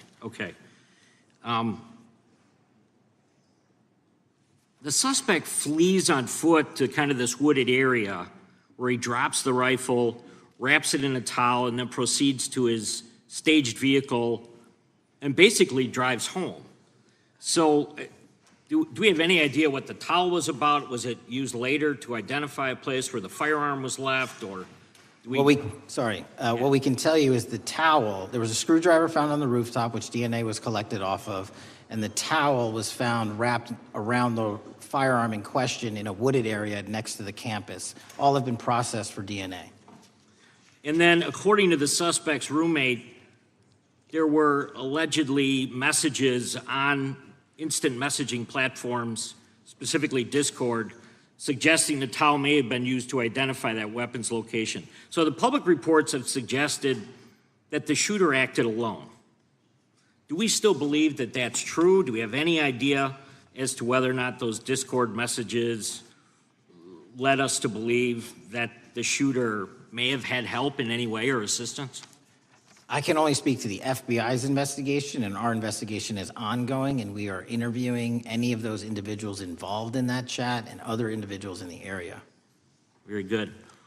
And so my suggestion, if there are accomplices, I'm sure this is something that the FBI is going to continue to investigate fully and thoroughly into the future.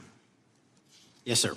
The reason I ask that is because I don't know that that was necessarily the case with Butler, Pennsylvania. So thank you so much for your persistence kind of in this matter. There's still a lot of public questions that need to be asked. Let me shift to another topic very quickly. On July 31st, 2025, the DOJ and the CIA declassified the annex to Special Counsel John Durham's 2023 report on Operation Crossfire Hurricane. The 29-page Durham Annex contains previously classified information about, among other things, the investigative referral of the Clinton campaign plan. Why would somebody place documents in a burn bag related to this case? That case is very much ongoing, so I can't comment on the stylization of the evidence we're collecting. Can you comment at all on the Durham Annex as I described it? The Durham Annex, which has been publicly released thanks to the FBI's commitment to transparency, is one of the documents that's being utilized. And in general terms, speaking for burn bags, sir, a burn bag is what you use to put classified documents into generally, because that is literally how you destroy them. So it appears that efforts were made by the Clinton campaign to reach out to the FBI agents or the Clinton sympathizers in the intelligence community in order to lead more credibility to the Clinton campaign plan. Do you think that's an accurate characterization? Again, I'm not going to characterize that material because it's part of an ongoing investigation. Thanks for being here today. I yield back. Gentleman yields back. Gentleman from California is recognized. Thank you, Director Patel, for being here today. The FBI searched Jeffrey Epstein's Manhattan residence, correct? I believe that happened in 2018. I think there was 2 locations, sir. It's 2019, and in that residence, the FBI found a safe, correct? I don't have the catalog of evidence in front of me. In that residence, the FBI found a safe, correct? I'll accept your representation. Okay. And in that safe, the FBI found topless and lewd photographs of girls, correct? Again, sir, I'll accept your representation. I don't know. Thank you. It was all over the media at the time. There's a New York Times article that says Jeffrey Epstein is indicted on sex charges as discovery of nude photos is disclosed, dated July 8th, 2019. And the Times reports a trove of lewd photographs of girls was discovered in a safe inside financier Jeffrey Epstein's Manhattan mansion. Author Michael Wolff has conducted numerous interviews of Jeffrey Epstein. I'm going to play for you a video clip of what Michael Wolff said Epstein told him was in the safe and what he showed the author was in this safe. So let's please play that clip now. Elected. And I was sitting talking to Epstein, and he said, "Wait a minute, I got to show you something." And then he went into his safe, and he came out with photographs. They were Polaroids, I think, and he kind of spread them out like playing cards, and it was Trump. I mean, I think there were a dozen of them, and it was Trump with girls of an uncertain age at Epstein's Palm Beach house, where all of the things that he would ultimately be accused of took place. And I remember very vividly 3 of them. There are 2 in which Trump is, the girls, topless girls, are sitting on Trump's lap. And then a 3rd in which he has a stain on the front of his pants, and the girls are kind of pointing at it, sort of bent over, laughing. So Director Patel, I'm going to ask you a very broad and general question. As you know, Donald Trump and Jeffrey Epstein were friends. There are, of course, photos showing Donald Trump together with Epstein, correct? I don't have the entirety of the photographs, but I think they've been photographed in public together. All right.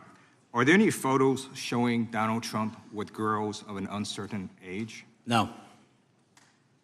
How do you know that?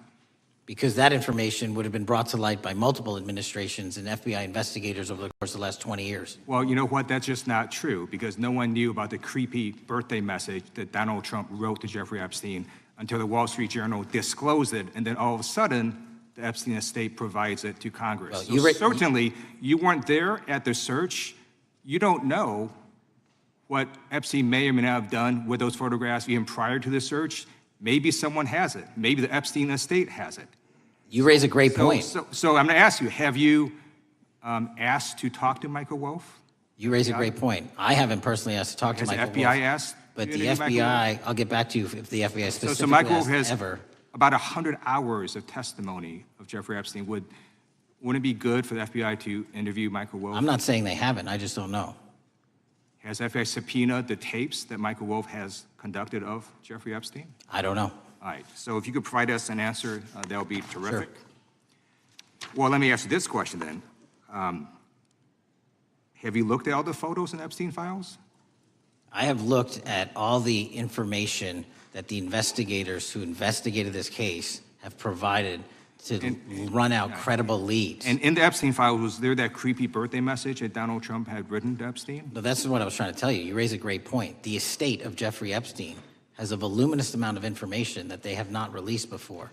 Okay, so that's great. So wouldn't it be great if FBI subpoenaed the estate of Jeffrey Epstein for all that information? The estate is under no obligation to provide that material, even pursuant to a subpoena. That's a great point. Yeah, that's just false. Okay. That's just false. You're the frickin' FBI. You can subpoena the information from the estate, and you better do that. That's literally not how it works. I'm going to move on now and talk about Epstein's client list. You confirmed that it exists. Attorney General Pam Bondi confirmed earlier this year that it exists. So I just want to ask you a simple question. Is Prince Andrew on Epstein's client list? The material related to Prince Andrew has been made public. Is Prince Andrew on the client list? We have released the index of names that were in Jeffrey Epstein's. Is Donald Trump on Epstein's client list? The index has been released, and the index will speak for itself. So I'm just going to say, America is a huge red flag. The FBI director could not answer whether Donald Trump was on Epstein's Gentleman's time client has list. expired. I Chair yield now back. recognizes the gentleman from Virginia.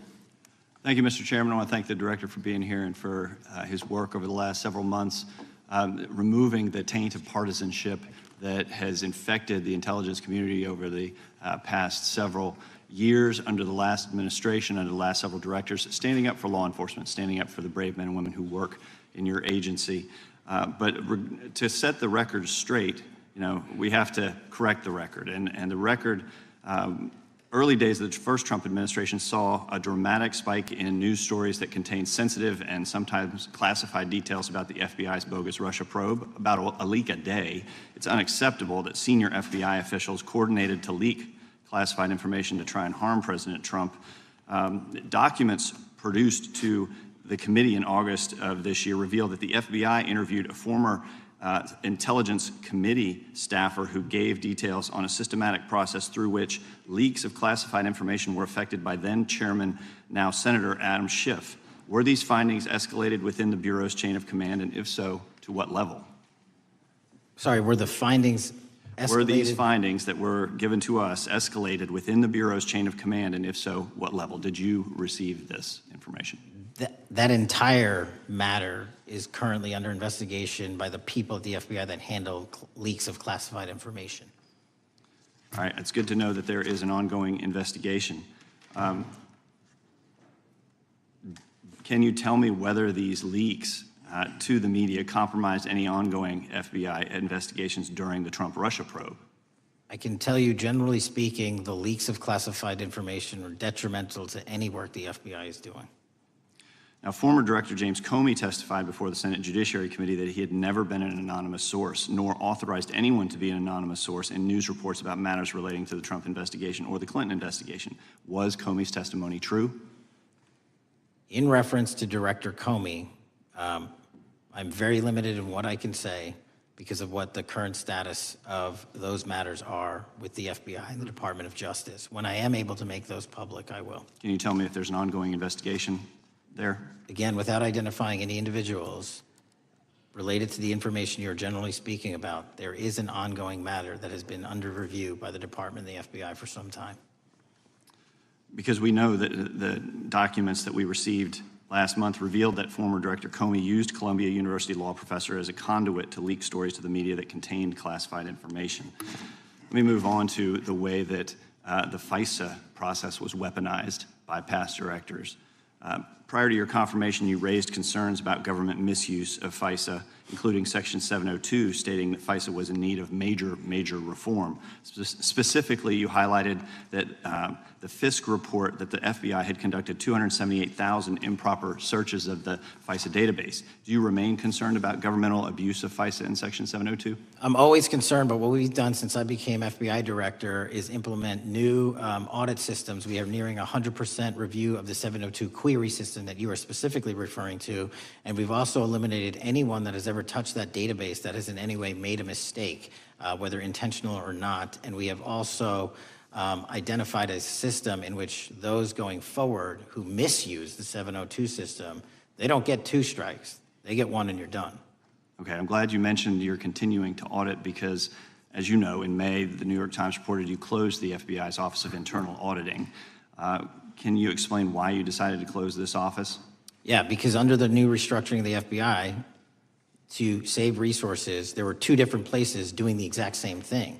We have a specific division dedicated to audits. I didn't need another audit system doing the audits again. And so we folded some of those folks with their expertise into our specific division and then took the rest of those folks and are moving them out across the country. Under previous FBI leadership, FBI agents were found to have lied to the FISC. There have been hundreds of thousands of violations of the querying standards. In light of past violations, what action is the FBI taking to ensure that similar abuses do not occur in the future? Exactly what I've outlined. You cannot have access to the 702 query system if you improperly queried that system at all at any time in your career. Okay, at a Senate hearing 2 years ago, your predecessor, Director Wray, testified FBI had previously purchased U.S. phone geolocation data for a specific national security pilot project and further stated that the project had not been active for some time and that the FBI relies on court-authorized process to obtain location data from companies. Does the FBI purchase location data or any other data of Americans from data brokers? I don't believe so, but I'll get back to you. Thank you, that'd be important. I appreciate that. I yield back. Gentleman yields back. Gentleman from Washington's recognized. Thank you, Mr. Chairman. Mr. Patel, before you joined the FBI, you had very strong opinions about what the FBI was hiding regarding Jeffrey Epstein. In a September 2023 interview with Glenn Beck, you said the Black Book is under the, quote, direct control of the director of the FBI. In December 2023, you said, let us know who the pedophiles are. Even for a short time after becoming FBI director, in February of 2025, you tweeted, quote, there will be no cover-ups, no missing documents, no stone left unturned. In June, you told Joe Rogan, quote, we've reviewed all the information, we're going to give you every single thing we have and can. But then suddenly in July, everything changed. You and Attorney General Pam Bondi released one video and said that there was nothing more to see. Your July memo says you uncovered more than 300 gigabytes of data and physical evidence, but that you had decided no further disclosure would be appropriate or warranted. That is a quote. I think what happened, Mr. Patel, is that suddenly you discovered that Donald Trump's name was all over these files, and you started a giant cover-up. So you are under oath, Mr. Patel. You just testified to Mr. Swalwell that you did not speak to the president about the Epstein files. To your knowledge, did Attorney General Pam Bondi speak to the president about what was in the Epstein files? I can't speak for Attorney General Pam Bondi. So to your knowledge, you don't have any information. The question was, do you have any knowledge? Do you have any knowledge? I can't speak. You are for the refusing to Attorney answer the General, question, so Pam let me Bondi. tell you that the Wall Street Journal reported that in May, Bondi told Trump that he was in the Epstein files, and at the same meeting said that the DOJ did not plan to release the files. Yesterday, you testified to Senator Kennedy that there was, quote, no credible information that Epstein trafficked girls to anyone else, and that you have, quote, continuously and publicly asked the public to come forward with more information, and we'll look into it. Today, in response to Mr. Massey's question, you appear to say that the survivors were not credible. These are survivors. That's not at all what I said. Okay, great. I'm going to ask you this in a second, but let me tell you about then the don't lie about survivors, me. and let's bring them up here into the room. These are women who came to the Hill and testified that they were groomed and raped at the age of 14 and 16 years old, and they called to meet with the president and to meet with the FBI and to have people investigate their claims. Some of them have never testified before. If you are so interested in getting the public to submit any information, why have you not met with them? You said you haven't met with them. Have you met with them? I'll give you one more chance. My job as the FBI director is to Is invite the all answer yes or investigative no leads. to whether or not you met with these women who were sexually abused and raped? Any insinuation by you or any What people is on the your an- side that I am not manhunting child predators and sex traffickers, just look at the Mr. stats. Patel, And you talk Mr. about Chairman, cover-ups, man. Mr. Chairman, you this talk is about my time, cover-ups. and I will take Why- as much time as I Where were want. you Instruct during the the Obama and witness, Biden Mr. administrations Chairman. when these so-called Instruct the cover-ups were witness. going on? Mr. Why didn't Chairman. anyone in those administrations talk to any of these Mr. purported Chairman. witnesses? Let's I get have some regular order, Mr. every Chairman. single person to provide credible information. Time belongs to the gentlelady from Washington. And I'm but gonna when you- take when another you couple accuse of the minutes. witness of something, he's allowed to respond. That's how it works. You say Listen, he something, didn't you say even, the- excuse me, he's allowed to Mr. Chairman, you respond. have Point always of been order. fair, but this And is I'm not being fair. fair, and you will get No, your- this you will is get your my time. and he You will give the said that gentlelady the a few witnesses additional were not credible. seconds of time. I'm going to get an additional minute of time because No, that's you'll how get much what time you he won't get a took. minute. You'll get some seconds. What we think is under 5 minutes. You don't get to demand how Mr. much time you Patel. get. That's not how it works. Mr. Patel, are the victims of the Jeffrey Epstein horrific trafficking ring, are they credible? Any person with information about ongoing I sexual didn't. trafficking. I'm asking you if they're credible. Ma'am, I'm Are commenting they on the credible? evidence we have. But And we have routinely asked for people to come forward with more evidence, and we will look at it. And the evidence that we have was the same evidence that the Biden and Patel, Obama Justice Departments Mr. had. Patel, And they this is determined, new. not me, they determined that that Chairman, information was not Mr. credible. Chairman, he's not letting me even ask my questions. You This is ask the ridiculous. questions, he gives an answer. You may not like what he says, No, but that I'm doesn't mean you get to asking- interrupt He's not answering him. my question. Mr. Chairman, have could we an- restore the gentlelady 45 seconds so she We can will give complete her her question? additional 30 seconds, which is what I said I'm earlier. going to keep taking my time because you'll here's take the time thing. that you get. You get are 30 not seconds. answering the question. The question is, I have. You just don't like the answer. Are these women credible? It's a yes or no answer. I have answered the question. Well, and I what is keep the telling answer? you, I'm the only FBI director that has welcomed new information in this case. This You're not- administration is the only one that has welcomed any new information in this Is there case. a yes or no to whether Present the new victims credible are information. credible?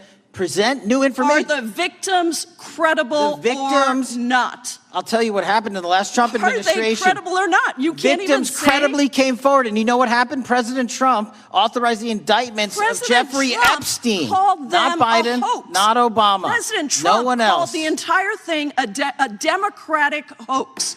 So I would like to ask The you. gentlelady's if time has you expired. will I gave her meet- the additional if 45 you- seconds she if you requested. will The meet- gentlelady yields back. The gentleman from Mr. New Chairman, Jersey is I would like recognized to for his ask if 5 you would minutes. meet with the women who were sexually time does not belong- abused and raped and groomed time does at not the belong ages to the of gentlelady from 14 Washington. and The time now 16 belongs- years old. Are the you time- going to cover up? No, I'm Are not you gonna- going to I'm continue gonna to recognize cover the up gentleman for from the New Jersey rich for and his 5 minutes. powerful men, including those that might be on this committee? I can yell Or too, are Mr. you Chairman, going but I don't want to to yell allow above them this. to The time belongs testify? to the gentleman from New Jersey. I Are you appreciate the going to allow gentlelady them to yielding testify, back. Mr. Patel? Go ahead. Will Mr. you D'Angelo. allow them to testify to you, Mr. Patel, Mr. Patel, thank you for being here. I know it's been an interesting and difficult 2 days. And I wasn't going to talk about the Epstein thing because there's a lot of other issues that affect the FBI, but I have to say a few words.